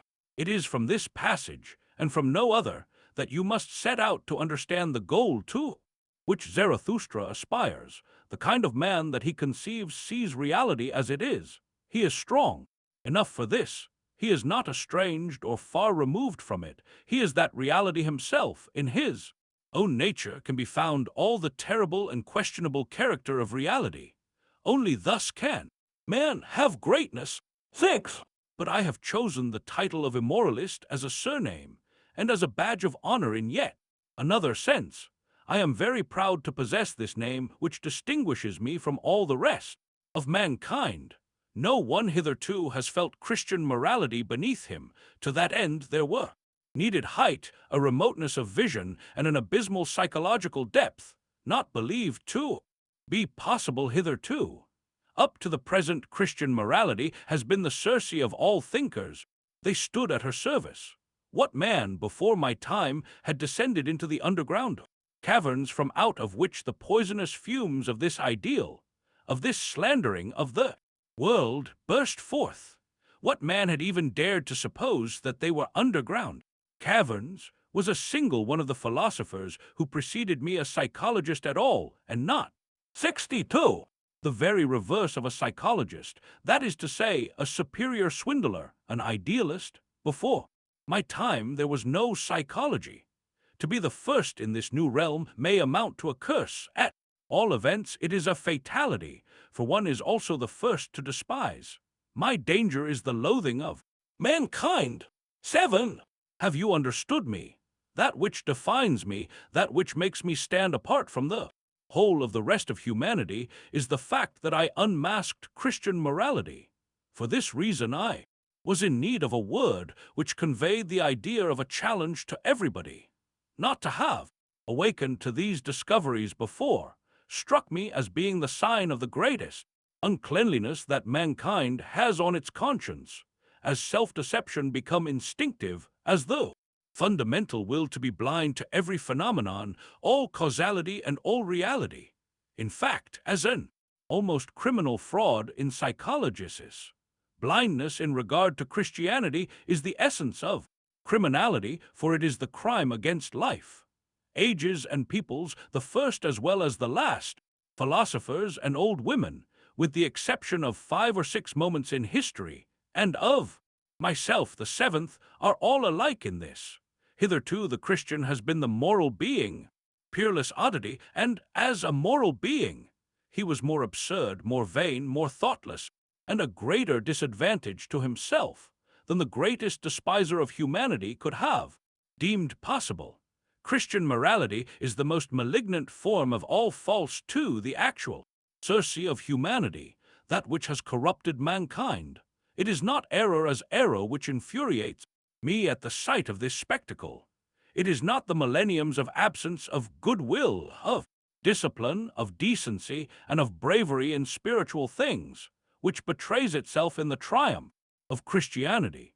It is rather the absence of nature. It is the perfectly ghastly fact that antinature itself received the highest honors as morality and as law, and remained suspended over man as the categorical imperative.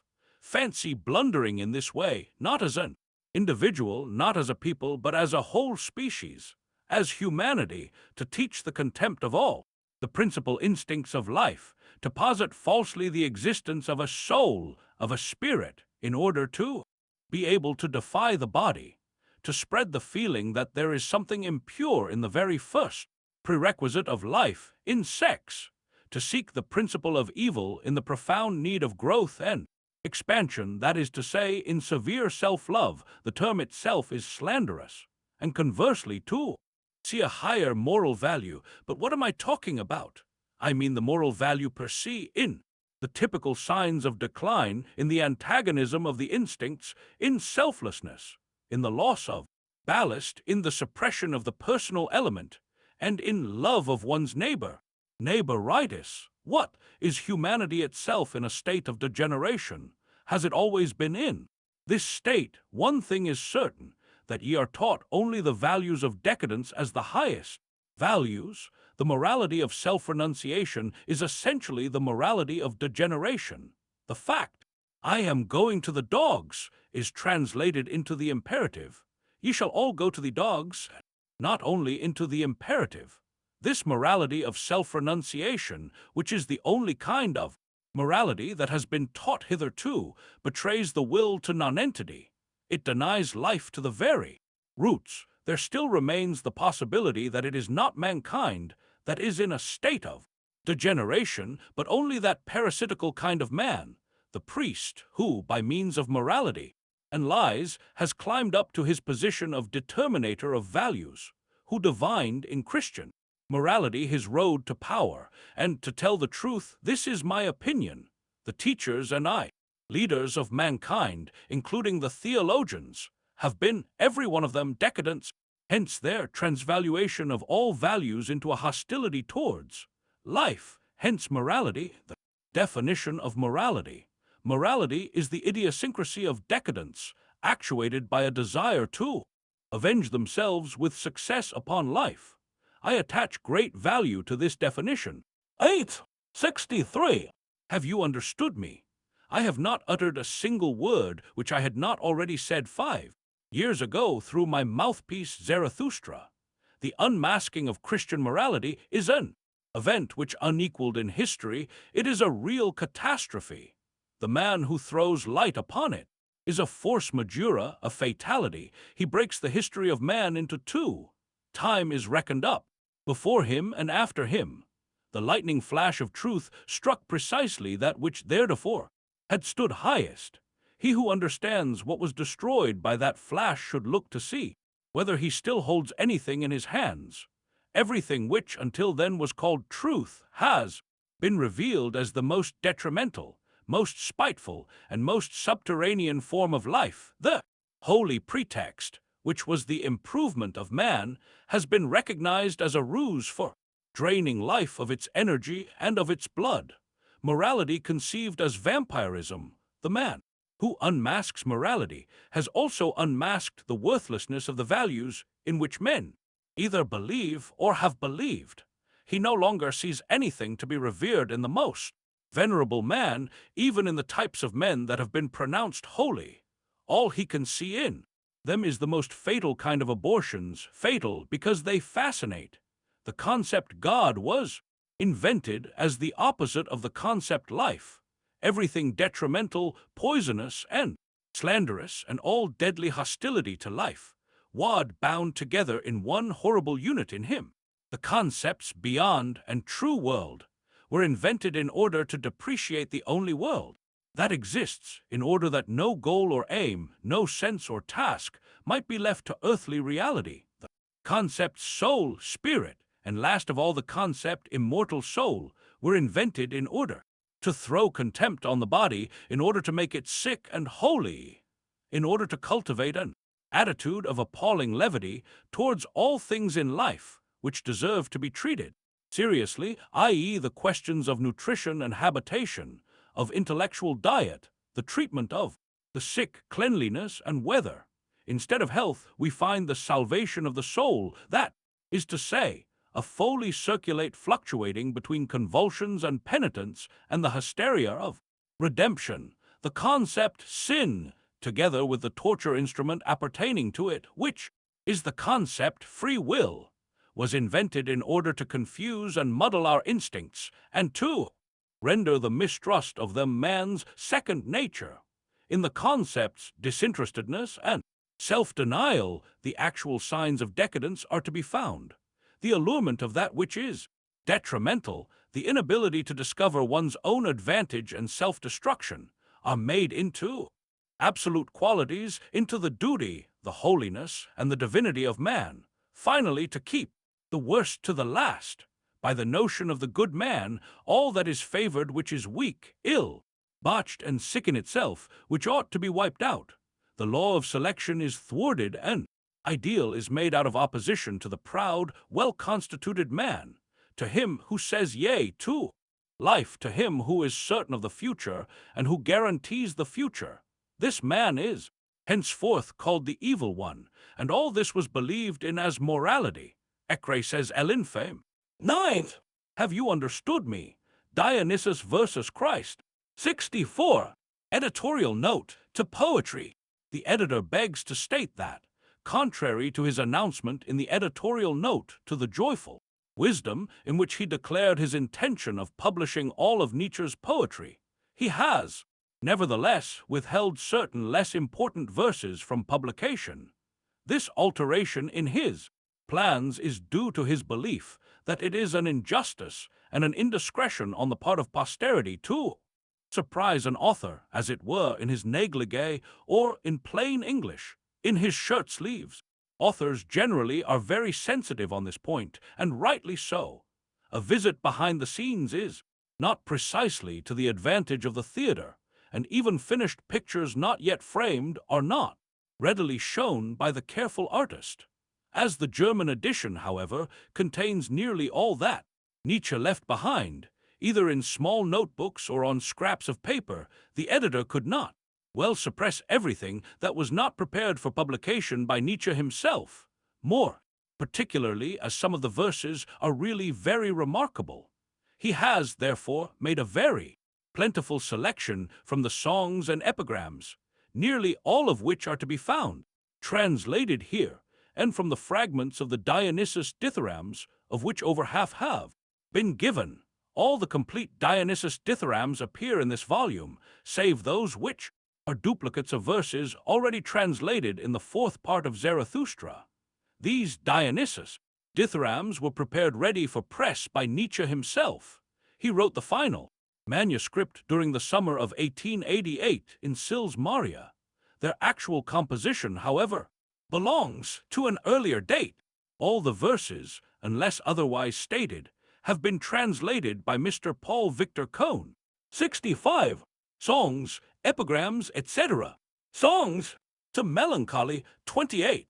O melancholy, be not wroth with me, that I this pen should point to praise thee only, and in thy praise, with head bowed to the knee, squat like a hermit on a tree stump lonely.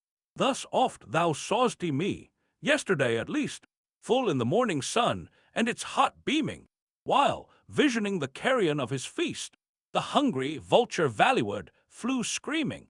Yet didst thou err, foul bird, albeit I, so like a mummy, gainst my log lay leaning. Thou couldst not see these eyes, whose ecstasy rolled hither, thither, proud and overweening.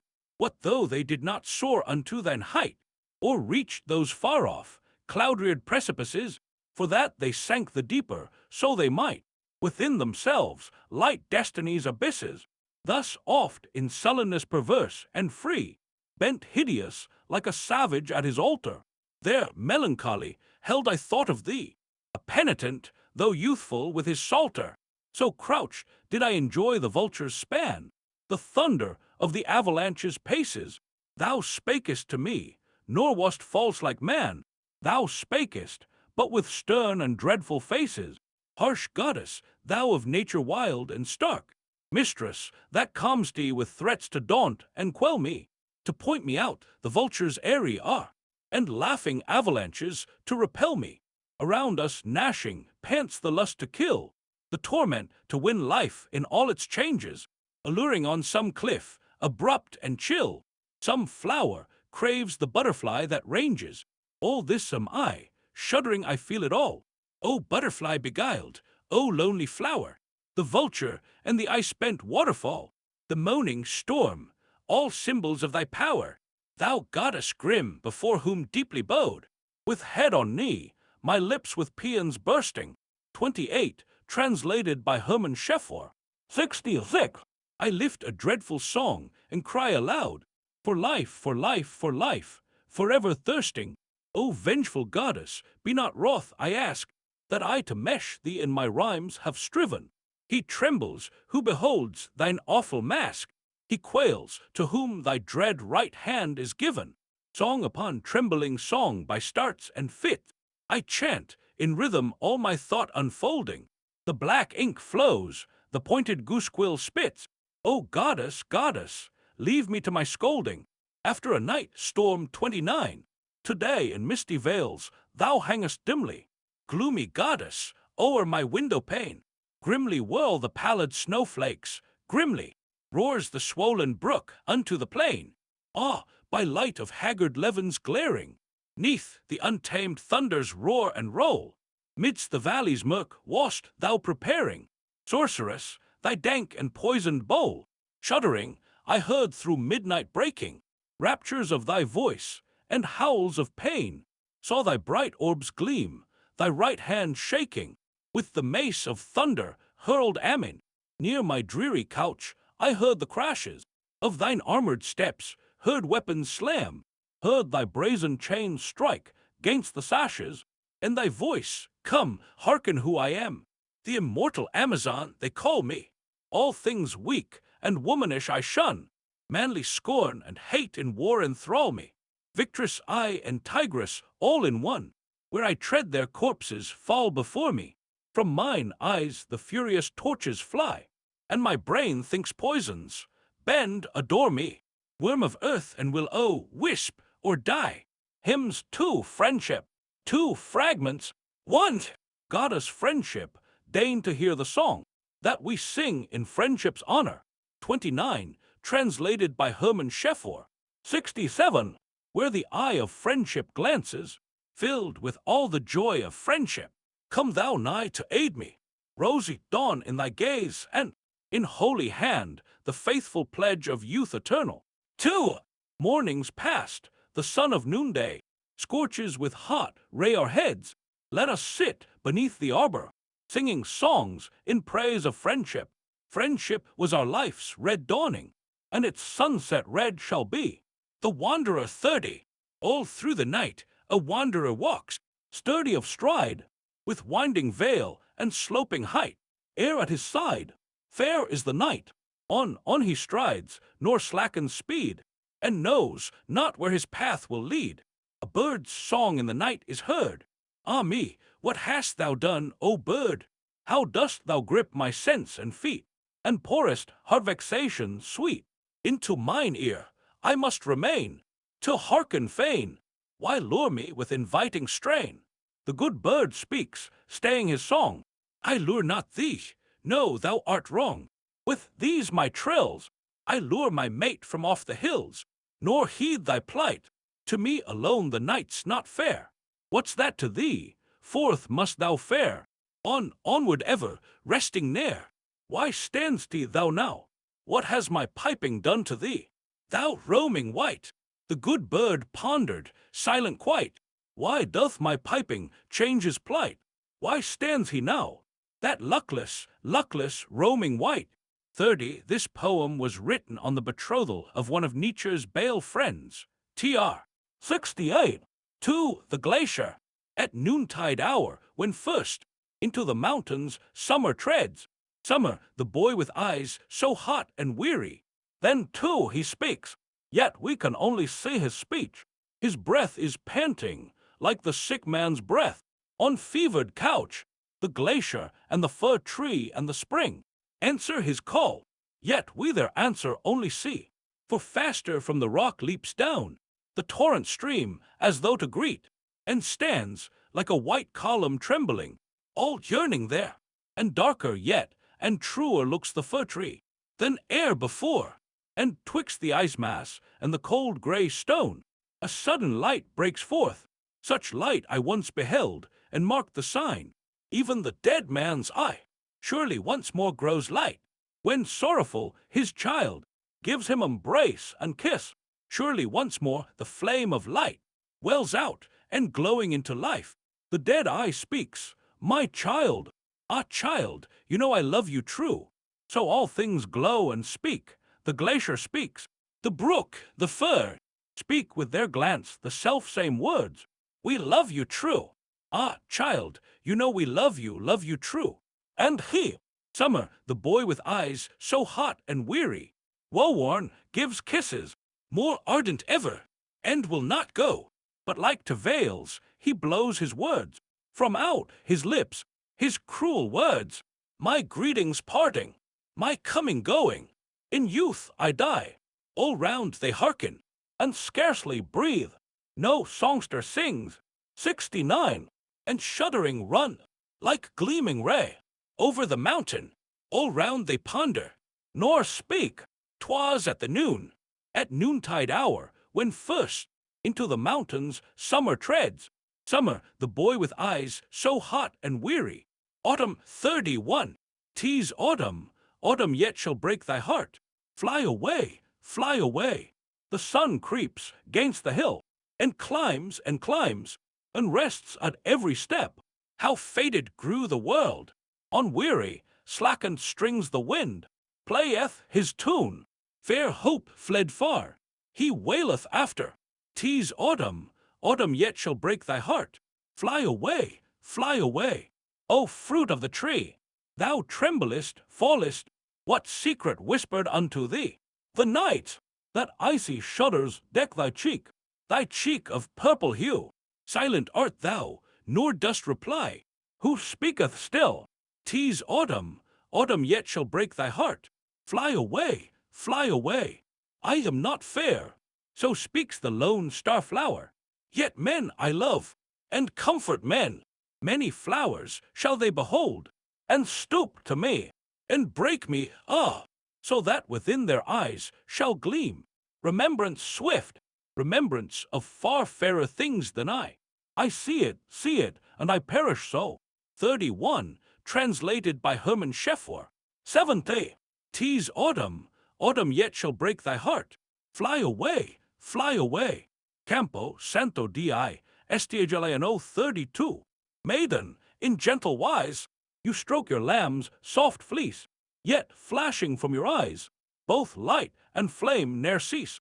Creature of merry jest, and favorite near and far, pious with kindness blessed, amorosissima, what broke so soon the chain? What does your heart deplore? And who, pray, would not fain, if you loved him, adore?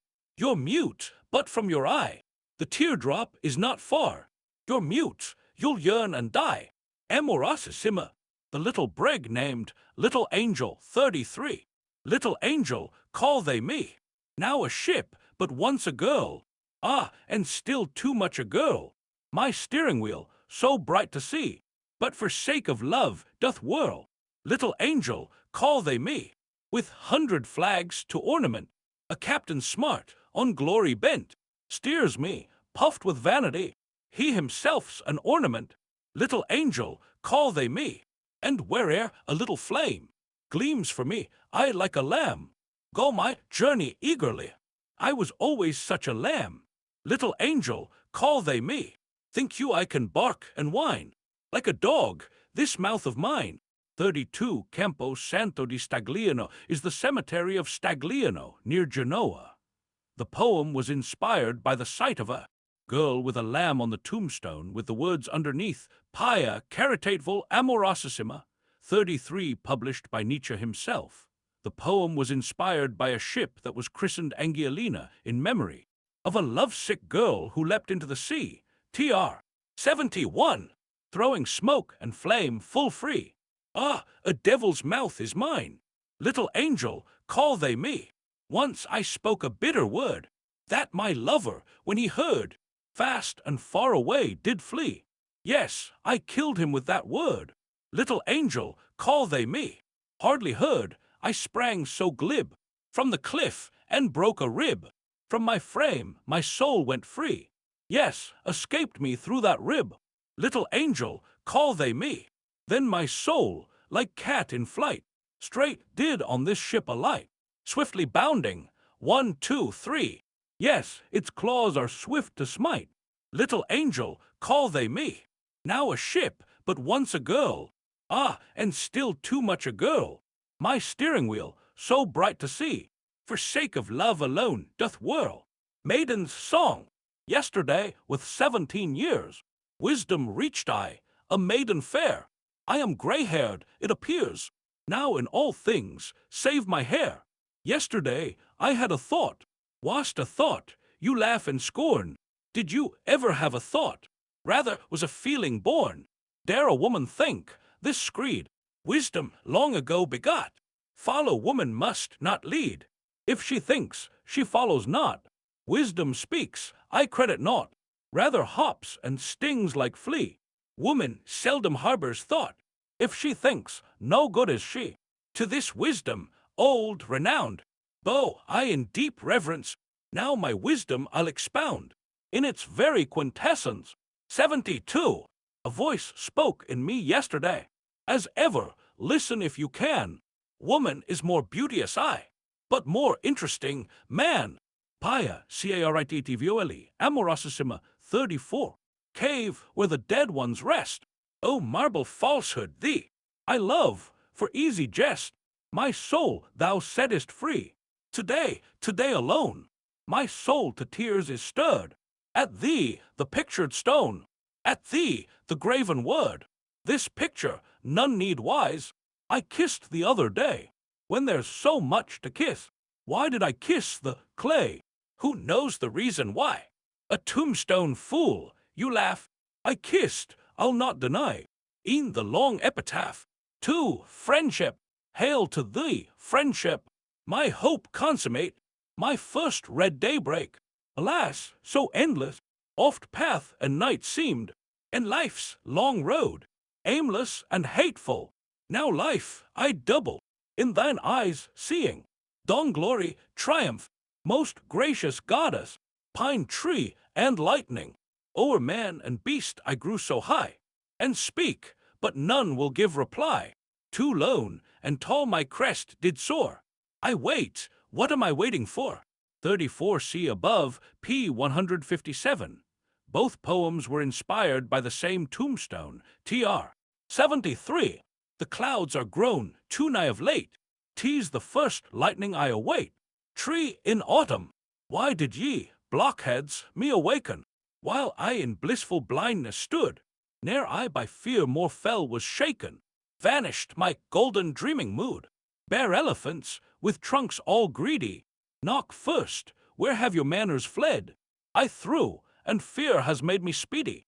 Dishes of ripe fruit, at your head, among foes, or against CRITICS. After a gypsy proverb, here the gallows, there the cord, and the hangman's ruddy beard. Round the venom-glancing horde, nothing new to me's appeared. Many times I've seen the sight.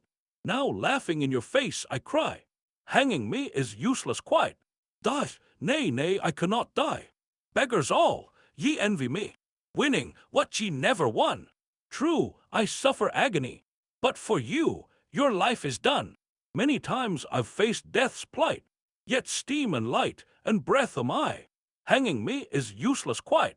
Die, nay, nay, I cannot die. The new Columbus, 35. Dearest, said Columbus, never trust a Genoese again. At the blue he gazes ever. Distance doth his soul enchain. Strangeness is to me too dear. Genoa has sunk and passed.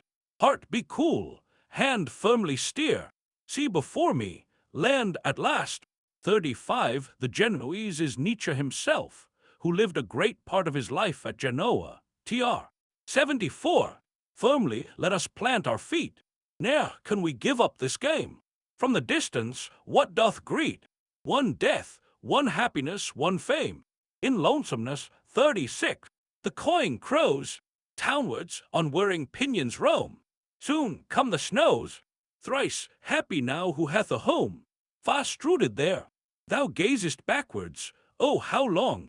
Thou fool, why dare, ere winter come, this world of wrong, this world, a gate to myriad deserts dumb and hoar, who lost through fate what thou hast lost, shall rest no more. Now stands thou pale, a frozen pilgrimage thy doom, like smoke whose trail, cold and still colder skies consume. Fly, bird, and screech, like desert fowl, thy song apart, hide out of reach. Fool, in grim ice thy bleeding heart. Firmly let us plant our feet. Ne'er can we give up this game. From the distance, what doth greet? One death, one happiness, one fame. The cawing crows, townwards on whirring pinions roam. Soon come the snows. Woe unto him who hath no home. My answer, the man presumes, good Lord, to think that I'd return to those warm rooms where snug the German ovens burn. My friend, you see, Tease, but thy folly drives me far. Pity for they, and all that German blockheads are. 36, translated by Hermann Scheffer. 75, Venice, on the bridge I stood. Mellow was the night. Music came from far. Drops of gold outpoured on the shimmering waves. Song, gondolas light, floated at winkling out into the dusk. The chords of my soul, moved by unseen impulse, throbbed secretly into a gondola song, with thrills of bright-hued ecstasy. Had I a listener there? Epiagoriames, caution, poison 37. He who cannot laugh at this had better not start reading, for if he read and do not laugh, physic he'll be needing. How to find one's company? With jesters it is good to jest. Who likes to tickle is tickled best. The word! I dearly love the living word, that flies to you like a merry bird, ready with pleasant nod to greet. E'en in misfortune welcome, sweet. Yet it has blood, can pant you deep. Then to the dove's ear it will creep, and curl itself, or start for flight. Whate'er it does, it brings delight. Yet tender doth the word remain. Soon it is ill, soon well again. So if its little life you spare, oh, grasp it lightly and with care, nor heavy hand upon it lay, for e'en a cruel glance would slay. There it would lie, unsold, poor thing. 37, translated by Francis Bickley. 76, all stark, all formless, and all cold, its little body changed and battered, by death and dying rudely shattered. A dead word is a hateful thing, a barren, rattling ting-ting-ting.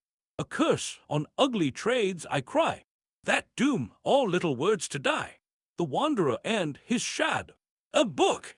You'll ne'er go on, nor yet go back. Is e'en for chamois here no track. So here I wait, and firmly clasp what eye and hand will let me grasp. 5-foot broad ledge, red morning's breath, and under me, world, man, and death. Joyful wisdom! This is no book for such who looks. Coffins and shrouds, naught else are books. What's dead and gone they make their prey. Yet in my book lives fresh today. This is no book for such who looks. Who cares for coffins, shrouds, and spooks? This is a promise, an act of will, a last bridge breaking, for good or ill.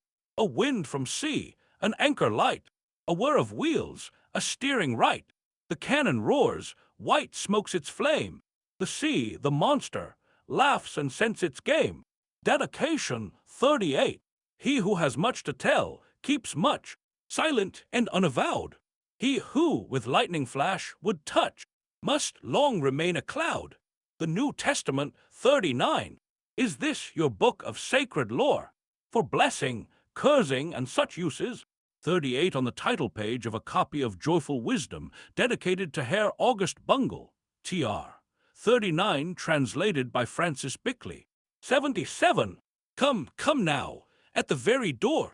God, someone else's wife seduces. The true German. O pupil des Mailers Tartuffes, to you I'm true, I wise. He spoke, but in the swiftest skiff, went to Cosmopolis, to the. A fool, this honest Britisher, was not, but a philosopher, as that you really rate him. Set Darwin up by Goathe's side, but majesty you thus deride. Genii majestatem, till half is, toast question of a water drinker. What you have builded yonder in, or tops all houses high, the posset you have brewed therein, the world will ne'er drink dry. The bird that once appeared on earth, as phoenix, is your guest. The mouse that gave a mountain birth, is you yourself confessed. You're all and naught, you're in and wine. You're phoenix, mountain mouse, back to yourself, to come you pine, or fly from out your house, downward from every height you've sunk, and in the depths still shine the drunkenness of all the drunk. Why do you ask for wine? Tu espianosie, of all in one, a fervent devotee, amore Dei, of reasoned piety. Doff shoes, a land thrice holy this must be, yet underneath this love there sate, a torch of vengeance, burning secretly. 40, translated by Francis Bickley. 78. The Hebrew God was gnawed by Hebrew hate. Hermit, do I aright interpret thee? Arthur, Schopnher. That which he taught has had its day. That which he lived shall live for aye. Look at the man, no bondsman he, nor heir to mortal bowed his knee. To Richard, Wagner. O you who chafe at every fetter's link, a restless spirit, never free, who, though victorious I, in bonds still cowered, disgusted more and more, and flayed and scoured, till from each cup of balm you poison drink. Alas, and by the cross all helpless sink. You too, among the overpowered. For long I watched this play so weirdly shaped, breathing an air of prison, vault, and dread, with churchly fragrance, clouds of incense spread, and yet I found all strange in terror gaped. But now I throw my fool's cap o'er my head, for I escaped. Music of the South 41, all that my eagle air saw clear, I see and feel in heart today. Although my hope was wan and gray, thy song like arrow pierced mine ear, a balm to touch, a balm to hear, as down from heaven it winged its way. So now, for lands of southern fire, to happy isles where Grecian nymphs hold sport, thither now turn the ship's desire. No ship e'er sped to Pharaoh port. A riddle here, can you the answer sent? When man discovers, woman must invent. 41 probably written for Peter Gast, Nietzsche's faithful friend, and a musician whose southern music Nietzsche admired. Tr. 79. 2. False friends. You stole your eye, not clear today. You only stole a thought, sir. Nay, why be so rudely modest, pray? Here, take another handful, stay. Take all I have, you swine, you may. Eat till your filth is purged away. Friend Yorick, be of good cheer. Friend Yorick, if this thought gives pain, as now it does, I fear, is it not God's? And though in error lain, 'tis but your own dear child, your flesh and blood, that tortures you and gives you pain. Your little rogue, and do no good. See if the rod will change its mood.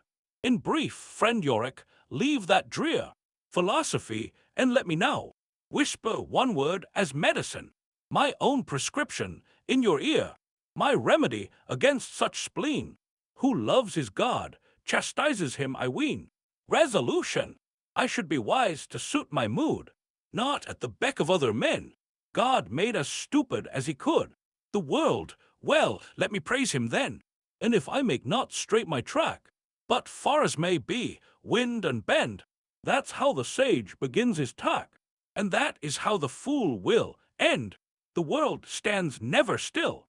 Night loves the glowing day. Sweet sounds to ear, I will, and sweeter still, I may. The Halcyonian 6, addressing me most bashfully, a woman today said this, "Ay dear, what would you be like in ecstasy, if sober you feel such bliss?" Finale 42. Laughter is a serious art. I would do it better daily. Did I well today or no? Came the spark right from the heart? Little use, though head wag gaily, if the heart contain no glow. 42. Translated by Francis Bickley. 81. Dionysus Dithyrambs. 1888. These are the songs of Zarathustra which he sang to himself, so as to endure his last solitude. Of the poverty of the richest, 10 years passed by. Not a drop reached me. No rain-fraught wind, no dew of love. A rainless land. Now entreat I my wisdom, not to become stingy in this drought. Overflow thyself, trickle thy dew. Be thyself the rain of the parched wilderness. I once bade the clouds, depart from my mountains. Once I said to them, more light, ye dark ones. Today I entice them to come. Make me dark with your udders. I would milk you, ye cows of the heights. Milk-warm wisdom, sweet dew of love, I pour over the land. Away, away, ye truths, that look so gloomy. I will not have on my mountains bitter, impatient truths. May truth approach me today, gilded by smiles, sweetened by the sun, browned by love. A ripe truth I would fain break off from the tree. Today I stretch my hands toward the tresses of chance, wise enough to lead, to outwit chance like a child. Today I will be hospitable, gainst the unwelcome, gainst destiny itself. I will not be prickly. Zarathustra is no hedgehog.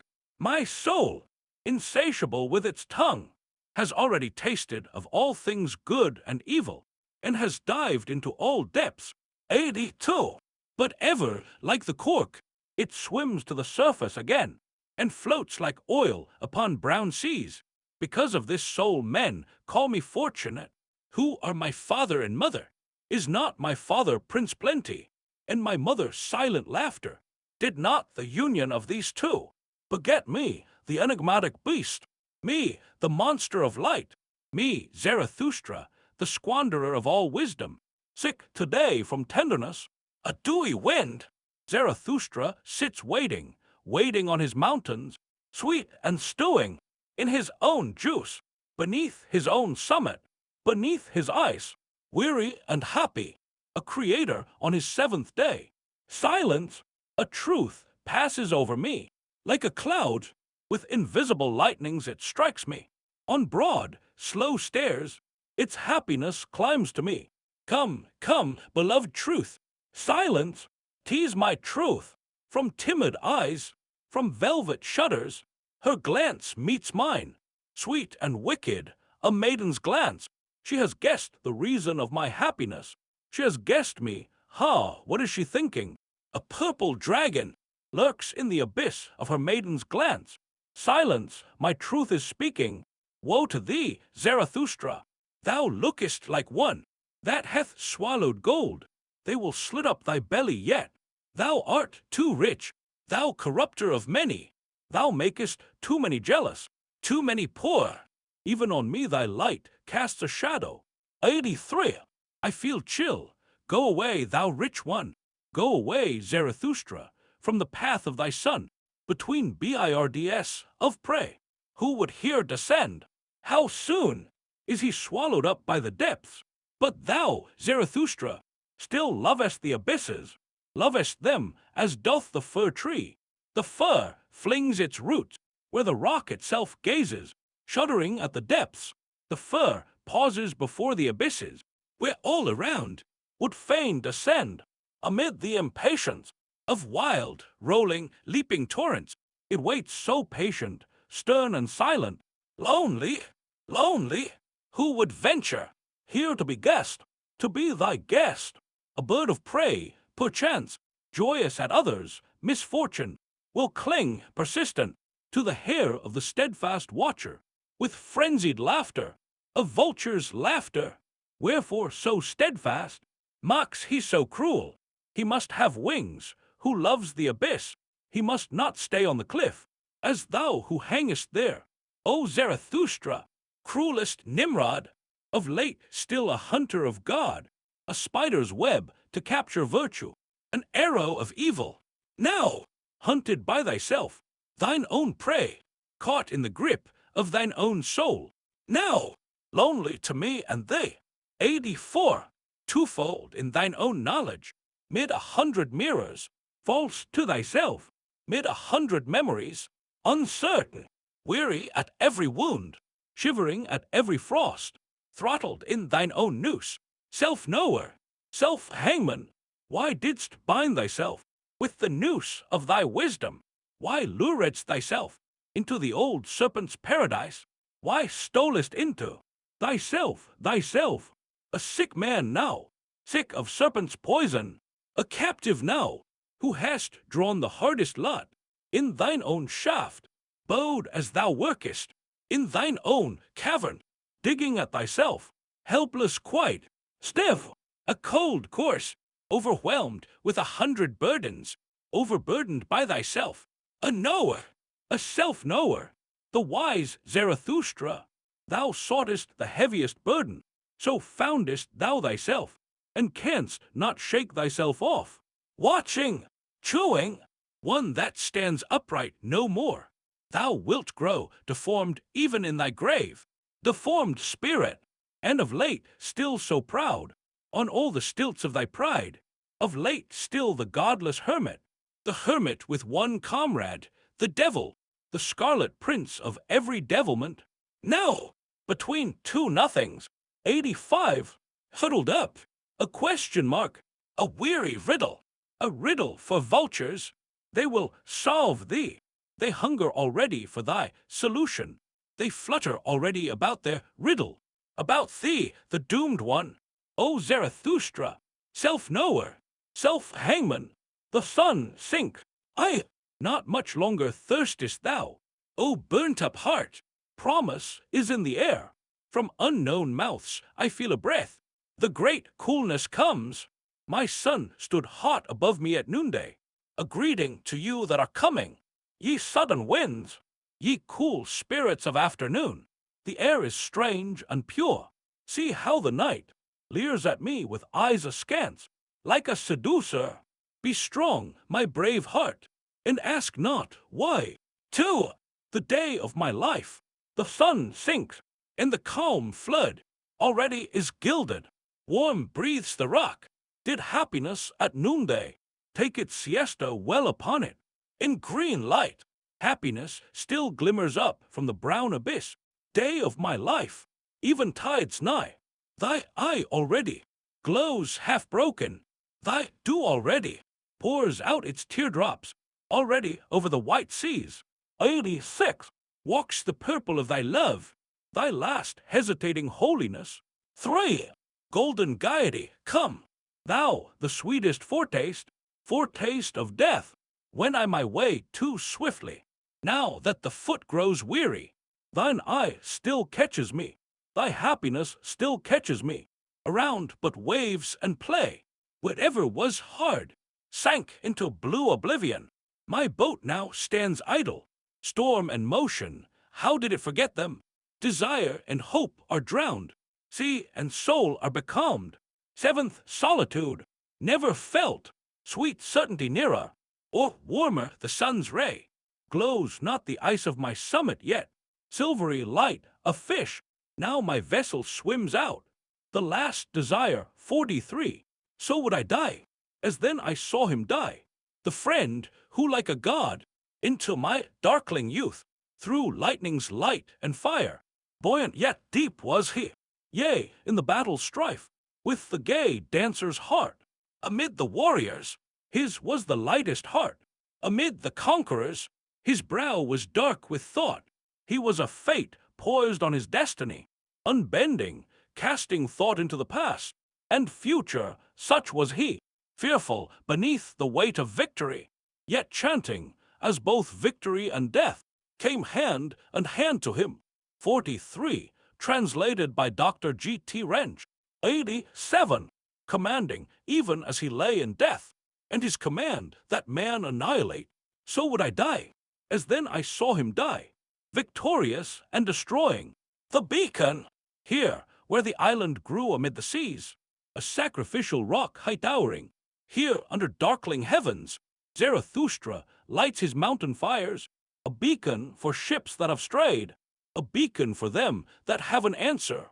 These flames with gray-white belly, in cold distances sparkle their desire, stretches its neck towards ever-purer heights, a snake upreared in impatience. This signal I set up there before me. This flame is mine own soul, insatiable for new distances, speeding upward its silent heat. Why flew Zarathustra from beasts and men? Why fled he swift from all continents? 6 solitudes he knows already, but even the sea was not lonely enough for him. On the island he could climb, on the mount he became flame.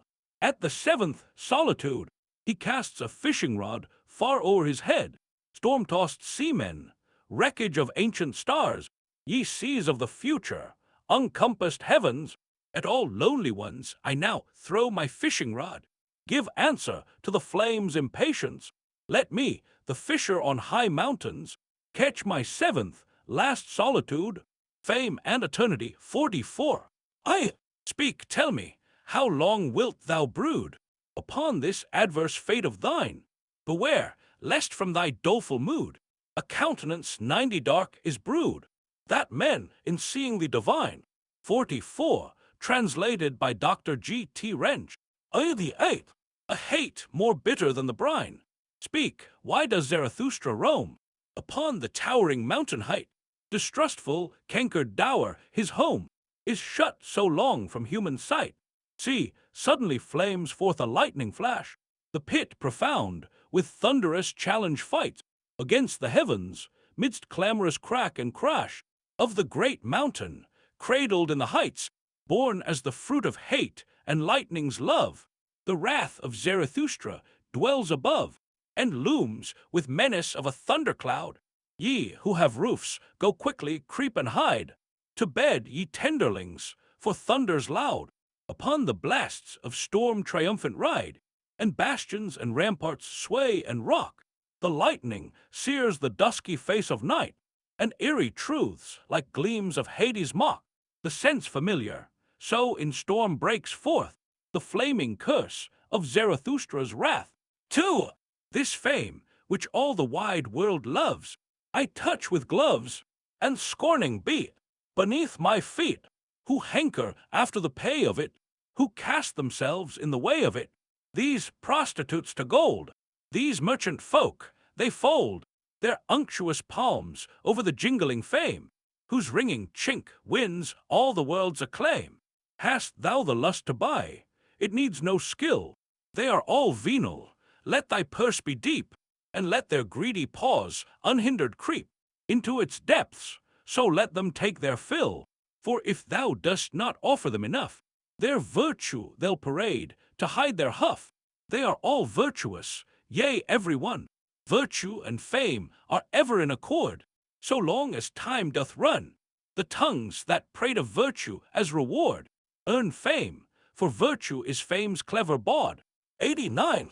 Amongst these virtuous, I prefer to be one guilty of all vile and horrid sin, and when I see fame's importunity, so advertise her shameless harlotry. Ambition turns to gall, amidst such kin, one place alone, the lowest would I win. This fame, which all the wide world loves, I touch with gloves, and scorning beat beneath my feet. 3. Hush, I see vastness, and of vasty things shall man be dumb, unless he can enshrine them with his words. Then take the might which brings the heart upon thy tongue, charmed wisdom mine. I look above, there rolls the star-strewn sea. O night, mute silence, voiceless cry of stars, and lo, a sign, the heaven its verge unbars, a shining constellation falls towards me. 4. O loftiest, stark-lustered crown of being, O carved tablets of eternity, and dost thou truly bend thy way to me, thy loveliness to all obscurity? What, fear'st thee not to unveil before my seeing, O shield of destiny, O carven tablets of eternity? Yea, verily, thou knowest what mankind doth hate, what I alone do love. Thou art inviolate to strokes of change and time, of fates the fate. 'Tis only thou, O dire necessity, canst kindle everlasting love in me. O loftiest crown of life, O shield of fate, that no desire can reach to invocate, that ne'er defiled or sullied is by nay. Eternal yea of life, for e'er am I thy yea, for I love thee eternity. 90. Fragments of Dionysus Dithyramb, 1882-88, SPCHES, PARABLES, and SIMILES. 3. My home's in the highlands, for the highlands I yearn not. I raise not mine eyes aloft. I am one that looks downward, one that must bless. Oh, blessers look downward. 11. Thus I began. I unlearned all self-pity. 13. Not in shattering idols, but in shattering the idol worshipper in thee, consisted thy valor. 14. See, there stand those heavy cats of granite, those old values. Woe is me, how overthrow them? Scratching cats, with paws that are fettered, there they sit, and their glance is poison. 17. A lightning flash became my wisdom. With sword of adamant it clove me every darkness. 19.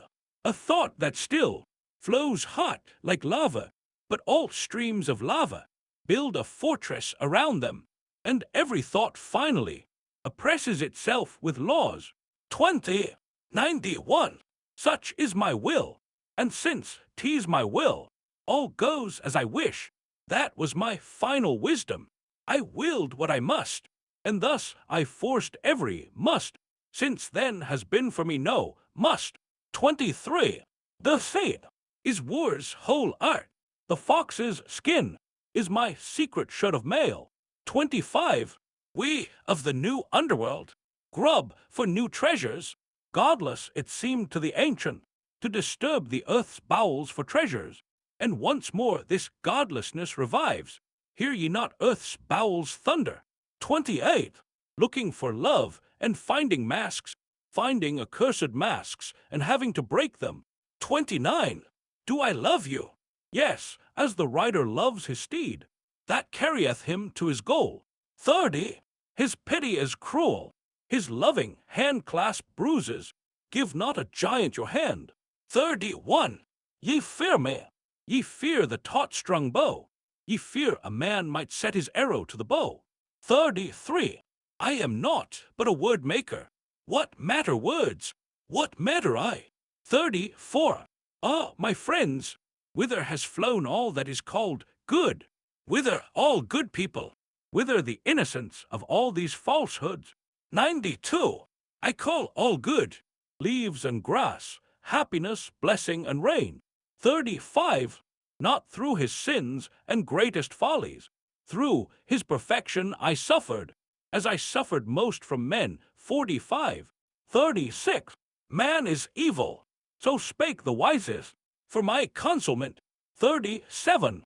And only when I to myself am a burden, do ye fall heavy upon me. 38.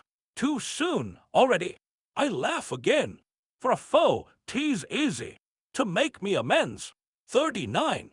Gentle am I towards man and chance, gentle with all men, and even with grasses, a spot of sunshine on winter curtains, moist with tenderness, a thawing wind to snowbound souls, proud-minded towards trifling gains, where I see the huckster's long finger. 'Tis I my pleasure to be bamboozled. Such is the bidding of my fastidious taste. 40. A strange breath breathes and spits at me. Am I a mirror that straightway is clouded? 41. Little people, confiding, open-hearted, but low-built portals, where only the low of stature can enter. How can I get through the city gate, who had forgotten to live among dwarfs? 45. Nietzsche here alludes to Christian perfection, which he considers equivalent to harmlessness. Tr. 93. 42. My wisdom was like to the sun. I longed to give them light, but I only deceived them. The sun of my wisdom blinded the eyes of these poor bats. 43. Blacker and eviler things didst thou see than ever. A seer did. Through the revels of hell no sage had ever journeyed. 44. Back on my heels too closely ye follow. Back, lest my wisdom should tread on you, crush you. 45. He goes to hell who goes thy ways. So be it, I to my hell. I'll pave the way myself with well-made maxims. 46. Your God, you tell me, is a God of love. The sting of conscience, a sting from God, a sting of love. 48. They chew gravel. They lie on their bellies before little round things. They adore all that falleth not down. These last servants of God, believers in reality. 50. They made their God out of nothing. What wonder if now he is not? 51. Ye loftier men, there have once been more thoughtful times, more reflective, than is our today and tomorrow. 52. Our time is like a sick woman. 94. Let her but shriek, rave, scold, and break the tables and dishes. 54. Ye mount. Is it true that ye mount? Ye loftier men, are ye not, pray, like to a ball, sped to the heights by the lowest that's in you? Do ye not flee from yourselves, O ye climbers? 55. All that you thought you had to despise, where you only renounced. 56. All men repeat the refrain. No, no, and thrice say no. What's all this yap talk of heaven? We would not enter the kingdom of heaven. The kingdom of earth shall be ours. 57. The will redeemeth. He that has nothing to do, in a nothing finds food for trouble. 58. You cannot endure it more. Your tyrannous destiny. Love it, you're given no choice. 59. These alone free us from woes. Choose now sudden death, or long drawn out love. 60. Of death we are sure, so why not be merry? 61. The worst of pleas I have hidden from you, that life grew tedious. Throw it away, that ye find it again to your taste. 62. 95. Lonely days, ye must walk on valorous feet. 63. Loneliness plants not, it ripens, and even then you must have the sun for your friend. 64. Once more must ye plunge in the throng. In the throng ye grow hard and smooth. Solitude withers, and lastly destroys. 65. When on the hermit comes the great fear, when he runs, and knows not whither, when the storms roar behind, and the lightning bears witness against him, and his cavern breeds spectres, and fills him with dread. 67. Throw thy pain in the depths. Man forget. Divine is the art of forgetting. Wouldst fly, wouldst feel at home in the heights, throw thy heaviest load in the sea. Here is the sea, hurl thyself in the sea. Divine is the art of forgetting. 69. Look forward, never look back. We sink to the depth, if we peer ever into the depths. 70. Beware of warning the reckless. Thy warning will drive them to leap into every abyss. 71. Why hurled he himself from the heights? What led him astray? His pity for all that is lowly led him astray. And now he lies there, broken, useless, and cold. 72. 96. Whither went he? Who knows? We only know that he sank. A star went out in the desolate void, and lone was the void. 73. What we have not, but need, we must take, and so a good conscience I took. 74. Who is there that could bestow right upon thee? So take thy right. 75. O ye waves, wondrous waves, are ye wroth with me? Do ye raise me your crests in wrath? With my rudder I smite your folly full square. This bark ye yourselves to immortal life will carry along. 77. When no new voice was heard, ye made from old words a law. When life grows stark, there shoots up the law. 78. What none can refute, ye say must be true. O ye innocents! 79. Art thou strong? Strong as an ass, strong as God. Art thou proud? So proud as to flaunt, unashamed thy conceit. 80. Beware, and ne'er beat the drum of thy destiny. I go out of the way from all pom-pom of fame. Be not known too soon. Be one that has hoarded renown. 97. 81. Wilt thou grasp at the thorns?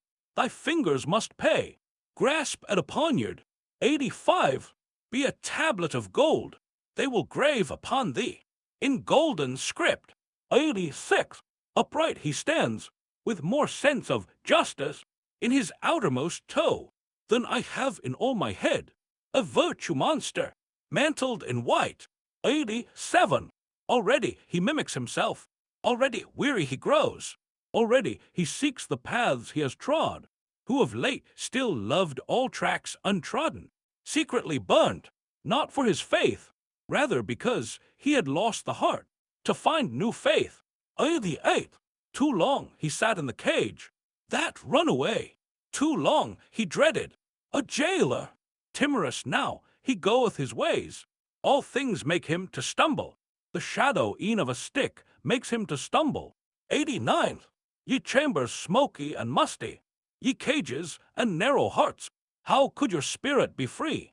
90. Narrow souls, huckster souls. 98.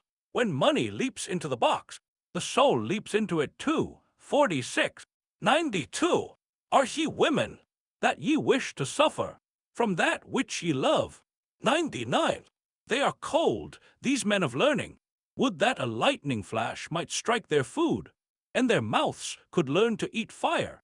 101. Your false love for the past, a love for the graves of the dead, is a theft from life that steals all the future. An antiquary is a craftsman of dead things who lives among coffins and skeletons. 103. Only the poet who can lie, willfully, skillfully, can tell the truth. 104. Our chase after truth is the chase after happiness. 105. Truth is a woman no better, cunning in her shame. Of what she likes best she will know not, and covers her face. To what doth she yield? But to violence. Violence she needs. Be hard, ye sages, ye must compel her. That shamefaced truth, for her happiness. 46. Alluding to the saying of the Dominican monk Tetzel, who sold indulgences in the time of Luther. When money leaps into the box, the soul leaps from hell to heaven. Tr. 99. She needs constraint. She is a woman no better. 106. We thought evil of each other. We were too distant. But now in this tiny hut, pinned to one destiny, how could we still be foes? We must needs love those whom we cannot escape. 107. Love thy foe. Let the robber rob thee. The woman hears and does it. 110. A proud eye, with silken curtains, seldom clear, honors him that may see it unveiled. 111. Sluggard eyes, that seldom love, but when they love, the levin flashes, as from shafts of gold, where a dagger keeps guard at the treasure of love. 117. They are crabs, for whom I have no fellow feeling. Grasp them, they pinch you. Leave them alone, and they walk backward. 119. Crooked go great rivers and men. Crooked, but turn to their goal. That is their highest courage. They dreaded not crooked paths. 121. Wouldst catch them, then speak to them, as to stray sheep. Your path, you have lost. They follow all that flatter them so. What, had we a path,